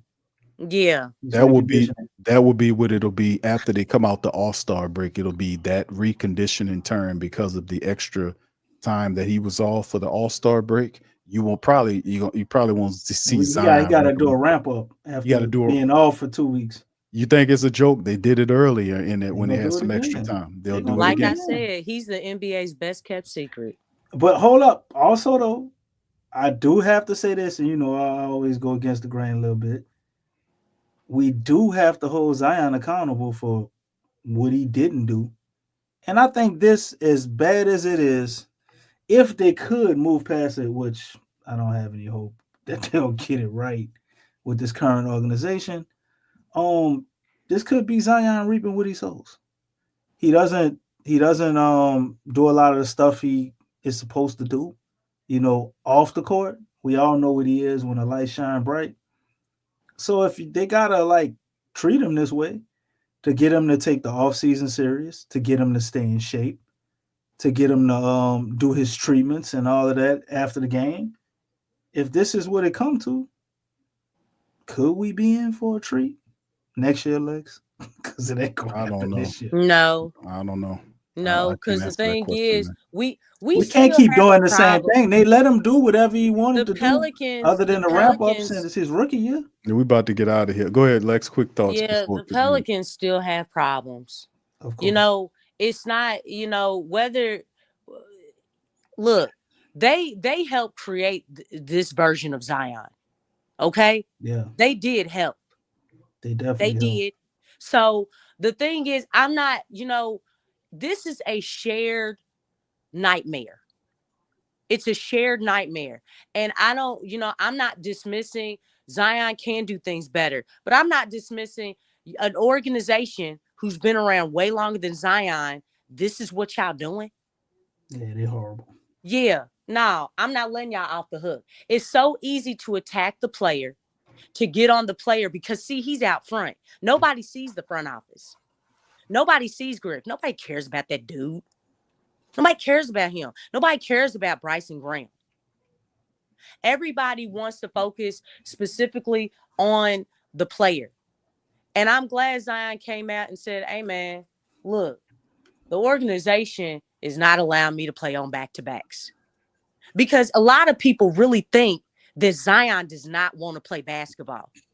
That's only people who don't watch. No, some supporters think that too. They don't watch if they think that. I'm telling you, They watching the wrong stuff. I look at a lot. I read a lot of comments from supporters on, around social media, and they say that junk. And it's like, this is the same dude who loves to practice. He loves to practice. I just love the hoop. Yeah, right. He like everything basketball, but all the stuff outside of it, I could see that he don't care for the stretching and the all of the massages and all this. He just won't play basketball. Well, the thing is, guess what? Do you all know that there's a lot of players in the NBA that don't like to practice? Yeah, but Zion loves to practice, and everybody forgets that. Like, practicing gives you more reps. Okay, it works on your conditioning, and I'm talking about real practices. I'm not talking about not the ones we have under Willie Green. Yeah, Stan Van Gundy. For those who don't remember, Stan Van Gundy had real practices, and guess what? Up to that point, Zion had played the most games in his career. I just want to let everybody know that. Mm-hmm. Practicing. Ain't that something? Nah, it makes perfect sense to me, man. Zion's been taking a bad rep, get ripped by the national media for the last, I don't know how many years, for the majority of the time he's been in here, and he got on Gilbert Arenas and talked about having money and eating and doing all that kind of stuff. So he's been very transparent about his eating habits. The contract where it is heavily laden with language tied to him keeping his weight down is an incentive tied to his money. If you love money, you got to love money more than food. So that might be an inspirant to kind of keep you from getting too heavy. So that's written into his agreement. So, I mean, whatever it took, they did it, and it took a long time to finally get here. So, in the end, DC, you got a point. Lex, you got a point. It's just a lot of other junk around this whole mess. This is just crazy, man. It shouldn't need none of this stuff shouldn't be. Yeah, it's just none of this needs to be what it is. This is all trash, at the end of the day. But listen, man, that's a whole nother subtopic. That'll be another 2-3 hour show, man. And look, I ain't got that in me. But listen, what I do got is respect for the family. Thank y'all. Listen, y'all hit the like button, hit the subscribe button, man. PPR representing the flock and nation, man. Stand up. Glorious practice, huh? Glorious practice. I used to say a glorious practice. Where you say that at? Man, I want to smack that dude with two catfish. Two catfish, man. Dude, that's loser talk from Willie Green, man. That's just loser talk, man. We talk about another day. Loser talk. We out, man. That's going to keep us another 30 minutes. We're going to holler at y'all, man. Much love. Go Pels. Peace. You're listening to the Pelicans postgame report on the PRO Media Network for all things Pelicans. Perfect. Fly Pelican, fly Pelican, fly Pelican. And I tell him that. Birds of a feather, fly down, I'm a Pelican forever. Yeah, ain't gon' lie, I feel flyer than I ever been. We stay ballin', this New Orleans, I'm a Pelican. It's going down in the nest, wild, wild west. Come in town and you best, show us some respect. 3-point threat, I better make it rain. If it's something, don't jump stupid like your ankle sprain. Always said, never hate the player, hate the game. Jumpin' where the dame late, punch a train. Post game, big Q, talking about business. Bird gang, YouTube, they ain't flocking with us. Lock up the division mission, get into the finals. Finish competition, then it's going win the title. I know this flyer than you can get. Such a threat that the ref just might call a tag. You could double, you could press, but you can't check. Right, left, slide by you like a Eurostep. Fly Pelican, fly Pelican, fly Pelican. And I tell them that birds of a feather flock together. Fly down, I'm a Pelican forever. Pelican forever. And never, and never, and never, and never, and never, and never say birds of a feather flock together. Yeah, fly down, I'm a Pelican forever. Pelican forever.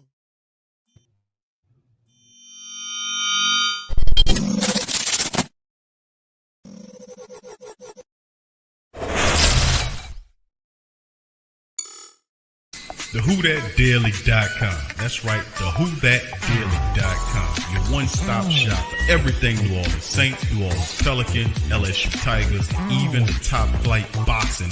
So if you're a Who That and you're looking for a place to stay up on your team, TheWhoThatDaily.com is your site. TheWhoThatDaily.com for the sport Who That in all of us.